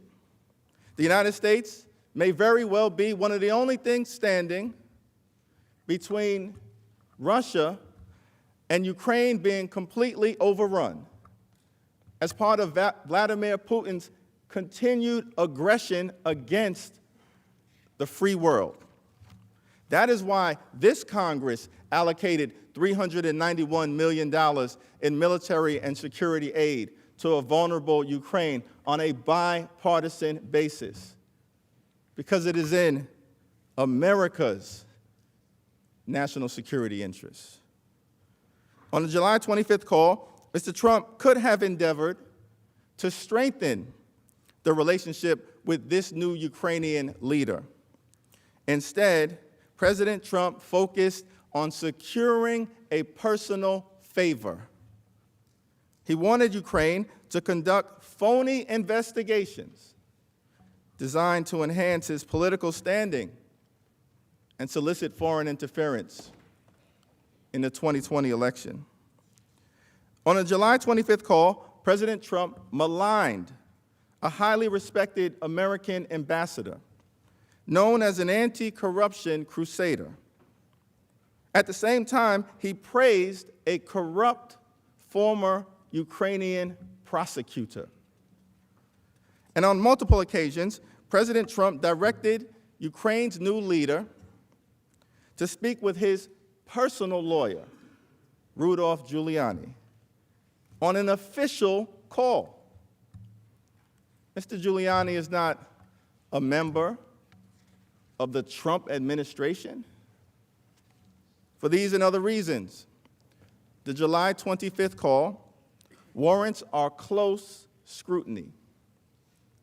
It presents significant and shocking evidence of President Trump's corrupt intent.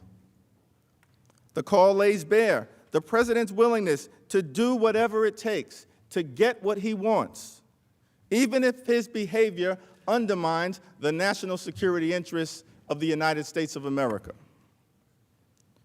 At the beginning of the call, President Zelensky mentioned U.S. military aid, and he states, "I would also like to thank you for your great support in the area of defense." The great support in the area of defense includes the security assistance passed by this Congress on a bipartisan basis that Donald Trump held up in violation of the law. Immediately after President Zelensky raised the issue of defense support, President Trump responded, "I would like you to do us a favor, though." These words will live in infamy. First, President Trump said to President Zelensky, as part of the two demands that he requested, "I would like you to find out what happened with this whole situation in Ukraine. They say CrowdStrike. I guess you have one of your wealthy people, the server, they say, Ukraine has it." President Trump continued, "I would like to have the Attorney General call you or your people, and I would like you to get to the bottom of it. As you saw yesterday, that whole nonsense ended with a very poor performance by a man named Robert Mueller, a Vietnam War hero, by the way. A very poor performance by a man named Robert Mueller, an incompetent performance. But they say a lot of it started with Ukraine. Whatever you can do, it's very important that you do it if that's possible." Who is the they referred to by President Trump, putting forth the baseless conspiracy theory that the Ukrainians, not the Russians, were behind the hack of the Democratic National Committee server in 2016? They means Russia. They means Putin. They are enemies of the United States. Not a single witness who testified before the House knew of any factual basis for President Trump's belief in the CrowdStrike Ukraine fairy tale. To the contrary, the U.S. intelligence community and this Senate Intelligence Committee assessed that Russia interfered in the 2016 election. As Dr. Fiona Hill testified, the theory that Ukraine interfered in the 2016 election is, quote, "a fictional narrative that has been perpetrated and propagated by the Russian security services." The conspiracy theory that President Trump advanced on the July 25th phone call is stone-cold Russian propaganda. As early as February 2017, Vladimir Putin began to promote this lie during a press conference, saying, quote, "The Ukrainian government adopted a unilateral position in favor of one candidate. More than that, certain oligarchs, certainly with the approval of the political leadership, funded this candidate, or female candidate, to be precise. Those are the words of Vladimir Putin, a script apparently adopted by President Donald John Trump. If there was any doubt about who benefits from this unfounded, Russian-inspired conspiracy theory advanced by Donald Trump, Vladimir Putin made it clear when he said in November of 2019, "Thank God no one is accusing us anymore of interfering in U.S. elections. Now they're accusing Ukrainians." Unfortunately, this is not the first time President Trump tried to capitalize on Russian propaganda and misinformation for his own political benefit. On July 24th, just one day before this call, Special Counsel Robert Mueller testified before Congress that the Russian government interfered in the 2016 election in sweeping and systematic fashion in order to support the Trump campaign and divide America. Mr. Mueller also found that the Trump campaign welcomed Russian interference in the 2016 election and utilized it as part of its campaign messaging. Despite the clear and overwhelming conclusion of U.S. intelligence agencies, as well as the distinguished Senate Intelligence Committee, that Russia, not Ukraine, interfered in the 2016 election, President Trump continued to press the new Ukrainian leader to announce an investigation into the CrowdStrike Ukraine conspiracy theory. Why? President Trump sought a political favor. That's why. As part of a scheme to solicit foreign interference in the 2020 election. The second demand made by President Trump on the July 25th call related to the campaign of Vice President Joe Biden, who announced his intention to run for the office of the presidency last April. Throughout the spring and early summer of last year, public polling consistently showed that Biden would decisively defeat President Trump. In fact, on June 16th of last year, June 16th, a Fox News poll showed that President Trump would lose to Joe Biden by 10 points. The concern with Joe Biden's candidacy provides motive for President Trump's demand that the Ukrainian government investigate the former vice president and his son, Hunter. Here is what President Trump said on that call. The other thing, there's a lot of talk about Biden's son, that Biden stopped the prosecution. And a lot of people want to find out about that, so whatever you can do with the Attorney General would be great. Biden went around bragging that he stopped the prosecution, so if you can look into it, it sounds horrible to me.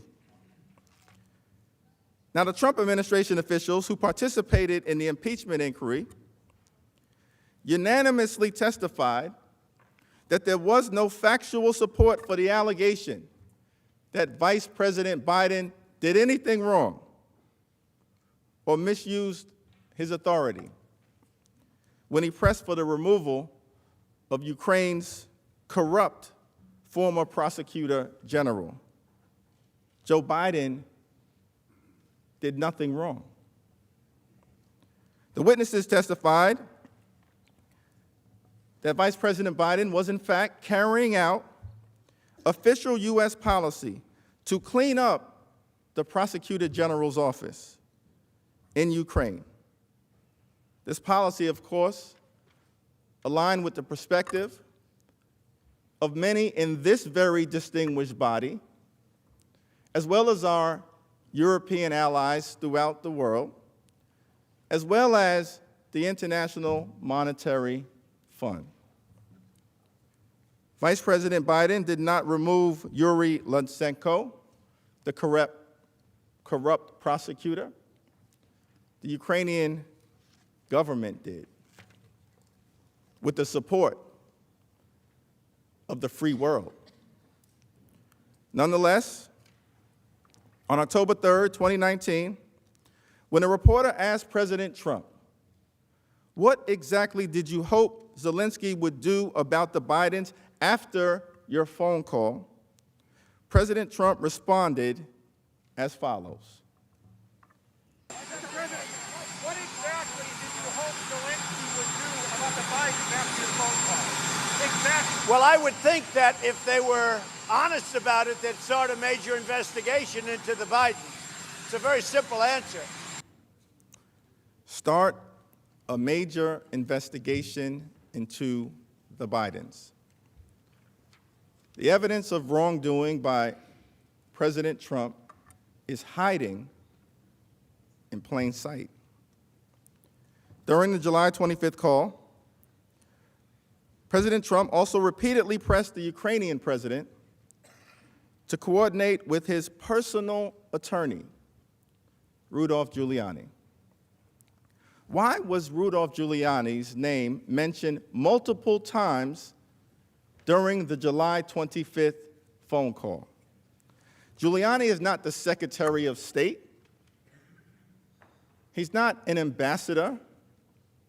He's not a member of the diplomatic corps.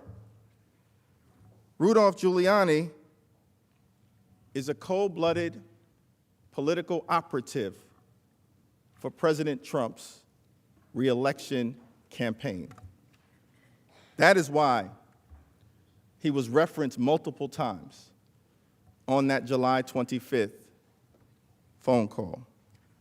And it is evidence of corrupt intent by President Trump.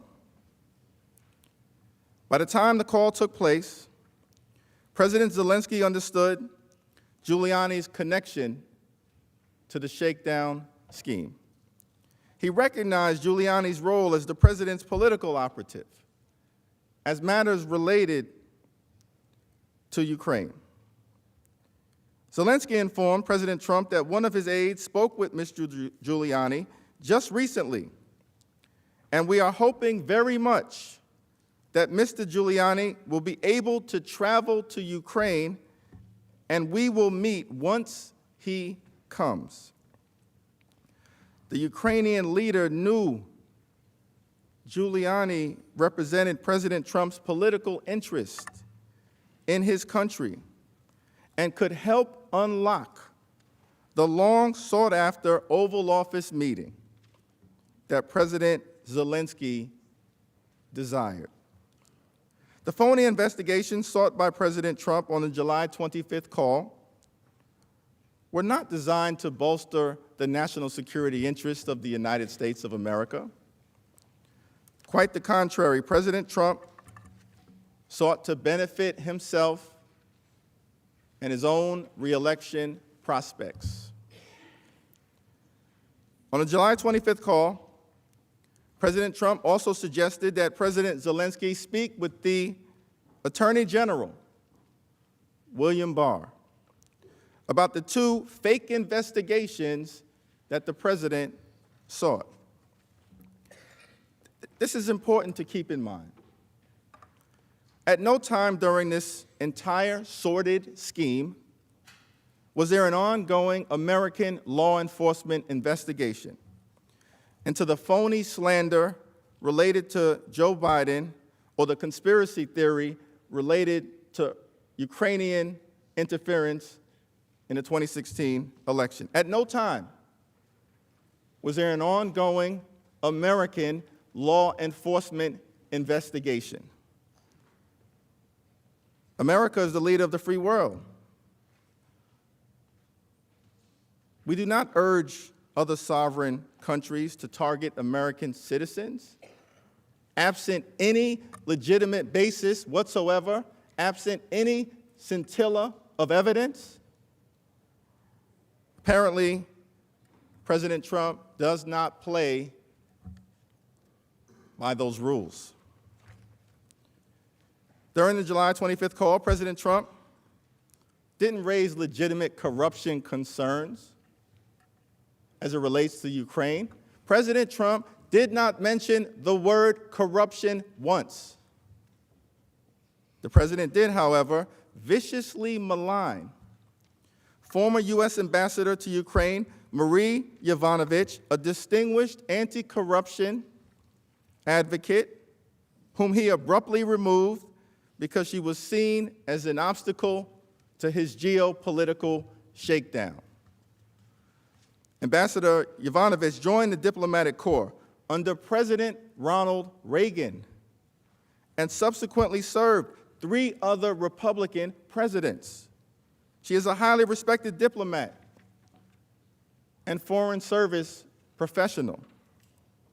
Yet, President Trump told the new Ukrainian leader, the former ambassador from the United States, the woman, was bad news, and the people she was dealing with in the Ukraine were bad news. So I just want to let you know that.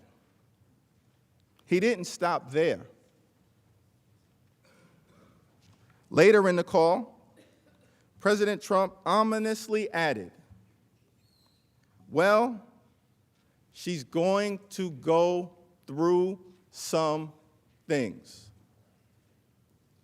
These are the words of the President of the United States of America. Ambassador Yovanovitch did not know of President Trump's disparaging remarks at the time. She didn't learn of them until the call record became public in September. Asked whether she felt threatened by President Trump's statement that she was going to go through some things, Ambassador Yovanovitch answered that she did. Here is what she said.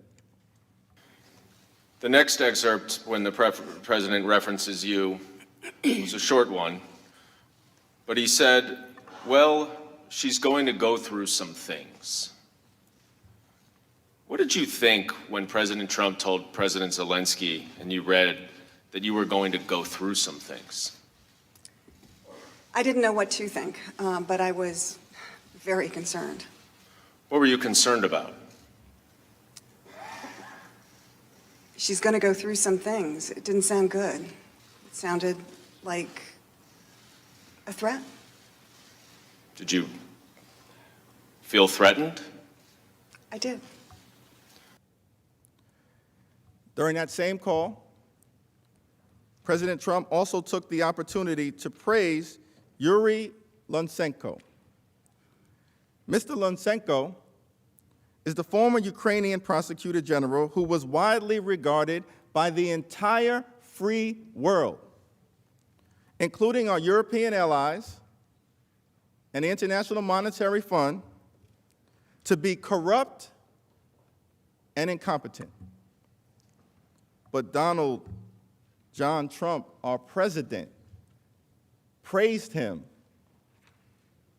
on that call. He told President Zelensky, quote, I heard you had a prosecutor who was very good, and he was shut down, and that's really unfair. A lot of people are talking about that, the way they shut your very good prosecutor down. And you had some very bad people involved. Think about this contrast. The president bashed a career American diplomat, an anti-corruption champion, who he unceremoniously removed because she was viewed as an obstacle to his efforts to solicit foreign interference in the 2020 election, and at the same time praised someone who we thought could be an asset, a corrupt Ukrainian prosecutor who the free world viewed as an obstacle to the rule of law. The idea that President Trump cares about corruption is laughable. It's laughable. Plain reading of the rough transcript of the July 25th call also sheds light on the quid pro quo involving the Oval Office meeting that had been sought. President Zelensky said on the call, "I also wanted to thank you for your invitation to visit the United States, specifically Washington, D.C. On the other hand, I also wanted to ensure that we will be very serious about the case and will work on the investigation." As all of you know, here in this distinguished body, quid pro quo is a Latin term. It means this for that. The statement that I just read shows that President Zelensky fully understood at the time of this July 25th call that if he yielded to President Trump's demand for phony investigations, he would get the White House meeting in the Oval Office that he desperately sought. This for that. President Trump has repeatedly insisted that his July 25th conversation with President Zelensky was a perfect call. His staff at the White House apparently believed otherwise. The press office issued a short and incomplete summary of the July 25th call. Let me read it for your hearing. Today, President Donald J. Trump spoke by telephone with President Vladimir Zelensky of Ukraine to congratulate him on his recent Senate will be in order. The Sergeant at Arms will restore order in the gallery.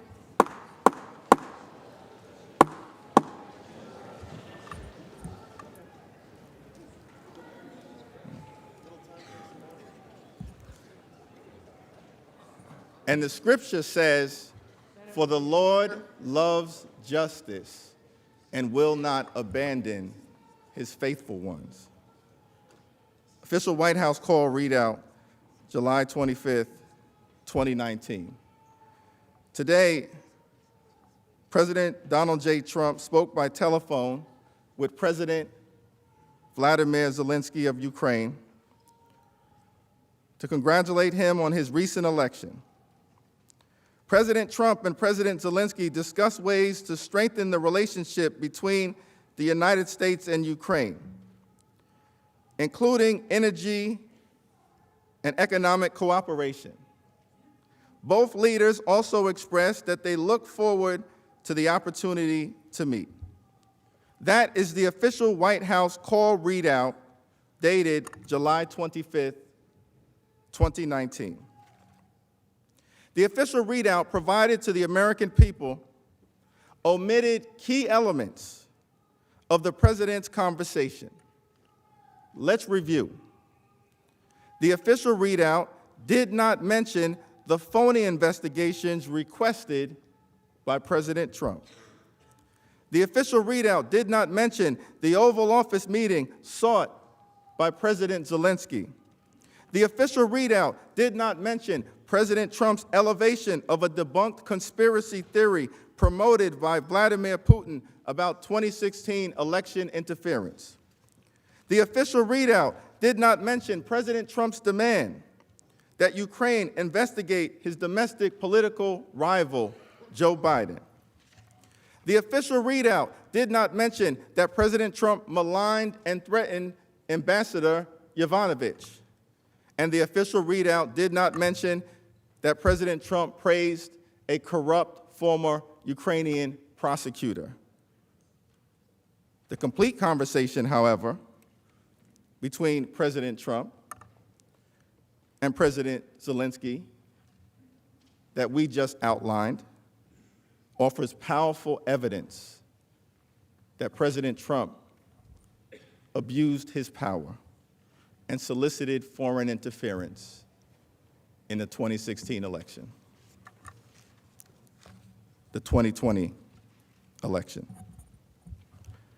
Several members of the President's staff listening in on the call immediately grew concerned. As he sat in the White House Situation Room listening to the conversation, Lieutenant Colonel Alexander Vindman realized that the President's demands of the Ukrainian leader were inappropriate and improper. He quickly recognized that as the President began referencing the Bidens and CrowdStrike, the call was diverging from the official National Security Council approved talking points that he helped prepare. Lieutenant Colonel Vindman, 20-year Iraq War veteran, Purple Heart recipient, and American patriot. He testified in the context of the call that due to the unequal bargaining position of the two leaders and Ukraine's dependence on the United States, the favor that President Trump sought would have been perceived by President Zelensky as a demand. Lieutenant Colonel Vindman worried that the call would undermine U.S. national security interests, and he knew immediately that he had a duty to report the contents of the call to White House lawyers. I was concerned by the call. What I heard was inappropriate, and I reported my concerns to Mr. Eisenberg. It is improper for the President of the United States to demand a foreign government investigate a U.S. citizen and a political opponent. I was also clear that if Ukraine pursued an investigation, it was also clear that if Ukraine pursued an investigation into the 2016 elections, the Bidens and Burisma, it would be interpreted as a partisan play. This would undoubtedly result in Ukraine losing bipartisan support, undermining U.S. national security, and advancing Russia's strategic objectives in the region.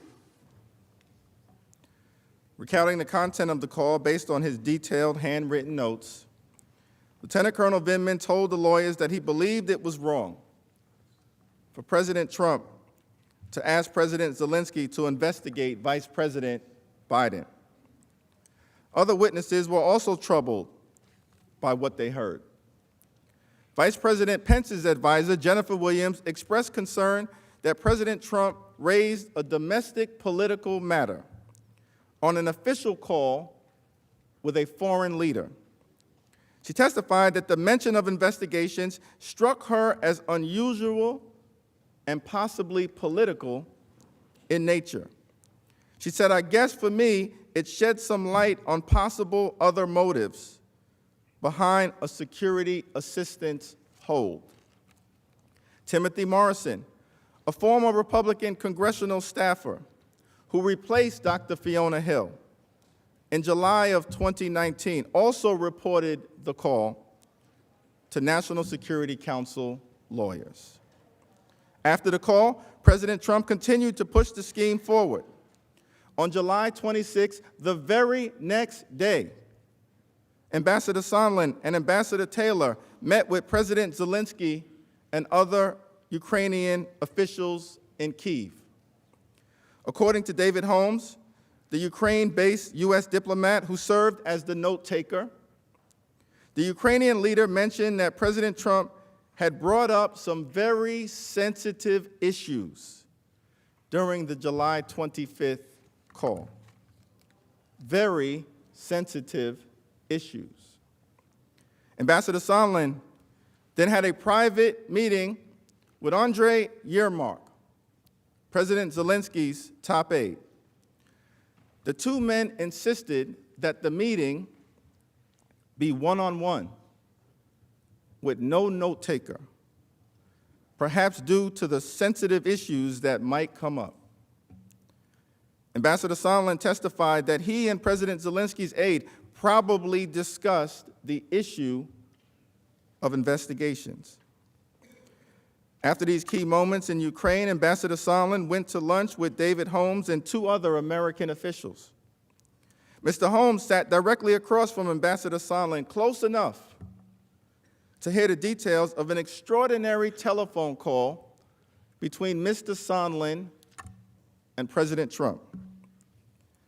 As Mr. Holmes relayed during his sworn testimony under oath, Ambassador Sondland pulled out his unsecured cell phone and said that he was going to call President Trump to give him an update. What happened next was shocking. While Ambassador Sondland's phone was not on speakerphone, I could hear the president's voice through the earpiece of the phone.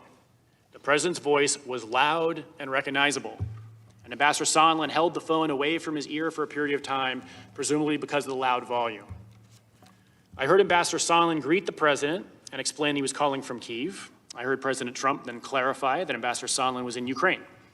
Ambassador Sondland replied, yes, he was in Ukraine, and went on to state that President Zelensky, quote, loves your ass. I then heard President Trump ask, so he's going to do the investigation.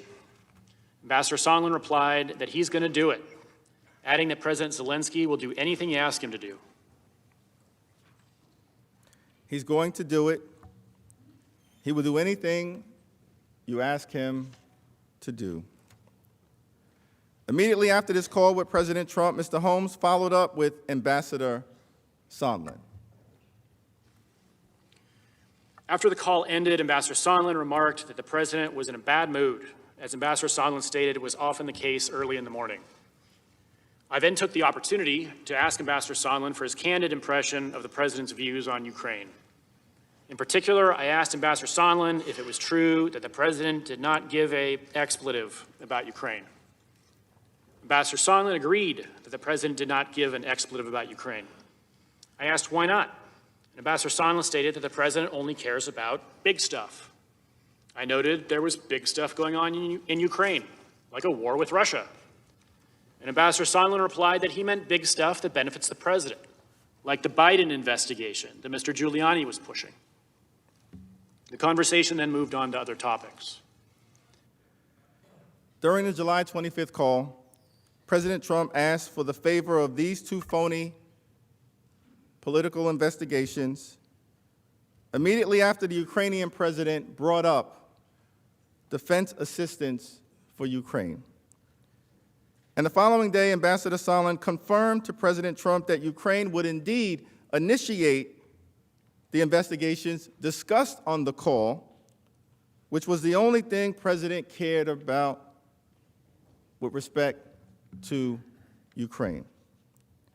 He didn't care that Russia was forcefully occupying eastern Ukraine. President Trump didn't care that thousands of Ukrainians apparently have died fighting for their democracy. He didn't seem to care that supporting Ukraine bolsters America's national security. But he cared about himself as it relates to the prospects of his reelection in 2020. In November, President Trump denied that he spoke to Ambassador Sondland on July 26, telling reporters, "I know nothing about that." But in his public testimony, Ambassador Sondland contradicted that assertion with official records he obtained from the White House. Ambassador Sondland further explained that Holmes's testimony refreshed his reelection about the July 26 call, which Ambassador Sondland had not originally described when he first appeared at a deposition before the House. Also, on July 26, shortly after our Kiev meetings, I spoke by phone with President Trump. The White House, which has finally shared certain call dates and times with my attorneys, confirms this. The call lasted 5 minutes. I remember I was at a restaurant in Kiev, and I have no reason to doubt that this conversation included the subject of investigations. Again, given Mr. Giuliani's demand that President Zelensky make a public statement about investigations, I knew that investigations were important to President Trump. President Trump said that his July 25th conversation was a perfect call. It was far from perfect. In a perfect call, the president would not demand a political favor from a vulnerable Ukraine under attack by a Russian foe.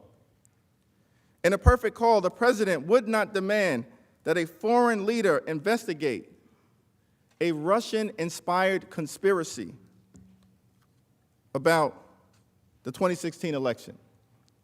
In a perfect call, the president would not pressure a foreign government to target an American citizen for political personal gain. In a perfect call, the president would not solicit foreign interference in the 2020 election. In a perfect call, the president would not threaten the well-being of a highly respected American ambassador and say that she was going to go through some things. In a perfect call, the president would not praise a disgraced former prosecutor who the free world viewed as corrupt and incompetent. And in a perfect call, the president would not have directed a foreign leader to follow up with Rudolph Giuliani, a human hand grenade. This was not a perfect call. It is direct evidence that President Donald John Trump corruptly abused his power and solicited foreign interference in the 2020 election. The majority leader is recognized. Mr. Chief Justice, colleagues, we'll now take a 30-minute break for dinner and reconvene at 5 minutes after 7. So I ask consent the Senate stand in recess until that time. Without objection, so ordered.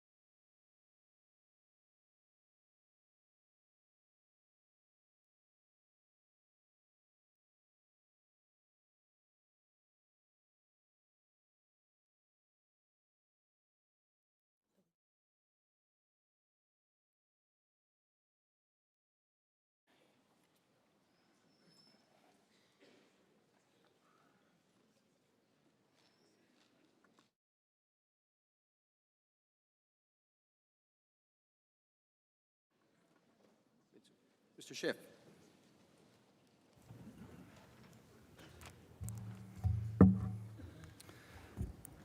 Thank you, Mr. Chief Justice. Just so senators have an idea of the evening, we expect to go about 2 to 2.5 hours. I'll make a presentation. Representative Lofgren from California will make a presentation. I'll make a final presentation, and then we will be done for the evening. As an encouraging voice told me, keep it up, but don't keep it up too long. So we will do our best not to keep it up too long.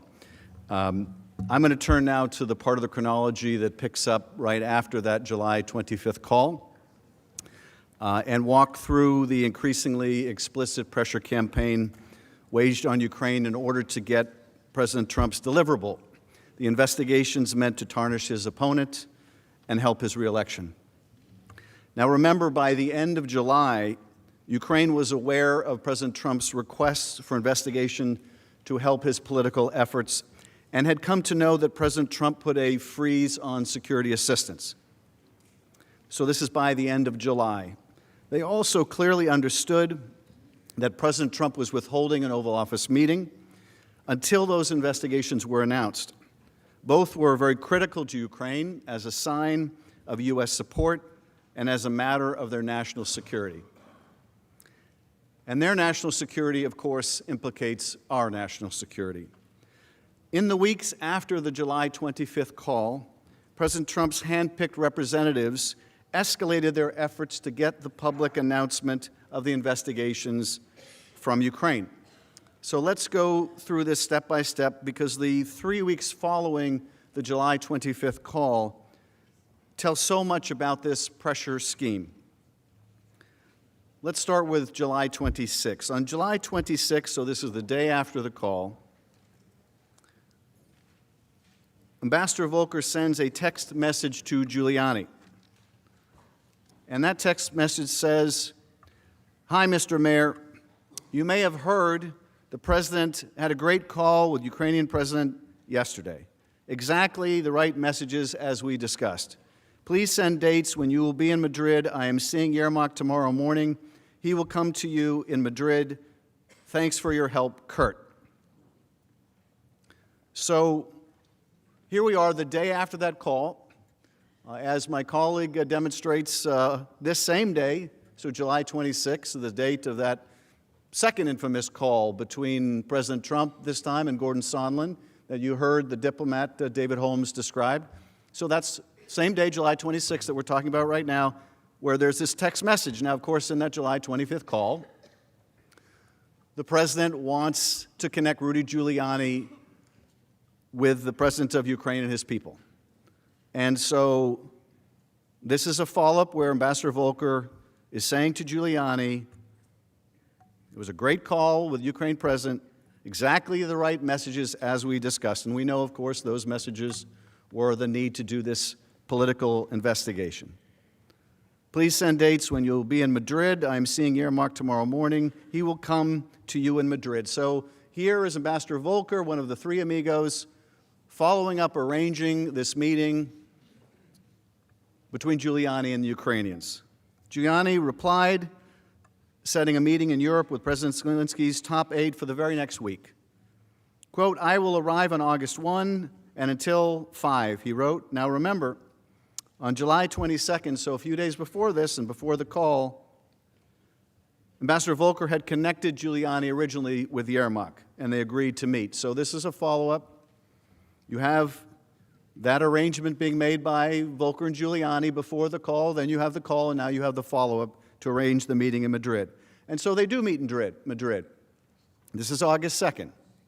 Andrei Yermak, Zelensky's top aide, flew to Madrid, meets with Rudy Giuliani, who they know represented the president's interests. Both Giuliani and Yermak walk away from this meeting in Madrid, clearly understanding that a White House meeting is linked to Zelensky's announcement of the investigations. In separate conversations with Giuliani and Yermak after this Madrid meeting, Volker said he learned that Giuliani wanted the Ukrainians to issue a statement, including specific mentions of the two investigations that the president wanted.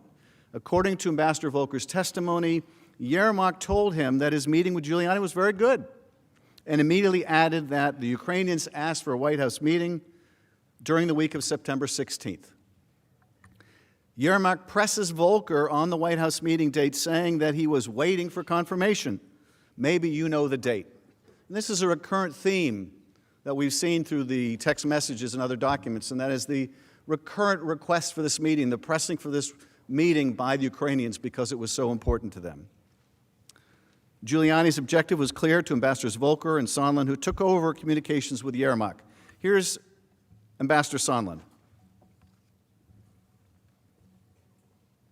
I first communicated with Mr. Giuliani in early August, several months later. Mr. Giuliani emphasized that the President wanted a public statement from President Zelensky committing Ukraine to look into the corruption issues. Mr. Giuliani specifically mentioned the 2016 election, including the DNC server, and Burisma as two topics of importance to the President. Giuliani exerted significant influence in this process. In fact, when on August 4th, Yermak inquired again about the presidential meeting, Ambassador Volker turned not to the National Security Council staff or to the State Department to arrange it and follow up. He turns to Giuliani again. Volker told Yermak that he would speak with Giuliani later that day and would call the Ukrainian president's aide afterward. Volker then texts Giuliani to ask about the Madrid meeting and to set up the call that he had mentioned to Yermak. Giuliani replies that the meeting with Yermak was excellent and that he would call later. Phone records obtained by the committees show a 16-minute call on August 5th between Ambassador Volker and Giuliani. Ambassador Volker then texts Yermak, "Hi, Andre. Had a good long talk with Rudy. Call anytime. Kurt." Separately, Volker told Ambassador Sondland, Giuliani was happy with that meeting and it looks like things are turning around. A reference to Volker's hope that satisfying Giuliani would break down President Trump's reservations concerning Ukraine.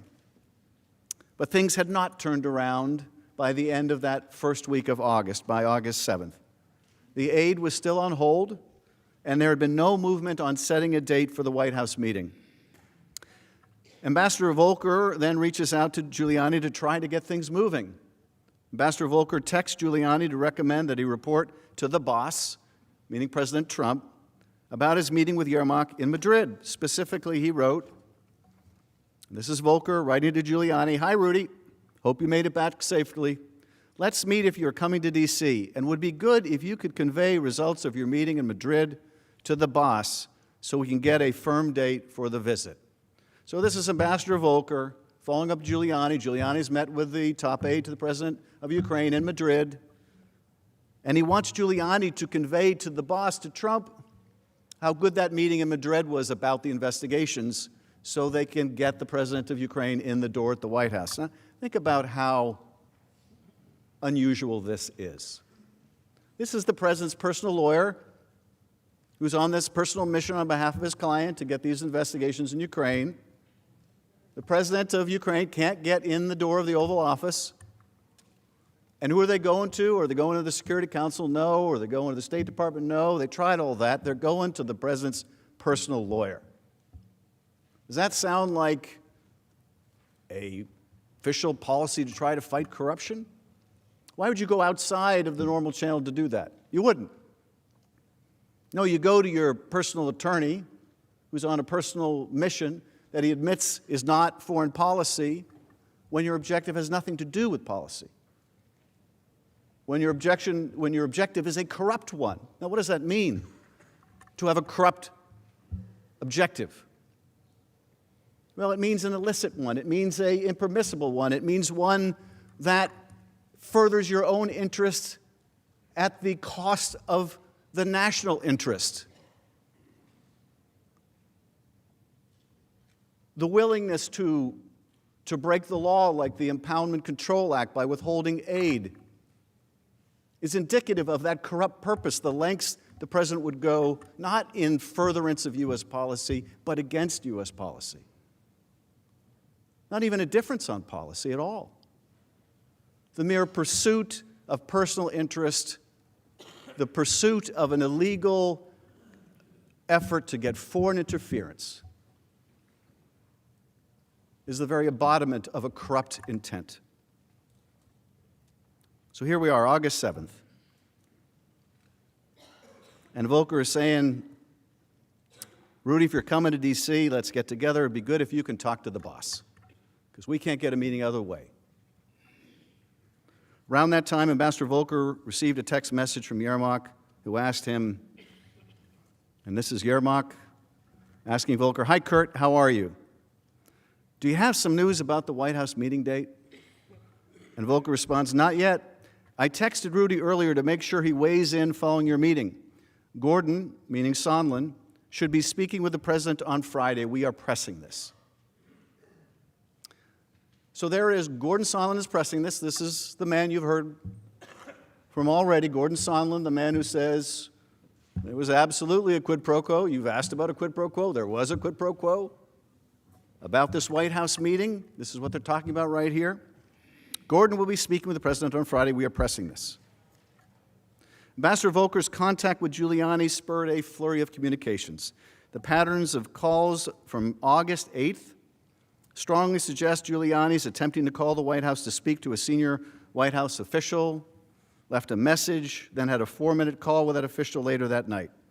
We don't know from the call records who that White House official was, but recall that Giuliani has publicly stated that when he spoke to the White House, he usually spoke to President Trump, his client. Also on August 8th, Yermak texts Volker that he had some news. Ambassador Volker replies that he can talk then, and Ambassador Volker updates Giuliani in a text the next day. Volker says to Giuliani in the text, "Hi, Mr. Mayor, I had a good chat with Yermak last night. He was pleased with your phone call. Mentioned," he's referring to President Zelensky here, "making a statement. Can we all get on the phone to make sure I advise," and here he's referring to President Zelensky, "correctly as to what he should be saying. Want to make sure we get this done right."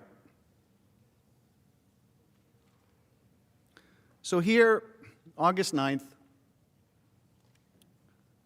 there's an effort by Volker to make sure that they get the statement right about the investigations. Because if they can't get the statement right, he ain't going to get in the door of the Oval Office.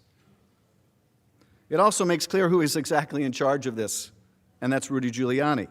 Ambassador Volker is checking with Rudy Giuliani about what he should advise President Zelensky. And we know that Giuliani is taking his orders from President Trump. Text messages and call records obtained by the committees show that Ambassador Volker and Giuliani connected by phone twice around noon on August 9th for several minutes each. Following the calls with Giuliani, Ambassador Volker created a 3-way group chat using WhatsApp that included himself, Ambassador Sondland, and Yermak. Ambassador Volker initiated the chat around 2:20 that day. And this is Volker chatting with Sondland and Yermak.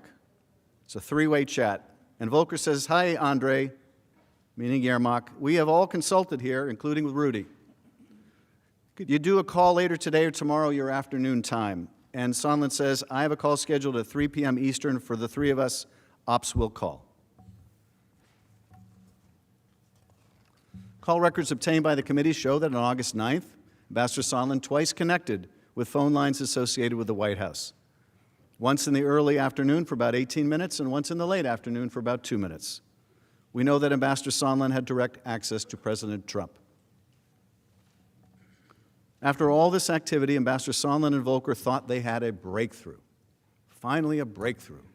Minutes after this call, which was likely with Tim Morrison about a possible date for the White House meeting, Ambassador Volker and Sondland discussed the agreement they believed they had reached. And it starts with Sondland in this text message. "Morrison ready to get dates as soon as Yermak confirms." Volker says, "Excellent. How did you sway him?" "Not sure I did," says Sondland. "I think POTUS really wants the deliverable." Well, we know what that deliverable is. It's the political investigations. Volker says, "But does he know that?" And Sondland says, "Yep. Clearly lots of convos, meaning conversations, going on." And Volker says, "Okay, then that's good. It's coming from 2 separate sources." Ambassador Sondland told the committees that the deliverable required by President Trump was a press statement from President Zelensky, committing to do the investigations into the Bidens and the allegation of Ukraine election interference that President Trump mentioned on July 25th. But Tim Morrison testified that he didn't know anything about the deliverable. He was just involved in trying to schedule the White House meeting, which everyone wanted to schedule as a sign of support for President Zelensky and our ally Ukraine. But Trump's agents wouldn't just accept Ukraine's word for it. Ambassador Sondland then recommended to Ambassador Volker that Yermak share a draft of the press statement to ensure that the statement would comport with the president's expectations. So here on August 9th, so we're still less than 2 weeks after the July 25th call, or I guess we're about 2 weeks. Sondland says in this message, to avoid misunderstandings, might be helpful to ask Andre for a draft statement, parentheses embargoed, so that we can see exactly what they propose to cover. Even though Z, referring to Zelensky, does a live presser, they can still summarize in a brief statement. Thoughts? And Volker says, agree. At his deposition, Ambassador Sondland said that he suggested reviewing a written summary of the statement because he was concerned that President Zelensky would say whatever he would say on live television and it still wouldn't be good enough for Rudy / the president, unquote. Yermak, in turn, was concerned that the announcement would still not result in the coveted White House meeting. On August 10th, Yermak texted Volker attempting to schedule a White House meeting before the Ukrainian president made a public statement in support of the investigations into Burisma and the 2016 election. So you can see what's going on here. The president and his agent, Giuliani, they want this public statement of the investigations before they'll give a date. And the Ukrainians want a date before they have to commit to making public they're going to do the investigations. And so you've had this standoff where each is trying to get the deliverable first. But there's no debate about what the deliverable is on either side. There's no debate about the quid pro quo here. You give me this, I'll give you that. You give me the White House meeting, I'll give you the public announcement, the investigation into your political rival. No, no, no. You give me the announcement of the investigation into my rival, and then I'll give you the meeting. The only debate here is about which comes first. So August 10th, Yermak texts Volker, I think it's possible to make this declaration and mention all these things which we discussed yesterday, but it will be logic to do after we receive a confirmation of date. We inform about date of visit, about our expectations and our guarantees for future visit. Let's discuss it. Ambassador Volker responded that he agreed, but that first they would have to iron out a statement and use that to get a date, after which President Zelensky would give the statement. The two decided to have a call the next day and to include Ambassador Sondland. Yermak texts Ambassador Volker,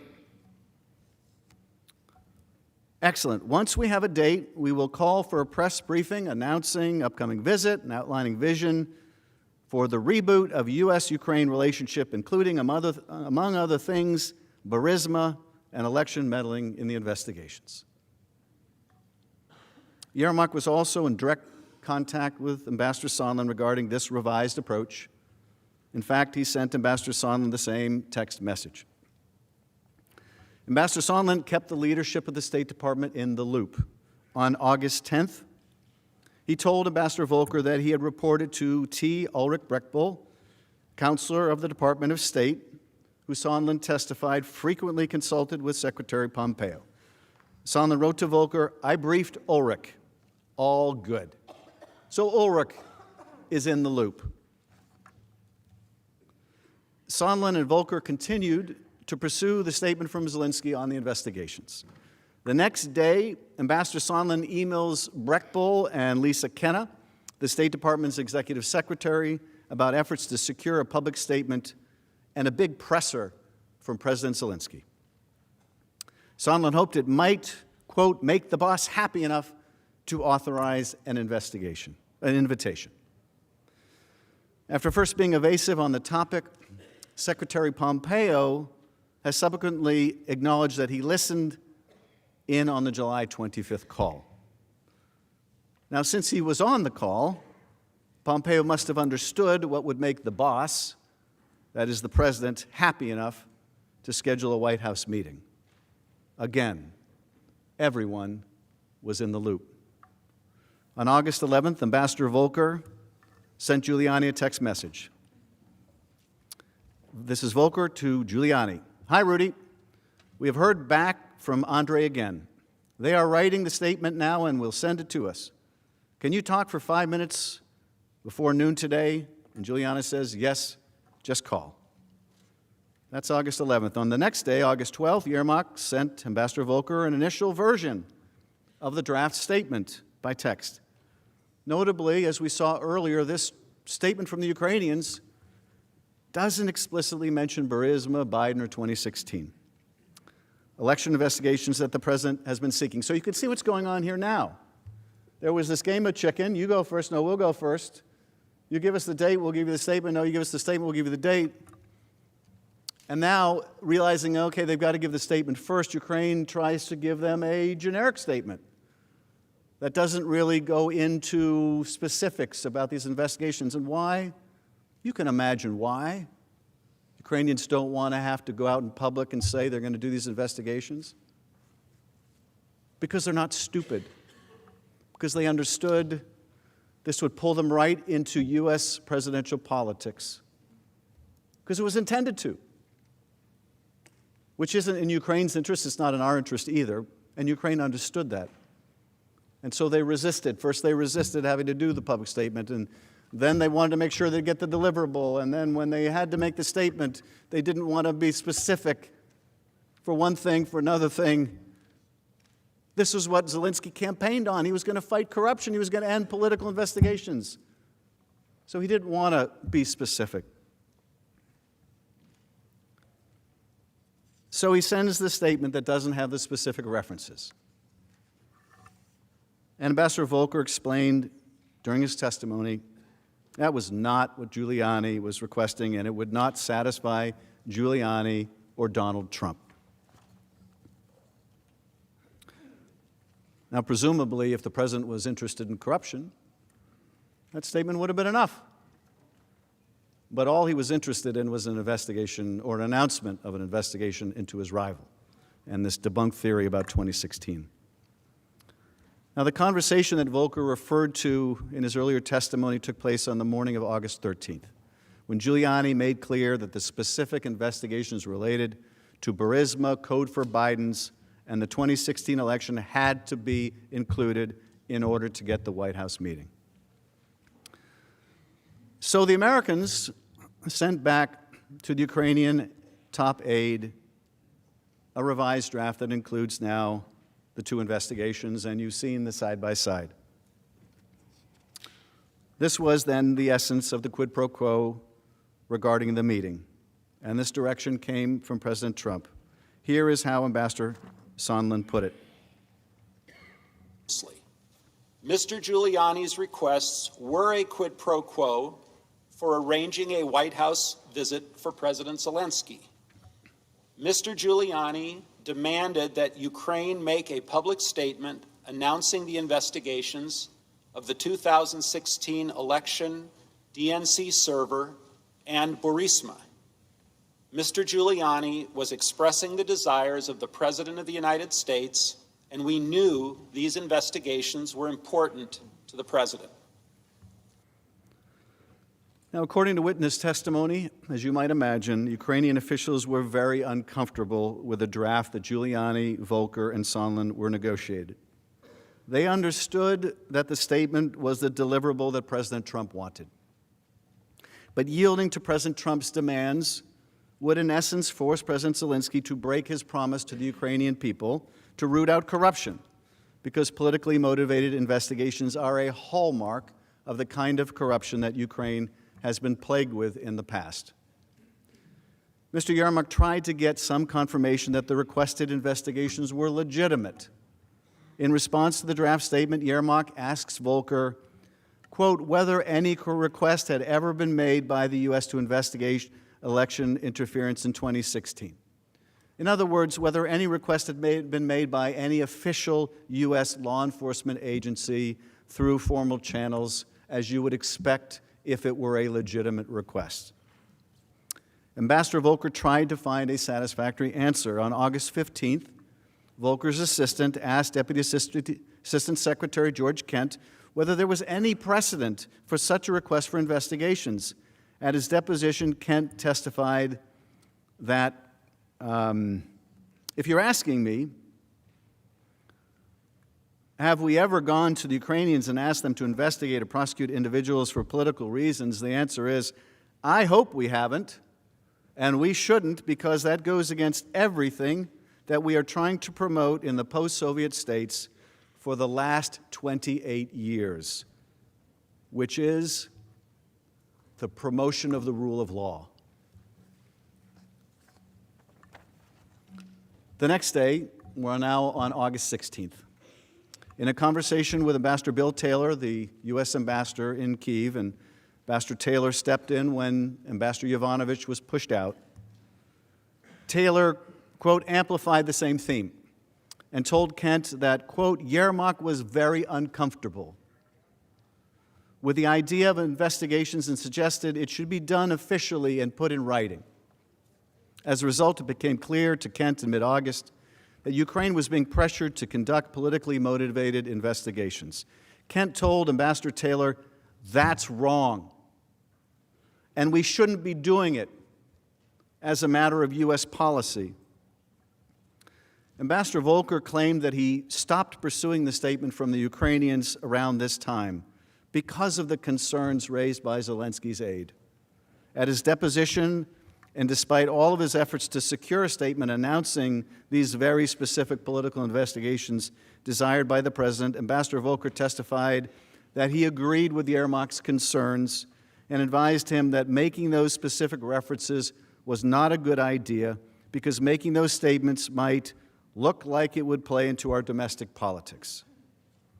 Without specific references to the politically damaging investigations that Trump demanded, the agreement just wouldn't work. Ukraine did not release the statement, and in turn, the White House meeting was not scheduled. As it turns out, Ambassador Sondland and Volker did not achieve the breakthrough after all. Now let's go into what finally breaks the logjam, because that involves the military aid. With efforts to trade a White House meeting for a press statement announcing the investigations temporarily scuttled, Sondland and Volker go back to the drawing board. On August 19th, Ambassador Sondland told Volker that he drove the larger issue home with Yermak, President Zelensky's top aide, particularly that this was now bigger than a White House meeting, bigger than just a White House meeting, and was about the relationship per se. The relationship per se, not just about the meeting anymore. It's about everything. It's about everything. By this time in late August, the hold and security assistance had been in place for more than a month, and there was still no credible explanation offered by the White House, despite some, like Ambassador Sondland, repeatedly asking. There were no interagency meetings since July 31st, and the Defense Department had withdrawn its assurances that it could even comply with the law, which indeed it couldn't. Every agency in the administration opposed the hold. As the Government Accountability Office confirmed, concerned DOD and OMB officials had been right that the President's holding of the aid was an unlawful act, but President Trump was not budging. At the same time, despite the persistent efforts of numerous people, President Trump refused to schedule the coveted White House visit for President Zelensky until the investigations were announced that would benefit his campaign. Here is what Ambassador Sondland said about the hold on funds and its link to the politically motivated investigations in Ukraine. In the absence of any credible explanation for the suspension of aid, I later came to believe that the resumption of security aid would not occur until there was a public statement from Ukraine committing to the investigations of the 2016 elections and Burisma, as Mr. Giuliani had demanded. From the embassy in Kyiv, David Holmes reached the same conclusion, a conclusion as simple as 2 + 2 = 4. Mr. Holmes, you have testified that by late August, you had a clear impression that the security assistance hold was somehow connected to the investigations that President Trump wanted. How did you conclude that? How did you reach that clear conclusion? Sir, we've been hearing about the investigation since March, months before, and we've been. President Zelensky had received a congratulatory letter from the president saying he'd be pleased to meet him following his inauguration in May. And we hadn't been able to get that meeting, and then the security hold came up with no explanation. And I'd be surprised if any of the Ukrainians, you said earlier, we discussed earlier, sophisticated people, when they received no explanation for why that hold was in place, they wouldn't have drawn that conclusion. Because the investigations were still being pursued? Correct. And the hold was still remaining without explanation? Correct. So this to you was the only logical conclusion that you could reach? Correct. Sort of like 2 + 2 = 4? Exactly. Sondland explained the predicament he believed he faced with a hold on aid to Ukraine. As my other State Department colleagues have testified, this security aid was critical to Ukraine's defense and should not have been delayed. I expressed this view to many during this period, but my goal at the time was to do what was necessary to get the aid released, to break the logjam. I believe that the public statement we had been discussing for weeks was essential to advancing that goal. You know, I really regret that the Ukrainians were placed in that predicament, but I do not regret doing what I could to try to break the logjam and to solve the problem. On August 22nd, Ambassador Sondland tried to break that logjam, as he put it, regarding both the security assistance hold and the White House meeting. Ambassador Sondland described those efforts in his public testimony. Let's listen to him again. In preparation for the September 1 Warsaw meeting, I asked Secretary Pompeo whether a face-to-face conversation between Trump and Zelensky would help to break the logjam. And this was when President Trump was still intending to travel to Warsaw. Specifically, on August 22nd, I emailed Secretary Pompeo directly, copying Secretariat Kenna. I wrote, and this is my email to Secretary Pompeo, should we block time in Warsaw for a short pull-aside for POTUS to meet Zelensky? I would ask Zelensky to look him in the eye and tell him that once Ukraine's new justice folks are in place in mid-September, that Zelensky should be able to move forward publicly and with confidence on those issues of importance to POTUS in the U.S. Hopefully that will help break the logjam. The Secretary replied, yes. Sondland also explained that both he and Secretary Pompeo understood that issues of importance to the President were the 2 sham investigations the President wanted to help his re-election efforts, and that reference to the logjam meant both the security assistance and the White House meeting. At the end of August, National Security Advisor John Bolton arrived in Ukraine for an official visit. David Holmes took notes in Ambassador Bolton's meetings and testified about Ambassador Bolton's message to the Ukrainians. Shortly thereafter, on August 27th, Ambassador Bolton visited Ukraine and brought welcome news that President Trump had agreed to meet President Zelensky on September 1st in Warsaw. Ambassador Bolton further indicated that the hold on security assistance would not be lifted prior to the Warsaw meeting, where it would hang on whether President Zelensky was able to, quote, favorably impress President Trump. Well, let's think about that for a minute. Unless you have something further to say. Let's think about that for a minute. Bolton further indicated that the hold on security assistance would not be lifted prior to the Warsaw meeting, where it would hang on whether President Zelensky was able to favorably impress President Trump. Well, what do you think would favorably impress President Trump? What were the only two things that President Trump asked of President Zelensky? What were the two things that Rudy Giuliani was asking of President Zelensky and his top aides? What would favorably impress Donald Trump? Would Donald Trump be favorably impressed if President Zelensky were to tell him about this new corruption court or new legislation in the Rada, or how negotiations with the Russians were going, or how they're bringing about defense reform? Had any of those things ever come up in any of these text messages, any of these emails, any of these phone calls, any of these conversations? Of course not. Of course not. There was only one thing that was going to favorably impress President Trump in Warsaw, and that is if Zelensky told him to his face, I'm going to do these political investigations. I don't want to do them. You know I don't want to do them. I've resisted doing them, but I'm at war with Russia, and I can't wait anymore. I can't wait anymore. I'm sure that would have impressed Donald Trump. But the meeting between the two presidents never happened in Warsaw. President Trump canceled the trip at the last moment. Before Bolton left Kyiv, Ambassador Taylor asked for a private meeting. Ambassador Taylor explained that he was extremely concerned about the hold on security assistance.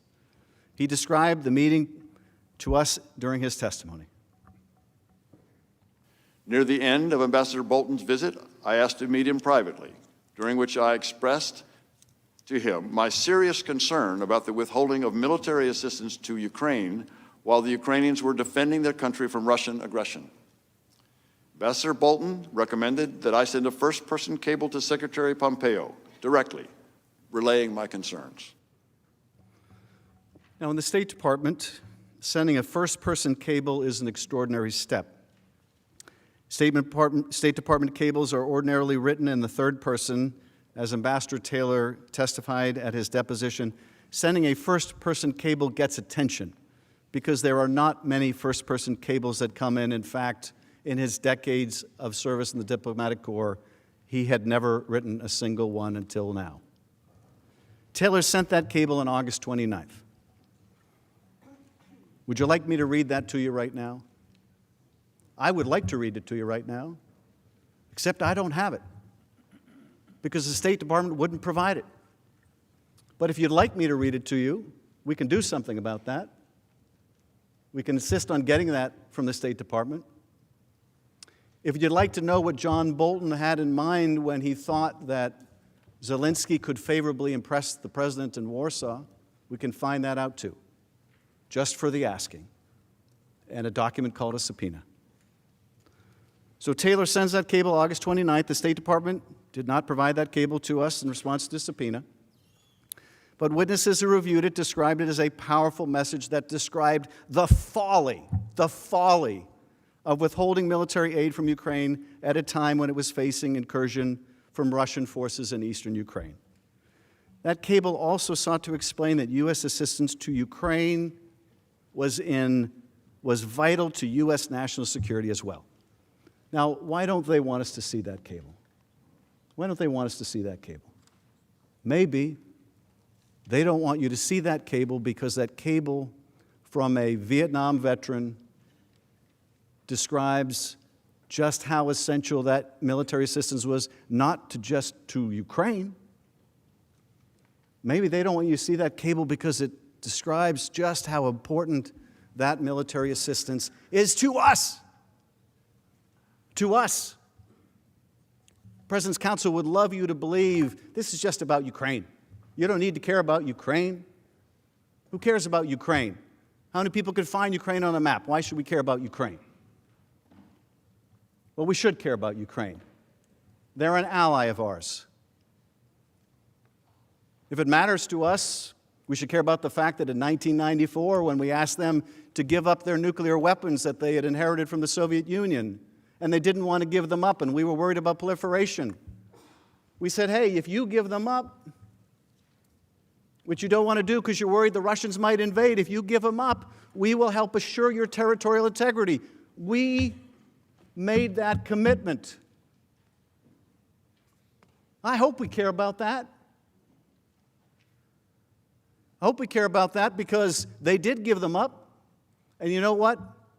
Just what they feared took place. The Russians moved across their border, and they remain occupying part of Ukraine. That's the word of America we gave. And we're breaking that word. Why? For help with a political campaign? Ambassador Taylor was exactly right. That's crazy. It's worse than crazy. It's repulsive. It's repugnant. It breaks our word. And to do it in the name of these corrupt investigations is also contrary to everything we espouse around the world. I used to be part of a commission in the House on democracy assistance, where we would meet with parliamentarians, and I know my Senate colleagues do much the same thing. And we would urge our colleagues to observe the rule of law, not to engage in political investigations and prosecutions. I don't know how we make that argument now. I don't know how we look our allies or these burgeoning democracies in the face, our fellow parliamentarians, and make that argument now. How do we make that argument now?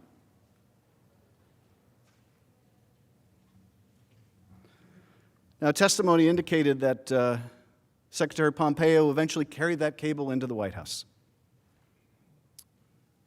But there's no evidence that those national security concerns that they don't want you to see were able to outweigh the president's personal interest in his getting foreign help in his reelection campaign. There's no evidence at all. Now we get to August 28th. Politico was the first to publicly report that President Trump had implemented a hold on nearly $400 million of U.S. military assistance to Ukraine that had been appropriated by Congress. Now that the worst-kept secret was public, Ukrainian officials immediately expressed their alarm and concern to their American counterparts. As witnesses explained, the Ukrainians had two serious concerns. One, of course, was the aid itself, which was vital to their ability to fight off Russia. But in addition, they were worried about the symbolism of the hold, that it signaled to Russia and Vladimir Putin that the United States was wavering in its support for Ukraine. Witnesses testified that this was a division that Russia could and would exploit to drive further wedge between the United States and Ukraine to its advantage.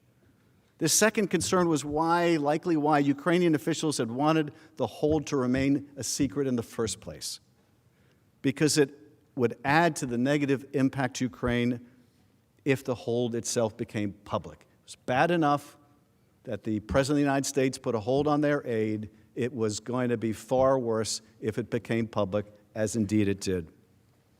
Andrei Yermak, the same Zelensky aide, sent Ambassador Volker a link to the Politico story, and then texted, "Need to talk with you." Other Ukrainian officials also expressed concerns to Ambassador Volker that the Ukrainian government was being singled out and penalized for some reason. Well, what do we think that reason was? Why were they being singled out? Why was that country being singled out? That was the one country that this president could lever for help against an opponent he feared. That's why Ukraine was being singled out. On August 29th, Yermak also contacted Ambassador Taylor. Yermak said the Ukrainians were very concerned about the hold on military assistance. He said that he and other Ukrainian officials would be willing to travel to Washington to explain to U.S. officials the importance of this assistance. Ambassador Taylor, who was on the ground in Ukraine, explained the Ukrainian viewpoint and, frankly, their desperation. In September, the Minister of Defense, for example, came to me, I would use the word desperate, to figure out why the assistance was being held. He thought that perhaps if he went to Washington to talk to you, to talk to the Secretary of Defense, to talk to the President, he would be able to find out and reassure provide whatever answer was necessary to have that assistance released. Without any official explanation for the hold, American officials could provide little reassurance to their Ukrainian counterparts. It has been publicly reported that President Trump, Secretary Esper, and Secretary Pompeo met in late August and that they all implored the president to release the aid. But President Trump continued to refuse to release the aid. As of August 30th, the president was clearly directing OMB to continue the hold on security assistance. In documents reviewed by Just Security but withheld from the Congress by OMB on the president's instructions, OMB official Michael Duffy emailed DOD Controller Elaine McCusker that there is, quote, clear direction from POTUS to continue the hold. So here we are, August 30th. A month after that July 25th call, aid still being withheld, Ukrainians still holding on, still not willing to capitulate, not willing to violate Zelensky's whole campaign pledge about not engaging in corrupt investigations. That same day, August 30th, Republican Senator Ron Johnson spoke with Ambassador Sondland to express his concern about President Trump's decision to withhold military assistance to Ukraine. Senator Johnson described that call in an interview with the Wall Street Journal.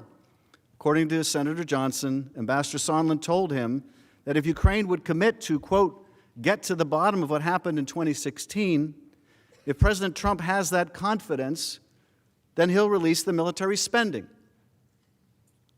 Senator Johnson added, at that suggestion, I winced.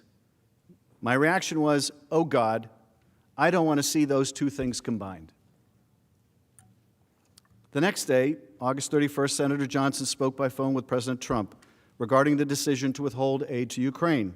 According to the Wall Street Journal, President Trump denied the quid pro quo that Senator Johnson had learned of from Ambassador Sondland. At the same time, however, President Trump refused to authorize Senator Johnson to tell Ukrainian officials on his upcoming trip to Kyiv that the aid would be forthcoming. The message that Ambassador Sondland communicated to Senator Johnson mirrored that used by President Trump during the July 25th call with President Zelensky, in which President Trump twice asked the Ukrainian leader to get to the bottom of it, including in connection to an investigation into the debunked conspiracy theory of Ukrainian interference in the 2016 election. It also mirrored the language of the text message that Ambassador Volker sent to President Zelensky's aide just before the July 25th call. Indeed, despite the president's self-serving denials, the message was clear. President Trump wanted the investigations, and he would withhold not one but two acts vested in him by the power of his office in order to get them. Now begins September. September 1st. The president was supposed to go to Warsaw, as we know, but he doesn't go to Warsaw. Mike Pence goes to Warsaw. Jennifer Williams, special advisor to the vice president for Europe and Russia, learned of the change in the president's travel plans on August 29th. The vice president's national security advisor asked, at the request of Vice President Pence, for an update on the status of the security assistance that had just been publicly revealed in Politico and would be a critical issue during the bilateral meeting between the vice president and President Zelensky in Warsaw. The delegation arrives in Warsaw and gathers in a hotel room to brief Vice President Pence before he met with the Ukrainian president. National Security Advisor Bolton led the meeting. As Williams described it, advisors in the room, quote, agreed on the need to get a final decision on security assistance as soon as possible so that it could be implemented before the end of the year. But Vice President Pence did not have authority from the president to release the aid. Ambassador Sondland also attended that briefing. At the end of it, he expressed concern directly to Vice President Pence about the security assistance being held until the Ukrainians announced the very same politically motivated investigations at the heart of the scheme. Now, you mentioned that you also had a conversation with Vice President Pence before his meeting with President Zelensky in Warsaw, and that you raised the concern you had as well that the security assistance was being withheld because of the president's desire to get a commitment from Zelensky to pursue these political investigations. What did you say to the vice president? I was in a briefing with several people, and I just spoke up and I said, it appears that everything is stalled until this statement gets made, words to that effect, and that's what I believe to be the case based on the work that the three of us had been doing, Volker, Perry, and myself. And the vice president nodded like, he heard what I said, and that was pretty much it, as I recall. Everyone was in the loop. Ambassador Sondland testified that Vice President Pence was neither surprised nor dismayed by the description of this quid pro quo. At the beginning of the bilateral meeting between President Zelensky and Vice President Pence, as expected, the first question from President Zelensky related to the status of the security assistance. As Vice President Pence's aide, Jennifer Williams, testified, President Zelensky explained that just equally with the financial and physical value of the assistance, that it was the symbolic nature of that assistance that really was the show of U.S. support for Ukraine and for Ukraine's sovereignty and territorial integrity. Later that day, Vice President Pence spoke to the President about his meeting with President Zelensky. But the hold on security assistance remained in place well after Vice President Pence returned from Warsaw. And after the meeting, the Warsaw meeting with Vice President Pence, Ambassador Sondland quickly pulled aside Andrei Yermak, Zelensky's top aide, and informed him that the aid would not be forthcoming until Ukraine publicly announced the two investigations that President Trump wanted. So here we are. After the meeting, right after the meeting, they're still in Warsaw, and Zelensky pulls aside his Ukrainian counterpart, Yermak, and explains the aid is not coming until the investigations are announced. Based on my previous communication with Secretary Pompeo, I felt comfortable sharing my concerns with Mr. Yermak. It was a very, very brief pull-aside conversation that happened within a few seconds. I told Mr. Yermak that I believed that the resumption of U.S. aid would likely not occur until Ukraine took some kind of action on the public statement that we had been discussing for many weeks. Let's let that sink in for a minute, too. You've heard my colleagues at the other table say, Ukrainians felt no pressure. There's no evidence they felt any pressure. Of course, we've already had testimony about how they did feel pressure and they didn't want to be drawn into this political campaign. And you saw over and over in these text messages and emails, no, you go first, you announce, no, you go first.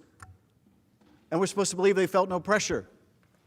And there it is, it breaks out in the open. The military aid is being withheld. And there's a connection between the holding of the military aid and these investigations. And the first thing they're asking about, they send the copy of the article, what's happening with this aid? They're ready to come to D.C. to plead for the aid. They go to Warsaw, they meet with the vice president. It's the first question is the aid. And what happens after that meeting? Now, that's a big meeting, by the way, with the vice president, the Ukrainian delegation. It's not like in front of all those people, the vice president is going to bring it up. And so Sondland goes up to his counterpart right after that on the sidelines of that meeting, and he says, basically, you ain't getting the money until you do the investigations. And we're to believe they felt no pressure? Folks, they're at war. They're at war, and they're being told you're not getting $400 million in aid you need unless you do what the president wants, and what the president wants are these two investigations. If you don't believe that's pressure, that's $400 million worth of pressure. I got a bridge I want to sell you. It's hard for us to put ourselves in the Ukrainians' position. I mean, imagine the eastern third of our country were occupied by an enemy force. And we're beholden to another country for military aid. and they're saying you're not going to get it until you do what we want, do you think we'd feel pressured? I think we'd feel pressured. And that's exactly the situation the Ukrainians were in now. You've heard the other council say before, well, but they say they don't feel pressure. Like they're going to admit they were being shaken down by the President of the United States. You think they feel pressure now? You should see what kind of pressure they feel if they admitted that.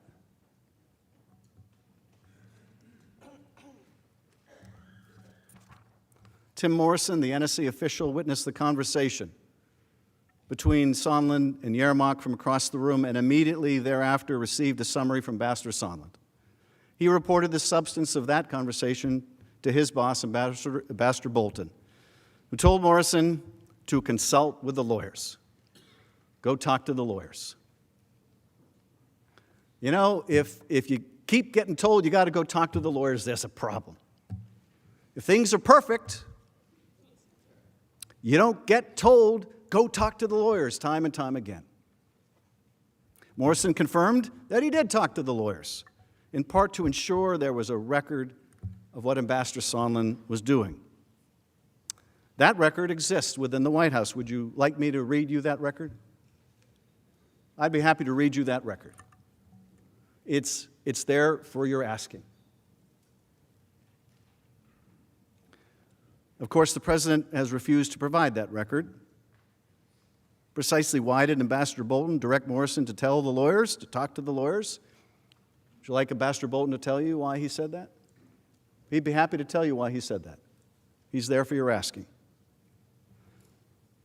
What did Bolton know about the freeze and aid prior to this meeting in Warsaw? What did he mean that if he can press Zelensky, it's going to depend on whether he can press Zelensky? Would you like to know what that meant? I'd like to know what he meant by that. I think we know what he meant by that. Tim Morrison also conveyed the substance of the Sondland-Yermak pull-aside to his colleague, Ambassador Taylor. So this is now Tim Morrison, told by Bolton, go talk to the lawyers, and he talks to also Ambassador Taylor, our ambassador in Ukraine. On the evening of September 1st, I received a readout of the Pence-Zelensky meeting over the phone from Mr. Morrison, during which he told me that President Zelensky had opened the meeting by immediately asking Vice President about the security cooperation. The Vice President did not respond substantively, but said that he would talk to President Trump that night. The Vice President did say that President Trump wanted the Europeans to do more to support Ukraine, and that he wanted the Ukrainians to do more to fight corruption. During the same phone call with Mr. Morrison, he described a conversation Ambassador Sondland had with Mr. Yermak in Warsaw. Ambassador Sondland told Mr. Yermak that the security assistance money would not come until President Zelensky committed to pursue the Burisma investigation. I was alarmed by what Mr. Morrison told me about the Sondland-Yermak conversation. Ambassador Taylor then explained why he was so alarmed by this turn. Let's hear that as well. You said previously that you were alarmed to learn this. Why were you alarmed? It's one thing to try to leverage a meeting in the White House. It's another thing, I thought, to leverage security assistance to a country at war, dependent on both the security assistance and the demonstration of support. It was much more alarming. The White House meeting was one thing, security assistance was much more alarming. Upon learning from Mr. Morrison that the military aid may be conditioned on Ukraine publicly announcing these two investigations, Ambassador Taylor sends an urgent text message to Ambassador Sondland asking, are we now saying that security assistance and White House meeting are conditioned on investigations? And the response by Ambassador Sondland, call me. Well, you know what that means, right? You get a text message that's putting it in black and white. Are we saying security assistance and the White House meeting are conditioned on investigations? Call me. In other words, don't put this in writing. Call me. Ambassador Taylor did in fact call Sondland. Informed by notes he took at the time of the call, he summarized that conversation as follows. During that phone call, Ambassador Sondland told me that President Trump had told him that he wants President Zelensky to state publicly that Ukraine will investigate Burisma and alleged Ukrainian interference in the 2016 election. Ambassador Sondland also told me that he now recognized that he had made a mistake by earlier telling Ukrainian officials that only a White House meeting with President Zelensky was dependent on a public announcement of the investigations. In fact, Ambassador Sondland said, everything was dependent on such an announcement, including security assistance. He said that President Trump wanted President Zelensky in a public box by making a public statement about ordering such investigations. Ambassador Taylor testified that his contemporaneous notes of the call reflect that Sondland used the phrase public box to describe President Trump's desire to ensure that the initiation of his desired investigations was announced publicly. A private commitment was not good enough. The State Department has Ambassador Taylor's extensive notes, and of course, we would like to show them to you to corroborate his testimony. But pursuant to the President's instructions, the State Department will not turn them over. You might recall from the tape yesterday, Ambassador Taylor said, they'll be shortly coming, I'm told. Well, somebody countermanded that instructions. Who do we think that was? But you should see them. If you have any question about what Sondland told Ambassador Taylor, if the President's counsel tries to create any confusion about what Sondland told Taylor about his conversation with the President, and look, Sondland had one recollection in his deposition and another recollection in the first hearing and another recollection in the declaration. You want to know exactly what happened in that conversation when it was fresh in Sondland's mind and he told Taylor about it and Taylor wrote it in its notes. You're going to want Taylor's notes. In any courtroom in America holding a fair trial, you would want to see contemporaneous notes. This Senate should be no different. Demand those notes. Demand to see the truth. We're not afraid of those notes. We haven't seen them. We haven't seen them. Maybe those notes say something completely different. Maybe those notes say no quid pro quo. Maybe those notes say it's a perfect call. I'd like to see them. I'm willing to trust Ambassador Taylor's testimony and his recollection. I'd like to see them. I'd like to show them to you. They're yours for the asking. On September 25th, the Washington Post editorial board reported concerns that President Trump was withholding military assistance for Ukraine in a White House meeting in order to force President Zelensky to announce investigations of Vice President Biden and purported Ukrainian interference in the U.S. election. The Post editorial board wrote, "We're reliably told that the President has a second and more venal agenda. He is attempting to force Mr. Zelensky to intervene in the 2020 presidential election by launching an investigation of the leading Democratic candidate, Joe Biden. Mr. Trump is not just soliciting Ukraine's help with his presidential campaign. He is using U.S. military aid the country desperately needs in an attempt to extort it." So that's September 25th. President on notice, scheme discovered. September 5th. September 7th, the evidence shows President Trump has a call with Ambassador Sondland, where the President made the corrupt bargain for military aid in the White House meeting even more explicit. On September 7th, Ambassador Sondland spoke to President Trump on the telephone. After that conversation, Ambassador Sondland called Tim Morrison to update him on that conversation. Unlike Sondland, who testified that he never took notes, Morrison took notes of the conversation and recalled it during his public testimony. Let's listen. Now, a few days later, on September 7th, you spoke again to Ambassador Sondland, who told you that he had just gotten off the phone with President Trump. Isn't that right? That sounds correct, yes. What did Ambassador Sondland tell you that President Trump said to him? If I recall this conversation correctly, this was where Ambassador Sondland related that there was no quid pro quo, but President Zelensky had to make the statement and that he had to want to do it. And by that point, did you understand that the statement related to the Biden and 2016 investigations? I think I did, yes. And that was essentially a condition for the security assistance to be released? I understood that that's what Ambassador Sondland believed. After speaking with President Trump? That's what he represented.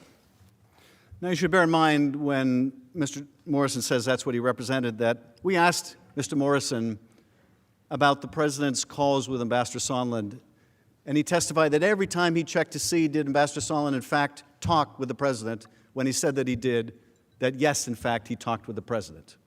Every time he checked, he was able to confirm it. Now, let's let this sink in for a minute.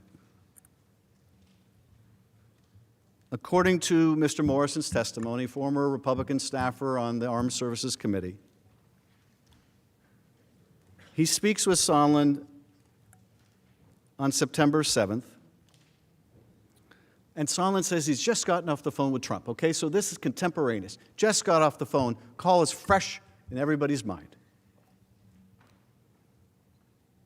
And what was said? Morrison says, Ambassador Sondland related there was no quid pro quo, but President Zelensky had to make the statement, and he had to want to do it. No quid pro quo, but there's a quid pro quo. Now, there are notes that show this. There's a written record of this. There's a written record of what President Trump told Ambassador Sondland right after that call. Would you like to see that written record? It's called Mr. Morrison's Notes. It's right there for the asking. If these fine lawyers over here want to persuade you that call didn't happen or it wasn't said, or all he said was no quid pro quo, he never said, but you have to go to the mic and you have to want to do it, well, there's a good way to find out what happened on that call because it's in writing. Is there any question why they're withholding this from Congress? Is there any question about that? They didn't claim, well, Mr. Morrison didn't claim absolute immunity, and Mr. Sondland didn't claim absolute immunity. There's no absolute immunity over these notes, no executive privilege over these notes. The notes have already been described, the conversation's already been released. There's no even plausible, arguable, invented even excuse for withholding these notes. Wouldn't you like to see them? I can tell you in any courtroom in America you'd get to see them. This should be no different. Wouldn't be any different in a fair trial anywhere in America.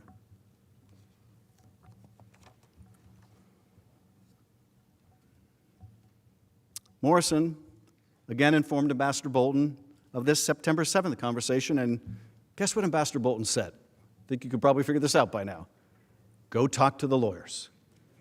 Go talk to the lawyers. And yet again, for the third time, Morrison went to talk to the lawyers about this conversation with Ambassador Sondland.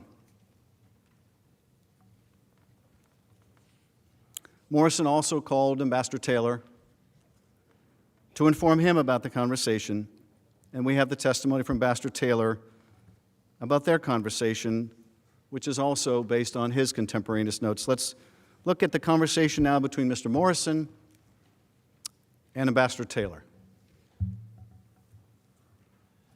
According to Mr. Morrison, President Trump told Ambassador Sondland he was not asking for a quid pro quo. But President Trump did insist that President Zelensky go to a microphone and say he is opening investigations of Biden and 2016 election interference, and that President Zelensky should want to do this himself. Okay, so here we have two witnesses taking contemporaneous notes, both reflecting the same conversation. Conversation between Sondland and the president in which The president says no quid pro quo, but quid pro quo. There are documents that prove this.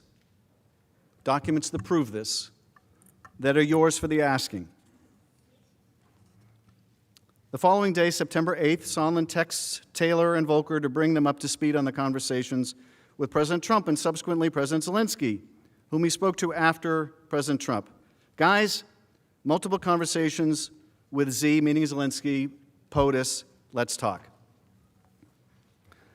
Sondland spoke to Taylor, but not Volker shortly after this text. According to Ambassador Taylor, who testified again on his real-time notes, let's hear what he said. The following day, on September 8th, Ambassador Sondland and I spoke on the phone. He confirmed that he had talked to President Trump, as I had suggested a week earlier, but that President Trump was adamant that President Zelensky himself had to clear things up and do it in public. President Trump said it was not a quid pro quo. So it's all very consistent here. What the president said, no quid pro quo, but Zelensky must announce the investigations publicly, was what he was telling Sondland. No quid pro quo except for the quid pro quo. The president's attorneys rely on the first half of that sentence and would like you to forget the second half ever happened. But we don't have to leave our common sense at the door. We don't have to rely on an incomplete description of that call. We have instead the detailed notes of Mr. Morrison and Ambassador Taylor. But we also know what President Trump told Sondland because Sondland relayed that message to President Zelensky. During the same September 8 conversation with Taylor, Sondland described his conversation with President Zelensky. Here's Ambassador Taylor's account of it. Ambassador Sondland also said that he had talked to President Zelensky and Mr. Yermak and had told them that although this was not a quid pro quo, if President Zelensky did not clear things up in public, we would be at a stalemate. I understood a stalemate to mean that Ukraine would not receive the much-needed military assistance. Ambassador Sondland said that this conversation concluded with President Zelensky agreeing to make a public statement in an interview on CNN. So not only did Ambassador Sondland relate this conversation to Mr. Morrison and Mr. Taylor, not only did Ambassador Taylor, Mr. Morrison talk about it, but Sondland confirms that he's relayed this conversation to Zelensky himself. Everyone was now in the loop on the military aid being withheld for the political investigations. Taylor continued recalling the startling analogy Ambassador Sondland used to describe President Trump's approach to Ukraine. During our call on September 8th, Ambassador Sondland tried to explain to me that President Trump is a businessman. When a businessman is about to sign a check to someone who owes him something, the businessman asks that person to pay up before signing the check. Ambassador Volker used the same language several days later while we were together at the Yalta European Strategy Conference. I argued to both that the explanation made no sense. The Ukrainians did not owe President Trump anything. Ambassador Taylor testified that at the end of the Sondland-Zelensky conversation, President Zelensky said that he had relented and agreed to do a CNN interview to announce the investigations. So there was a breakthrough after all. The promised meeting wasn't enough. The withheld security assistance broke the logjam. Zelensky was going to go on CNN and announce the investigations. Taylor, though, remained concerned that even if the Ukrainian leader did as President Trump required, President Trump might continue to withhold the vital U.S. security assistance in any event. Ambassador Taylor texted his concerns to Ambassador Volker and Sondland, stating, "The nightmare is they give the interview and don't get the security assistance. The Russians love it, and I quit."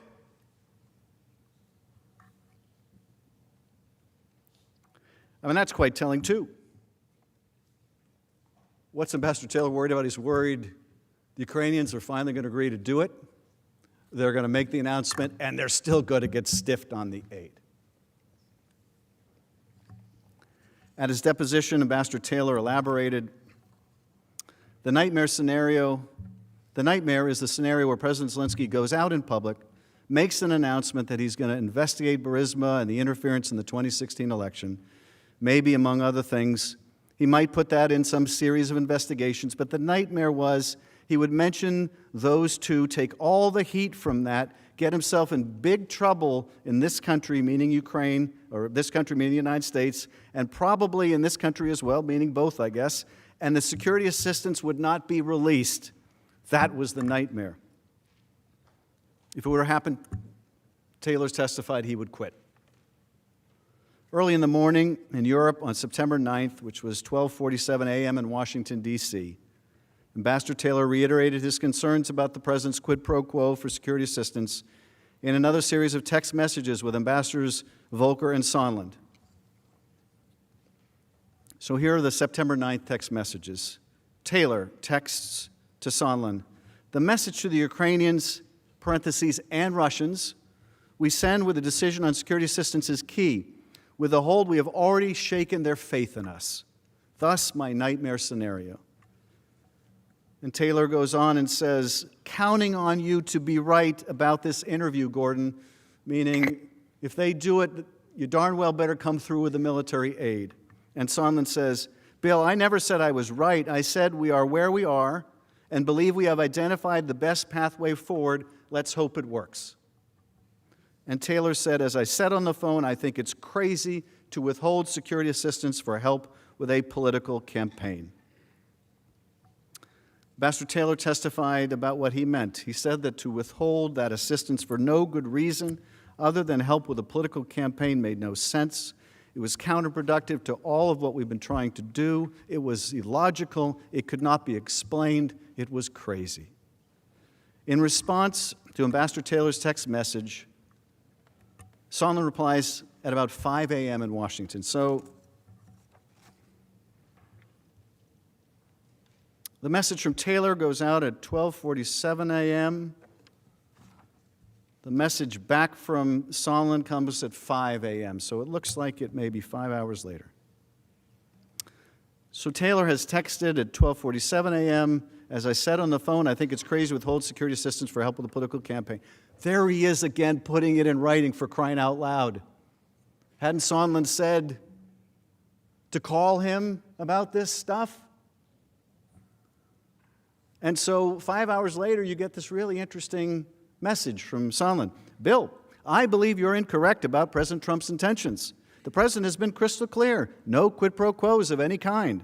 The president is trying to evaluate whether Ukraine is truly going to adopt the transparency and reforms that President Zelensky promised during his campaign. I suggest we stop the back and forth by text. In other words, can you please stop putting this in writing? Congress may read this one day. If you still have concerns, I recommend you give Lisa Kenna or S a call to discuss them directly. Thanks.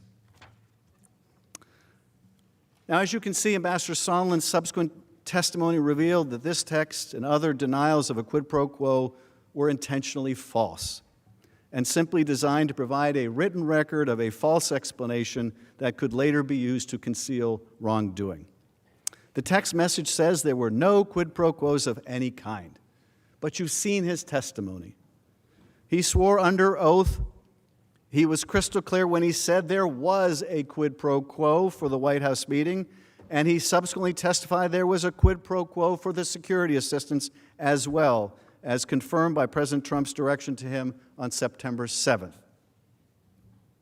Sondland's recollection of his conversation with President Trump, as I mentioned, has evolved over time. Initially, in his deposition, he testified that the conversation with the president occurred between Taylor's text of September 9th at 12:47 Washington time and his response at 5 a.m. He recalled very little of the conversation at that time other than his belief that his text message reflected President Trump's response. Subsequently, though, and again, this is one of the reasons why you do depositions in closed session. Subsequently, after the opening statements of the testimony of Ambassador Taylor and Mr. Morrison were released, which described in overlapping and painful detail Sondland's conversation with President Trump on September 7th, Ambassador Sondland submitted an addendum to his deposition testimony, which in relevant part said this. Finally, as of this writing, I cannot specifically recall if I had one or two phone calls with President Trump in the September 6 to 9 timeframe. Despite repeated requests to the White House and the State Department, I have not been granted access to all of the phone records, and I would like to review those phone records along with any other notes and other documents that may exist to determine if I can provide a more complete testimony to assist Congress. However, although I have no specific recollection of phone calls during this period with Mr. Taylor, Ambassador Taylor, Mr. Morrison, I have no reason to question the substance of their recollection about my September 1 conversation with Mr. Yermak. During his public testimony, Ambassador Sondland purported to remember more of this conversation with President Trump. Although he still couldn't, or maintained he couldn't remember if it was on September 7th or September 9th. And according to his testimony, President Trump did not specifically say there was a quid pro quo. But when Sondland simply asked the president what he wanted from Ukraine, President Trump immediately brought up a quid pro quo. According to Sondland, President Trump said, I want nothing, I want no quid pro quo, I want Zelensky to do the right thing. And I said, what does that mean? And he said, I want him to do what he ran on. In his subsequent testimony, Ambassador Sondland explained that President Trump's reference to what he ran on was a nod to rooting out corruption. Here, however, corruption like Burisma has become code for the investigations that President Trump has sought. So you've got Ambassador Sondland's emerging recollection. But what you've got is actually written notes taken at the time that he does not contest. Written notes of Ambassador Taylor and Mr. Morrison. Notes which I believe will reflect quite clearly the understanding of dirt for dollars that was confirmed by this telephone call with President Trump. Well, you weren't dissuaded then, right? Because you still thought that the aid was conditioned on the public announcement of the investigations after speaking to President Trump.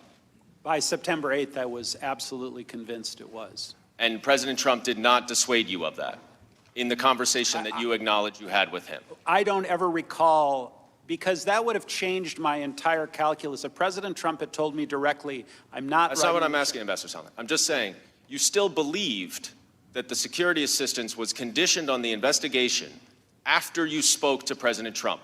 Yes or no? From a time frame standpoint, yes.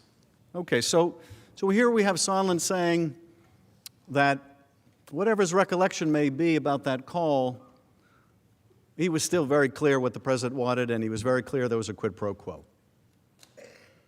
That is consistent, obviously, with what Mr. Morrison has had to say and Ambassador Taylor. In other words, he didn't believe President Trump's denial of a quid pro quo, and neither should you. Sondland's understanding was further confirmed by President Trump's own chief of staff. On October 17, at a press briefing in the White House, Mick Mulvaney admitted that President Trump withheld the essential military aid for Ukraine as leverage to pressure Ukraine to investigate the conspiracy theory that Ukraine had interfered in the 2016 election. Those were the driving factors. Did he also mention to me in the past the corruption related to the DNC server? Absolutely, no question about that. But that's it, and that's why we held up the money. When pressed that he had just convinced of the very quid pro quo that President Trump had been denying, Mulvaney doubled down. Let's listen to that. But to be clear, what you just described is a quid pro quo. It is funding will not flow unless the investigation into the Democratic server happened as well. We do that all the time with foreign policy.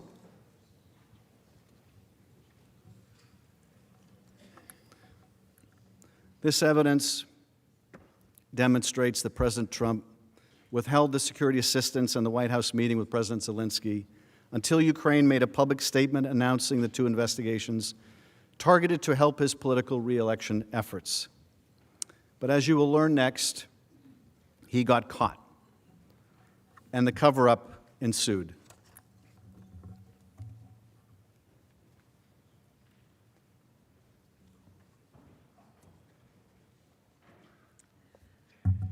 Chief Justice and Senators, thank you for your patience. This is a lot of information, but you have a very important obligation, and that is ultimately to decide whether the president committed impeachable offenses. And in order to make that judgment, you have to have all of the facts. And so we're going through this chronology. We're close to being done. But it's important to know that while all of this material was going on, these deals were being made, there were other forces at work. Even before the president's freeze on U.S. military assistance to Ukraine became public on August 28th, members of both houses of Congress began to express concern.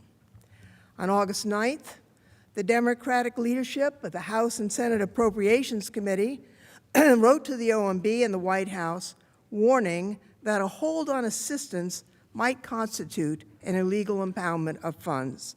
They urged the Trump administration to follow the law and obligate the funding. When the news of the frozen aid broke on August 28th, congressional scrutiny of President Trump's decision increased. On September 3rd, a group of senators, both Republicans and Democrats, including Senator Jeanne Shaheen, Senator Rob Portman, Senator Dick Durbin, Senator Ron Johnson, Senator Richard Blumenthal, sent a letter to acting White House Chief of Staff Mick Mulvaney, expressing, and I quote, deep concerns that the administration is considering not obligating the Ukraine Security Initiative funds for 2019.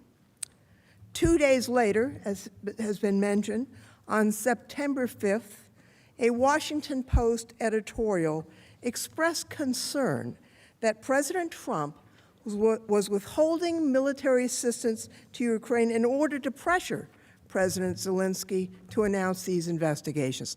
That was the first public report linking the frozen security aid to the investigations that Mr. Giuliani had been publicly pressing for, and that President Trump, as we've heard, had privately urged President Zelensky to conduct on the July 25th call. That same day, Senators Murphy and Johnson met with President Zelensky in Kiev. Ambassador Taylor went with them, and he testified, Mr. Taylor testified, that President Zelensky's, quote, first question to the senators was about withheld security assistance.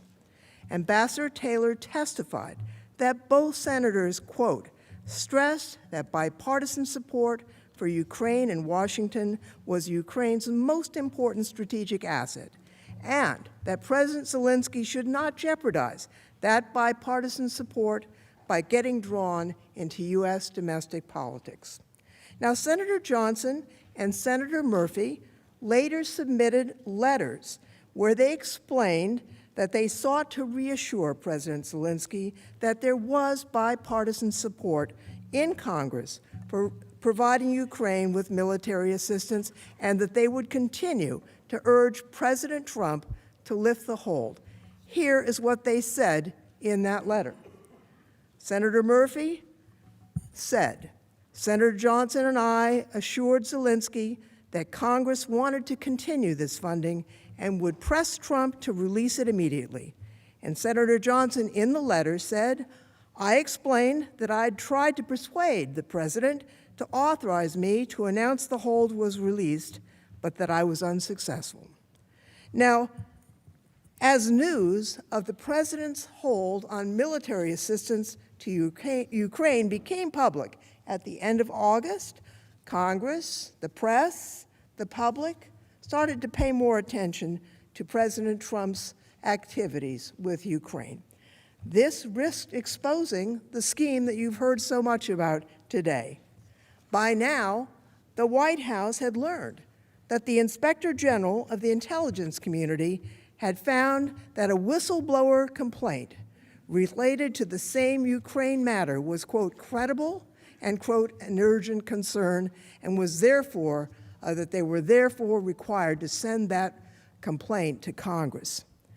On September 9th, 3 House investigating committees sent a letter to White House counsel Pat Cipollone stating that President Trump and Giuliani, quote, appear to have acted outside legitimate law enforcement and diplomatic channels to coerce the Ukrainian government into pursuing 2 politically motivated investigations under the guise of anti-corruption activity.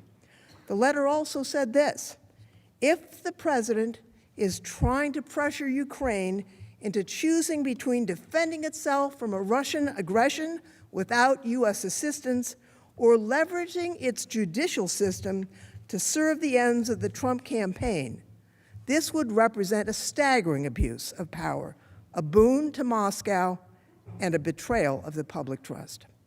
The chairs requested that the White House preserve all relevant records and produce them by September 16th. This included the transcript, or actually the call record, of the July 25th call between President Trump and President Zelensky. Now, based on witness testimony, it looks like the White House counsel's office circulated the committee's document request around the White House. Tim Morrison, a senior director at the National Security Council, remembered seeing a copy of this letter. He also recalled that the 3 committees' Ukraine investigation was discussed at a meeting of senior-level NSC staff soon after it was publicly announced.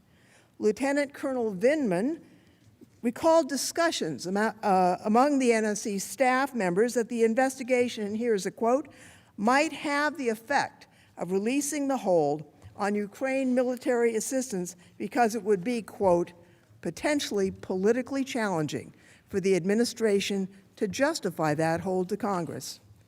Later that same day, on September 9th, the Inspector General informed the House and Senate Intelligence Committees he'd determined that the whistleblower complaint that had been submitted on August 12th appeared to be credible, met the definition of urgent concern under the statute, and yet, he reported, that for the first time ever, the acting director of national intelligence was withholding this whistleblower complaint from Congress. That violated the law, which required him to send it in 7 days. The acting director later testified that his office initially withheld the complaint based on the advice from the White House and an unprecedented intervention by the Department of Justice. Now, according to public reporting and testimony from the acting DNI at a hearing before the House Intelligence Committee on September 26th, the White House had been aware of the whistleblower complaint for weeks prior to the IG's September 9th letter to the intelligence committees. Acting DNI McGuire testified that when he received the whistleblower complaint from the Inspector General, his office contacted the White House counsel's office for guidance. Consistent with acting DNI McGuire's testimony, the New York Times has reported that in late August, the president's current defense counsel, Mr. Cipollone, and NSC lawyer John Eisenberg personally briefed President Trump about the complaint's existence and told the president they believed the complaint could be withheld from Congress on executive privilege grounds. Now, on September 10th, the next day, Ambassador Bolton resigned from his position as National Security Advisor. On that same day, September 10th, Chairman Schiff of the House Intelligence Committee wrote a letter to the acting director demanding that he provide the complaint as the law required. The next day, on September 11th, President Trump lifted the hold on the security assistance to Ukraine. Now, numerous witnesses have testified that they weren't aware of any reason why the hold was lifted, just as there was no explanation for the hold being implemented. There was no additional review, no additional European contribution, nothing to justify the president's change in position except he got caught. Just as there was no official explanation for why the hold on Ukrainian assistance was implemented, Numerous witnesses testified that they were not provided with any reason for why the hold was lifted on September 11th. For example, Jennifer Williams, who was the special advisor to Vice President Pence, testified that she was never given a reason for that decision. Neither was Lieutenant Colonel Vindman. Here's what he told us during the hearing. Are you also aware, however, that the security assistance hold was not lifted for another 10 days after this meeting? That's correct. And am I correct that you didn't learn the reason why the hold was lifted? That's correct. Colonel Vindman, you didn't learn a reason why the hold was lifted either, is that right? Correct. Colonel Vindman, are you aware that the committees launched an investigation into Ukraine matters on September 9th, 2 days before the hold was lifted? I am aware, and I was aware. Ambassador Taylor, the person in charge at the U.S. Embassy in Kiev, who communicated the decision to the Ukrainians, also never got an explanation. Here's what he said. Are you also aware, however, that the security assistance hold was not lifted for another 10 days after this? 9th. Finally, on September 11th, I learned that the hold had been lifted and security assistance would be provided. I was not told the reason why the hold had been lifted. Mark Sandy, a career officer at OMB, testified he only learned of a possible rationale for the hold in early September after the acting DNI had informed the White House about the whistleblower complaint. Now, Sandy testified that sometime in early September, he received an email from his boss, Michael Duffy. Approximately 2 months after the hold had been placed, the email, quote, attributed the hold to the president's concern about other countries not contributing more to Ukraine and requested, quote, information about what additional countries were contributing to Ukraine. This was a different explanation than OMB had provided at the July 26th interagency meeting. That referenced concerns about corruption. Lieutenant Colonel testified that none of the facts on the ground about Ukrainian efforts to combat corruption or other countries' contribution to Ukraine had changed before President Trump lifted the hold. According to a press report, after Congress began investigating President Trump's scheme, the White House counsel's office opened an internal investigation relating to the July 25th call. The following slides provide excerpts from a report in the Washington Post.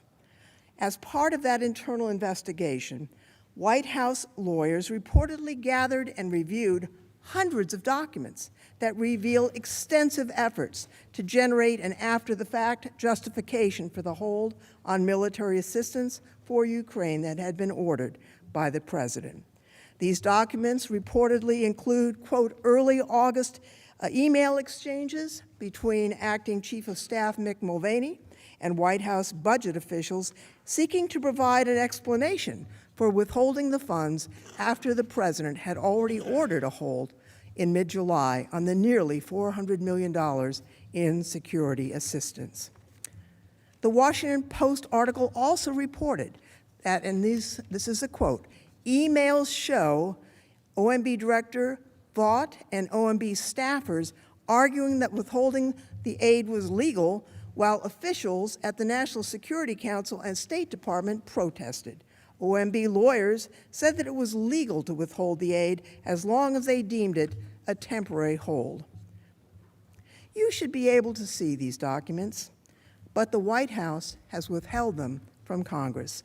So the House can't verify the news report, but you could. You could do that if you could see these documents.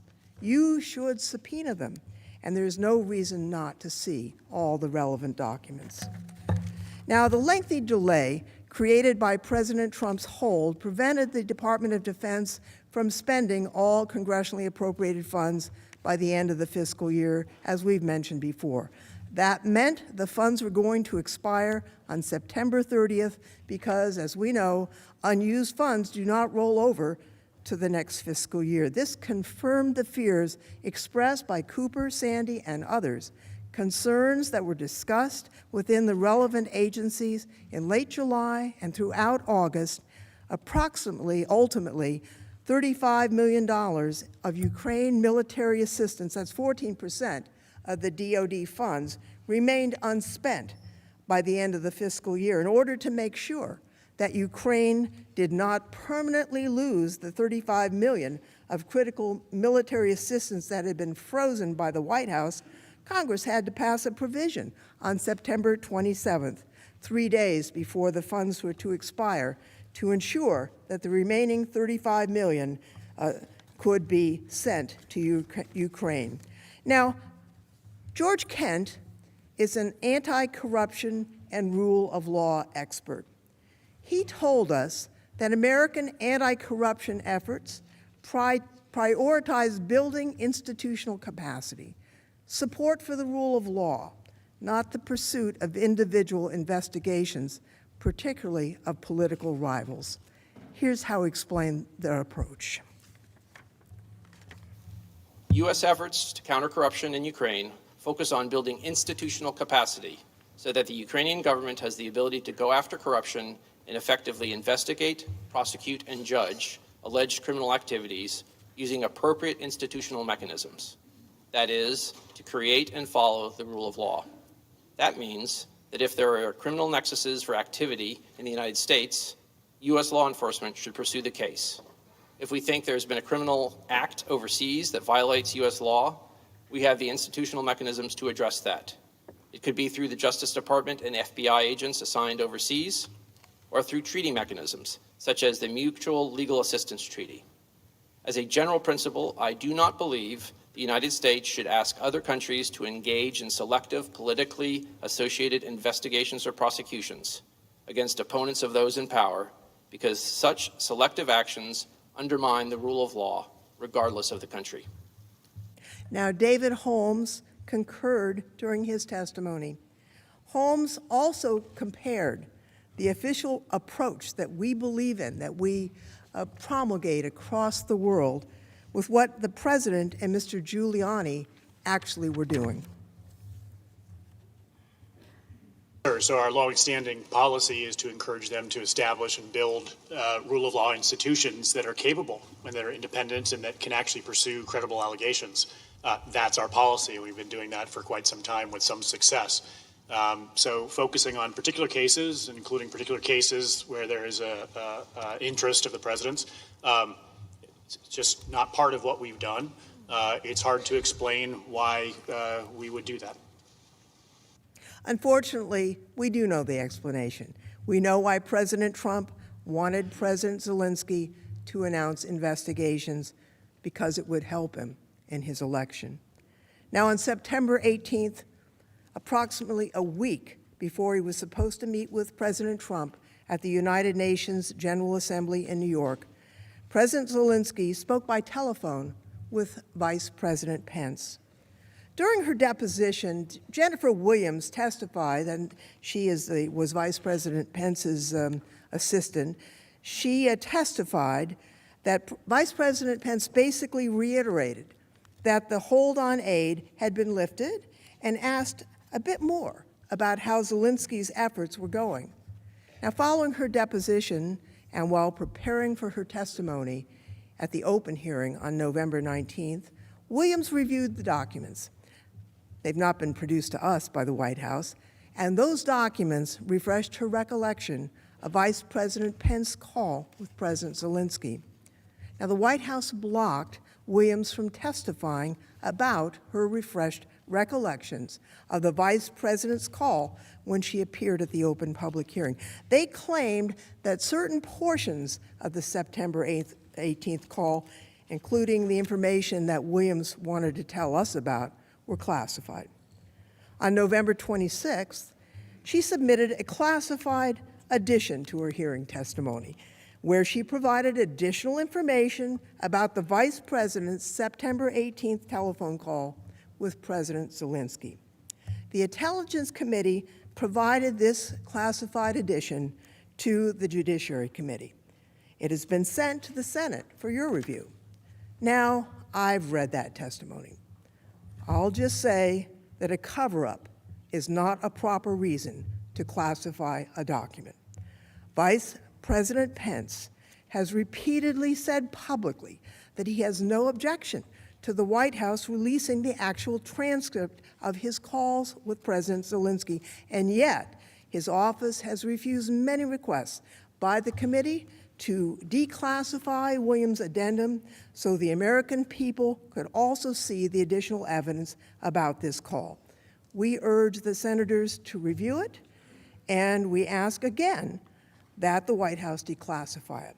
As the House wrote in 2 separate letters, there is no basis to keep it classified, and again, in case the White House needs a reminder, it's improper to keep something classified just to avoid embarrassment or to conceal wrongdoing.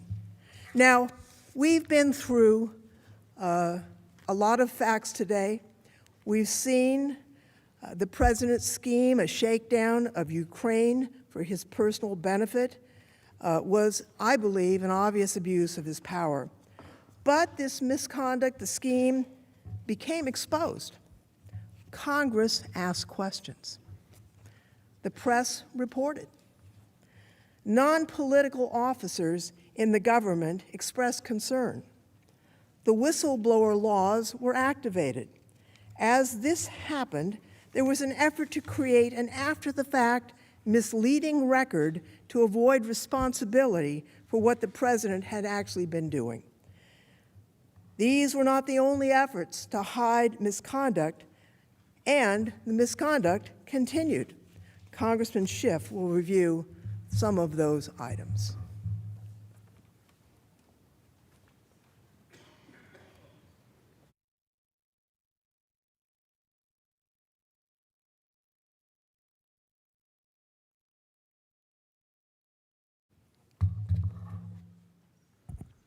So we have about 20 minutes left in the presentation tonight.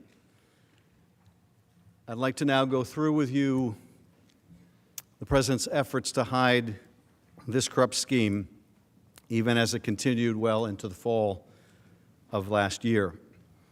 On August 12th, a whistleblower in the intelligence community submitted a complaint addressed to the Congressional Intelligence Committees. This explosive document stated that President Trump had solicited foreign interference from Ukraine to assist in his 2020 re-election bid.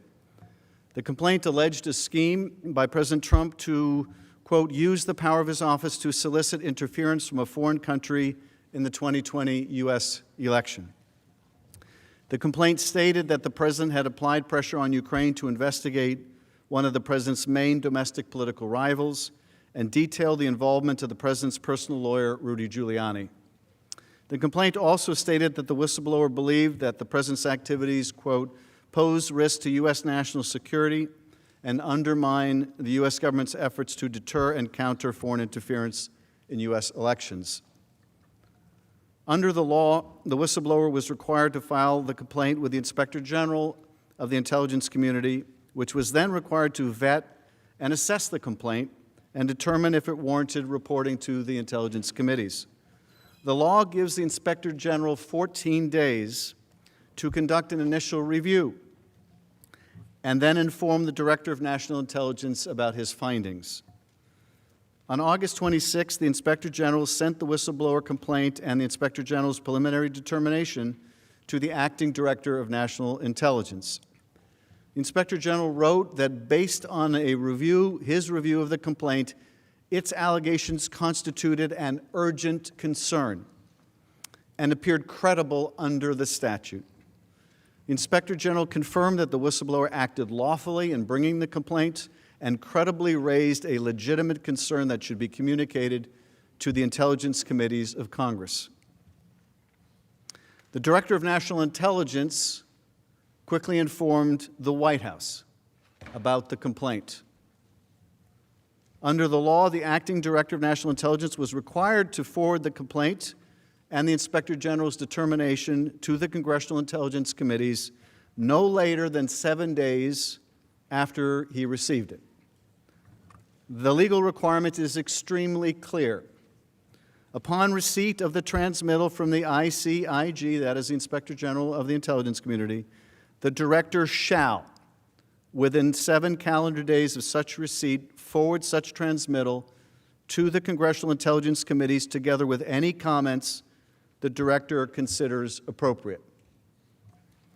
Yet, despite the clear letter of the law, the White House mobilized to keep the information in the whistleblower complaint from Congress, including by inviting the Department of Justice to render an opinion as to whether the complaint could be withheld from Congress. The statutory deadline of September 2nd, when the Director of National Intelligence was required to turn it over to Congress, came and went, and the complaint remained hidden from Congress. Finally, on September 9th, a full week after the complaint was required to be sent to Congress, and once again, an urgent concern, the Inspector General, 1 week after it was required to be sent to Congress, the Inspector General wrote to the leaders of the intelligence committees to inform them that the Director of National Intelligence was withholding a whistleblower complaint in direct contravention of past practice and the law. On September 24th, Speaker of the House Nancy Pelosi announced that the House of Representatives is moving forward with an official impeachment inquiry. The next day, the House of Representatives passed a resolution calling on the Trump administration to provide the whistleblower's complaint immediately to the Congressional Intelligence Committees. Later that day, the White House publicly released the summary of the July 25th call between President Trump and President Zelensky and permitted the acting Director of National Intelligence to provide the whistleblower's complaint and related documents to the Congressional Intelligence Committees. The President himself was happy to discuss the motivations for the scheme in public. That day, in a joint press availability with President Zelensky at the United Nations General Assembly, President Trump reiterated that he wanted Ukraine to investigate the Bidens. To do more on Joe Biden and investigation? No, I want him to do whatever he can. This was not his fault. He wasn't there. He's just been here recently. But whatever he can do in terms of corruption, because the corruption's massive. Now, when Biden's son walks away with millions of dollars from Ukraine and he knows nothing, and they're paying him millions of dollars, that's corruption.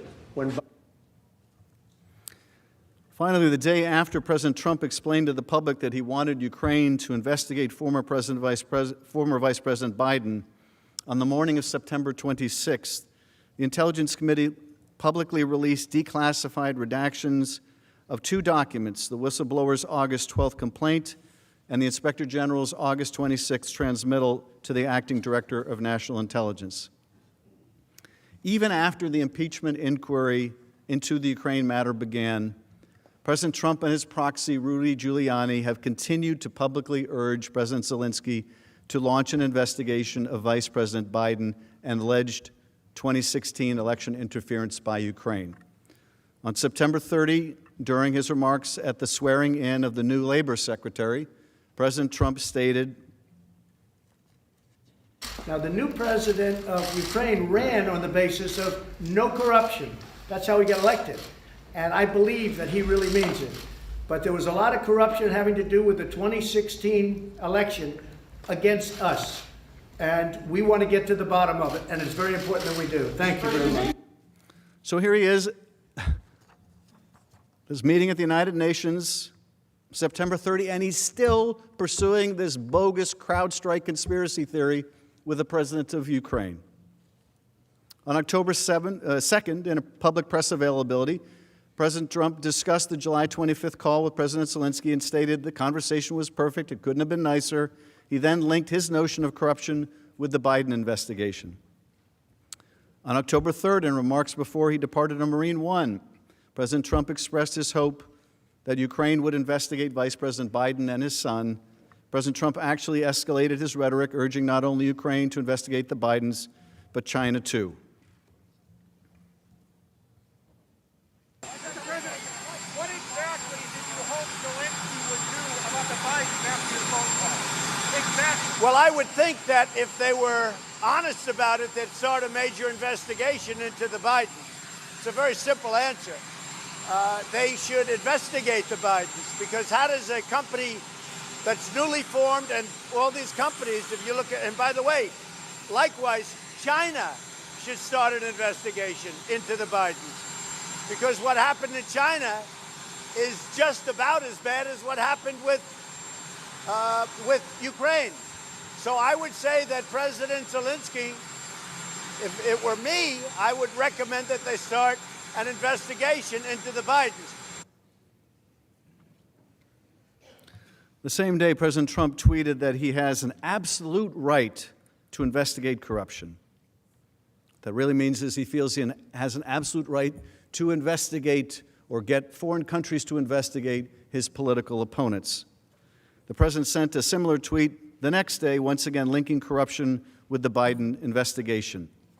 As president, I have an obligation to end corruption, even if that means requesting the help of a foreign country or countries. It is done all the time. This has nothing to do with politics or a political campaign against the Bidens. This does have to do with corruption. Give him credit for being so obvious. This has nothing to do with politics or a political campaign against the Bidens, but you got to investigate the Bidens. I guess that's just a coincidence. President Trump continued to demonstrate his eagerness to solicit foreign assistance related to his personal interest. Here's what's okay.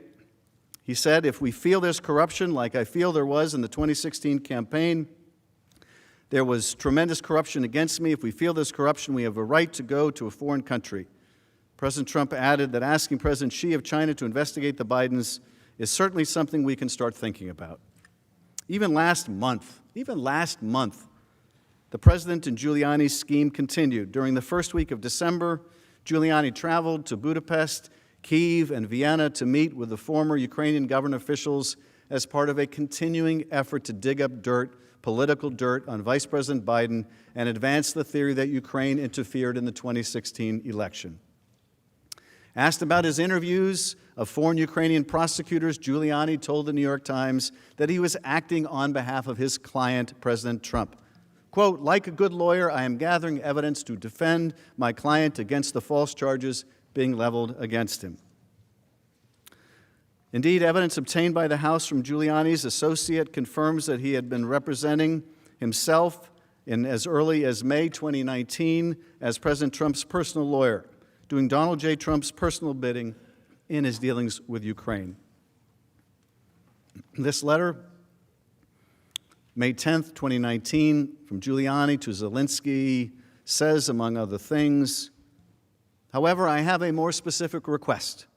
In my capacity as personal counsel to President Trump and with his knowledge and consent, I request a meeting with you on this upcoming Monday, May 13th, or Tuesday, May 14th. I will need no more than a half an hour of your time, and I will be accompanied by my colleague, Victoria Tensing, a distinguished American attorney who is very familiar with this matter.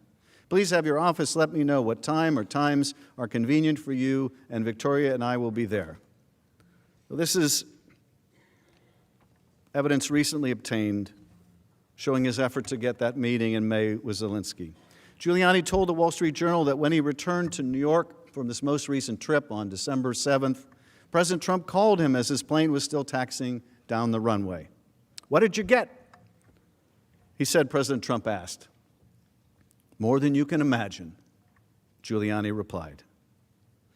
Giuliani claimed that he was putting his findings into a 20-page report that the president had asked him to brief the Attorney General and the Republicans in Congress. Shortly thereafter, on the same day, President Trump told reporters before departing on Marine One that he was aware of Giuliani's efforts in Ukraine and that Giuliani was going to report his purported findings to the Attorney General and Congress.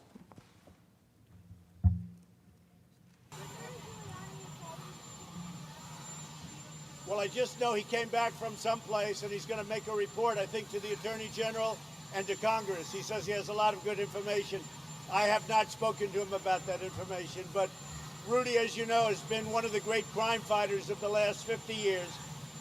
And he did get back from Europe just recently, and I know he has not told me what he's found, but I think he wants to go before Congress and say, and also to the Attorney General and the Department of Justice, I hear he's found plenty. Yeah.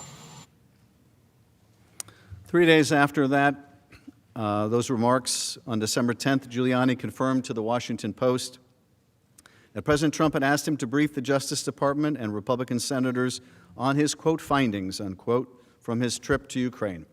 Giuliani stated, "He wants me to do it. I'm working on pulling it together and hope to have it done by the end of the week." That Friday, December 13th, Giuliani reportedly met with President Trump at the White House. And on December 17th, Giuliani confirmed to CNN that President Trump has been very supportive of his efforts to dig up dirt on Vice President Biden in Ukraine and that they are on the same page. The following day, on December 18, 2019, the House of Representatives approved the 2 articles of impeachment you are considering in this trial. Since the House voted on these articles, evidence has continued to come to light related to the President's corrupt scheme. Among other things, Freedom of Information Act lawsuits, press reporting, and documents provided to Congressman Rudy Giuliani associate Lev Parnas further corroborate what we already know about the President's scheme. As Giuliani again said on December 17th, President Trump has been, quote, very supportive, unquote, of his efforts to dig up dirt on Vice President Biden, and they are, quote, on the same page. Parnas further corroborated what we already know about President Trump's scheme, that he was responsible for withholding military aid and sustaining that hold, and that his personal attorney, Mr. Giuliani, was working at the direction of President Trump himself.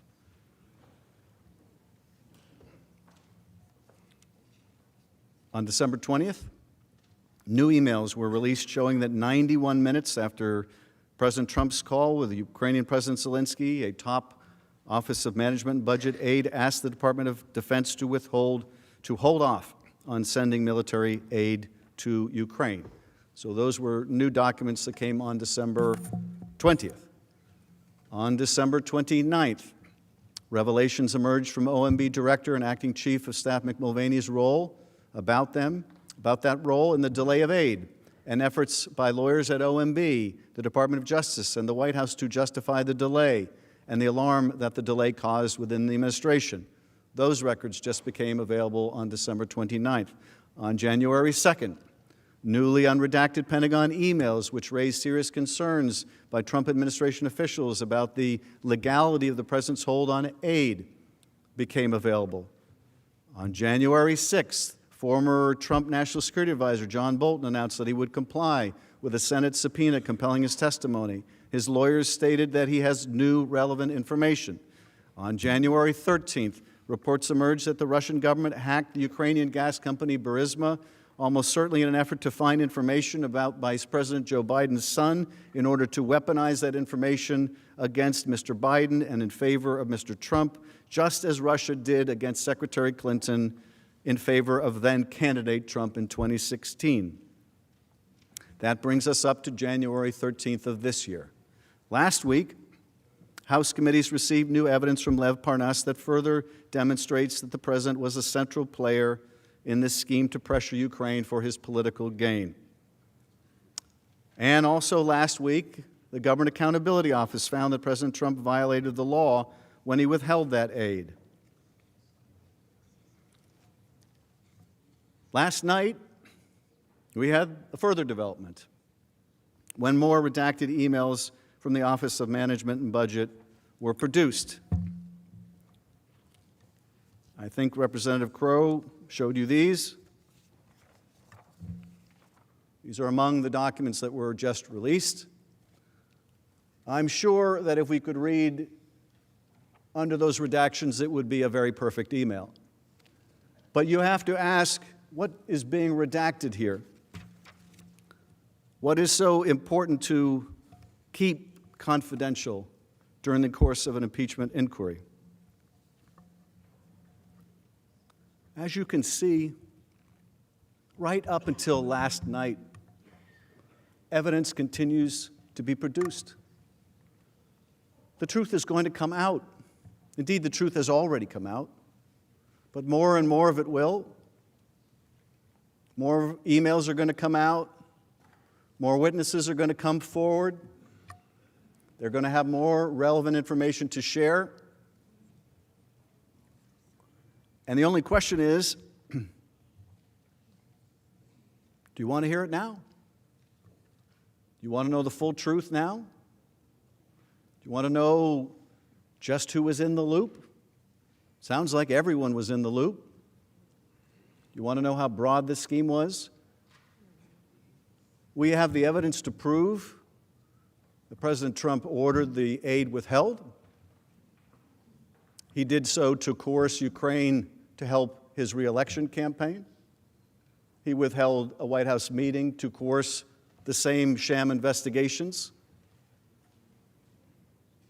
We can and will prove President Trump guilty of this conduct and of obstructing the investigation into his misconduct.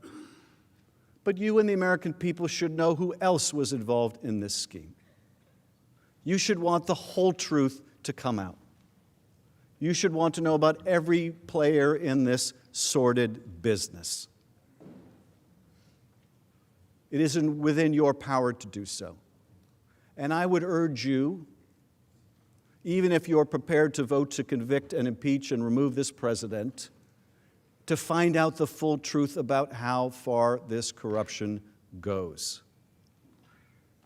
Because I think the public has a right to know. Now, yesterday we made the case for why you should hear this additional evidence and testimony.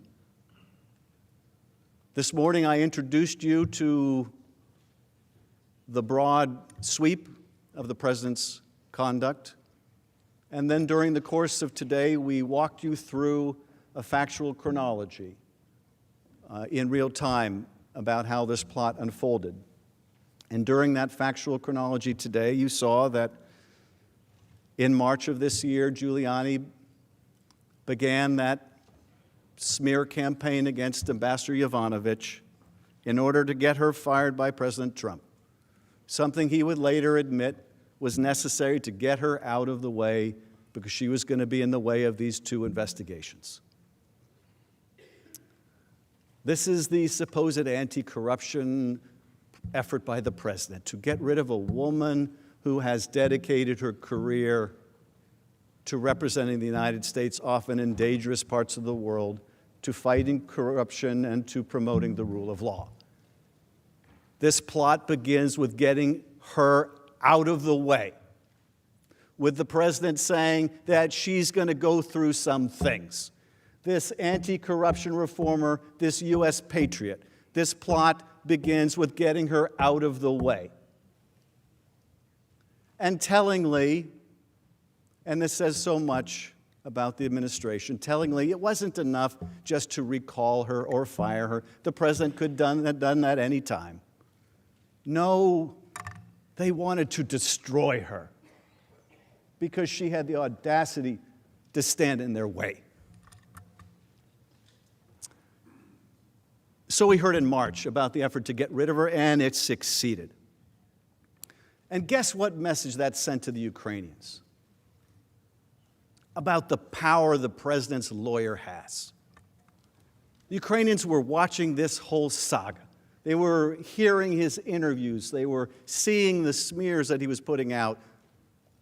And this attorney for the president, working hand in hand with these corrupt Ukrainians, was able to get a UN ambassador yanked out of her job. Proof positive. You want a window to this president, you want entree to this president, you want to make things happen with this president, you go through his lawyer. Never mind the State Department, never mind the National Security Council, never mind the Defense Department, you go through his lawyer. That's March. April, Zelensky has this huge victory in the presidential election. He gets a congratulatory call from the president. The president assigns Vice President Pence to go to the inauguration. May, Giuliani is rebuffed by Zelensky, cancels the trip to Ukraine, the one where he wanted to go, remember, meddle in the investigation. Because Giuliani says enemies of Trump surround Zelensky. guess that means he didn't get the meeting and they must be enemies of the president. Of course, the Ukrainians know why he wants that meeting. May, Trump disinvites Pence to the inauguration. Pence is going, Giuliani's rebuffed, Pence ain't going. That's May. Instead, May 23rd, we have this meeting at the White House, and there's a new party in town, the Three Amigos. They're going to be handling the Ukraine portfolio. And they're told, work with Rudy. Work with Rudy. Ambassador Sondland, Ambassador Volker, Secretary Perry. Work with Rudy. And as you saw in June, Giuliani's pushing for these investigations. And they're trying to arrange these meetings and trying to make this happen. And also in June, the Defense Department announces they're going to release the military aid. And the president reads about this. And then he stops it. He stops the aid. In July, on July 10th, you heard in the chronology, there's that meeting at the White House. The meeting in which Sondland blurts out in this meeting between Ukrainians and Americans, hey, they've got a deal. They're trying to get this meeting, and there's a debate about whether the meeting is going to happen and when it's going to happen, and Sondland says, hey, we've got a deal with Mulvaney here. We're going to get this meeting, and you're going to do those investigations. And Bolton stiffens and abruptly ends the meeting. That was the first meeting that day, and then Sondland brings the delegation to a different part of the White House, and they have the follow-up meeting where he makes it even more explicit. This drug deal is made even more explicit. And Dr. Hill is told by Ambassador Bolton, you need to go talk to the lawyers. I don't want any part of this drug deal they're cooking up. That's July. July is the month where that email goes from Sondland to Pompeo and others, and everybody is in the loop. July is the month where the hold is implemented with no explanation.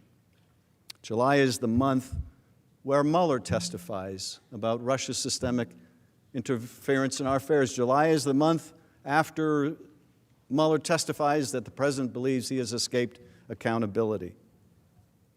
The next day in July is, of course, the July 25th call,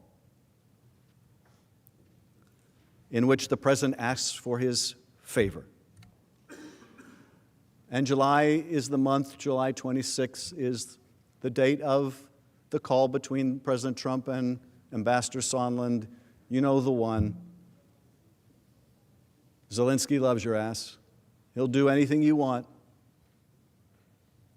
Is he going to do the investigation? Yeah, he's going to do the investigation. July is the month of that conversation between Sondland and David Holmes, where Holmes says, can you tell me candidly here what the president thinks of Ukraine? Does he give a blank about Ukraine?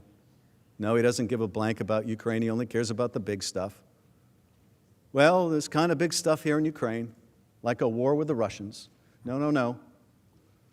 Big stuff that affects him personally, like the Biden investigation that Giuliani wants. That's the month of July. August, we have that meeting between Giuliani and Yermak in Madrid. August, we have the back and forth about the statement. No, you go first. And you commit and publicly announce the investigations, and then we'll give you a date. No, you go first. You give us the date, and then we'll announce the investigations. Well, we'll give you a statement that doesn't mention the specifics. No, you give us a statement that mentions the investigations. That's the month of August. August is also the month where it becomes clear that it's not just the meeting anymore. It's everything. Everything is conditioned on these investigations. The relationship, the money, the meeting. Sondland and Holmes testify it's as simple as 2 + 2 = 4.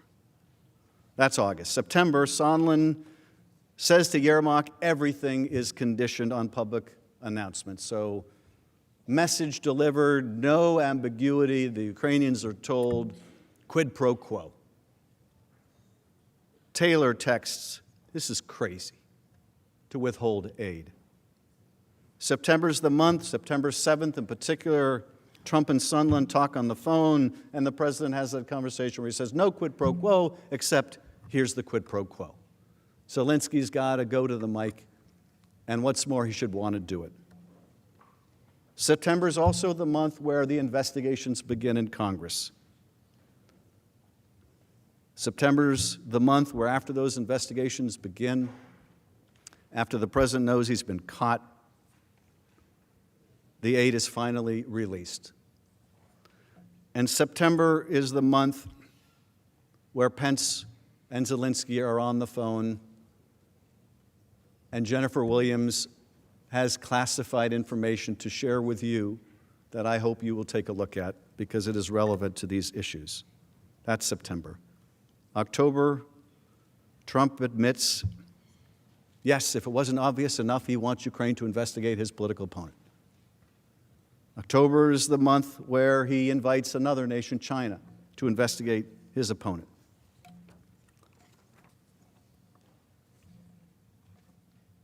This is the broad outline of the chronology that we went through today. Tomorrow, we will go through the law, the Constitution, and the facts as they apply to Article 1. That is the plan for tomorrow.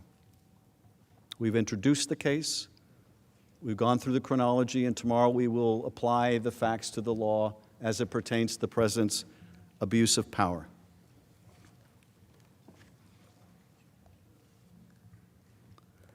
And let me just conclude this evening by remarking again on what brought us here.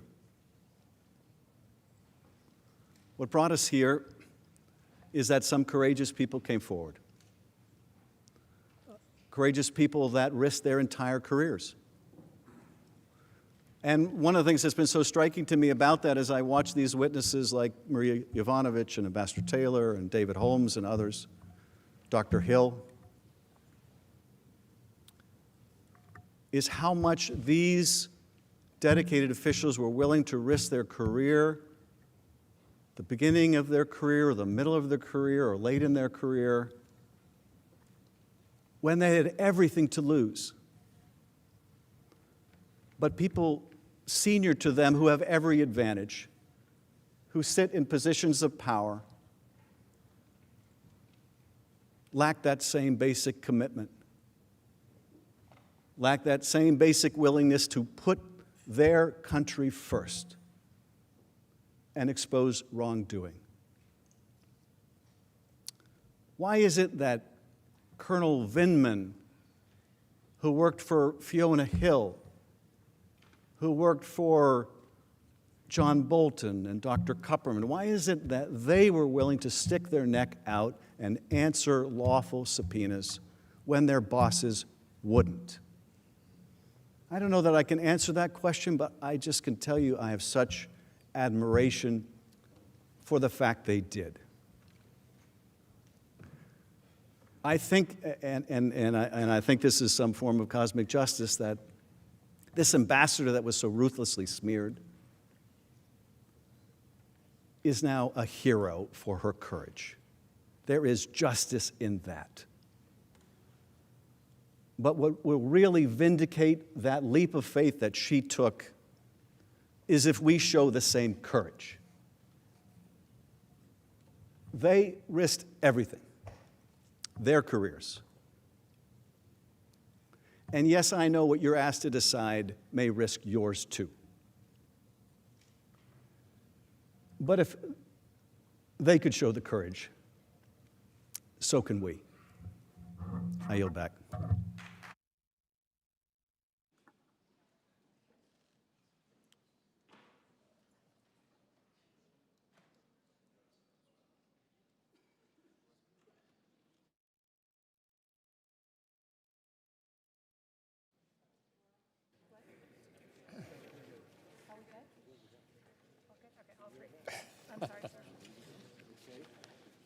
Pursuant to the provisions of Senate Resolution 243 of the 100th Congress, a single one-page classified document identified by the House managers for filing with the Secretary of the Senate that will be received on January 22nd, 2020, shall not be made part of the public record and shall not be printed, but shall be made available pursuant to the standing order from the 100th Congress. The Majority Leader is recognized. Mr. Chief Justice, colleagues, we're almost through for the evening. We'll convene again at 1 o'clock tomorrow. Before we adjourn, I'd like to acknowledge that tomorrow is the official last day for this term's Senate pages. This group of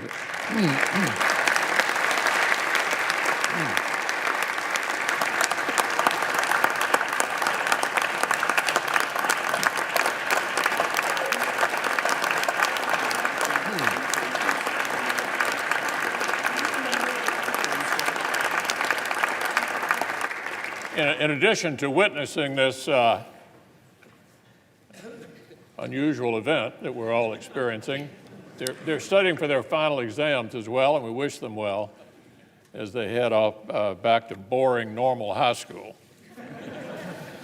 Mr. Leader, let me just add my thanks and gratitude for all of us.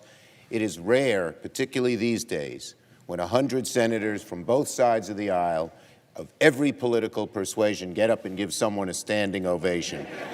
But you deserve it. Thank you for your good work, and we hope you have beautiful and successful lives.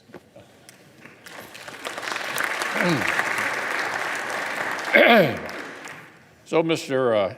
Chief Justice, I ask unanimous consent that on Tuesday, January the 28th, from 10 a.m. to 11 a.m., while the Senate is sitting as a court of impeachment, and that notwithstanding the Senate's adjournment, the Senate can receive House messages and executive matters, committees be authorized to report legislation and executive matters, and senators be allowed to submit statements for the record, bills, resolutions, and co-sponsor requests, and where applicable, the Secretary of the Senate, on behalf of the presiding officer, be permitted to refer such matters. Without objection, so ordered. Finally, I ask unanimous consent that trial adjourn until 1 p.m. Thursday, January 23rd, and this also constitute the adjournment of the Senate. Without objection, so ordered. Senate is adjourned.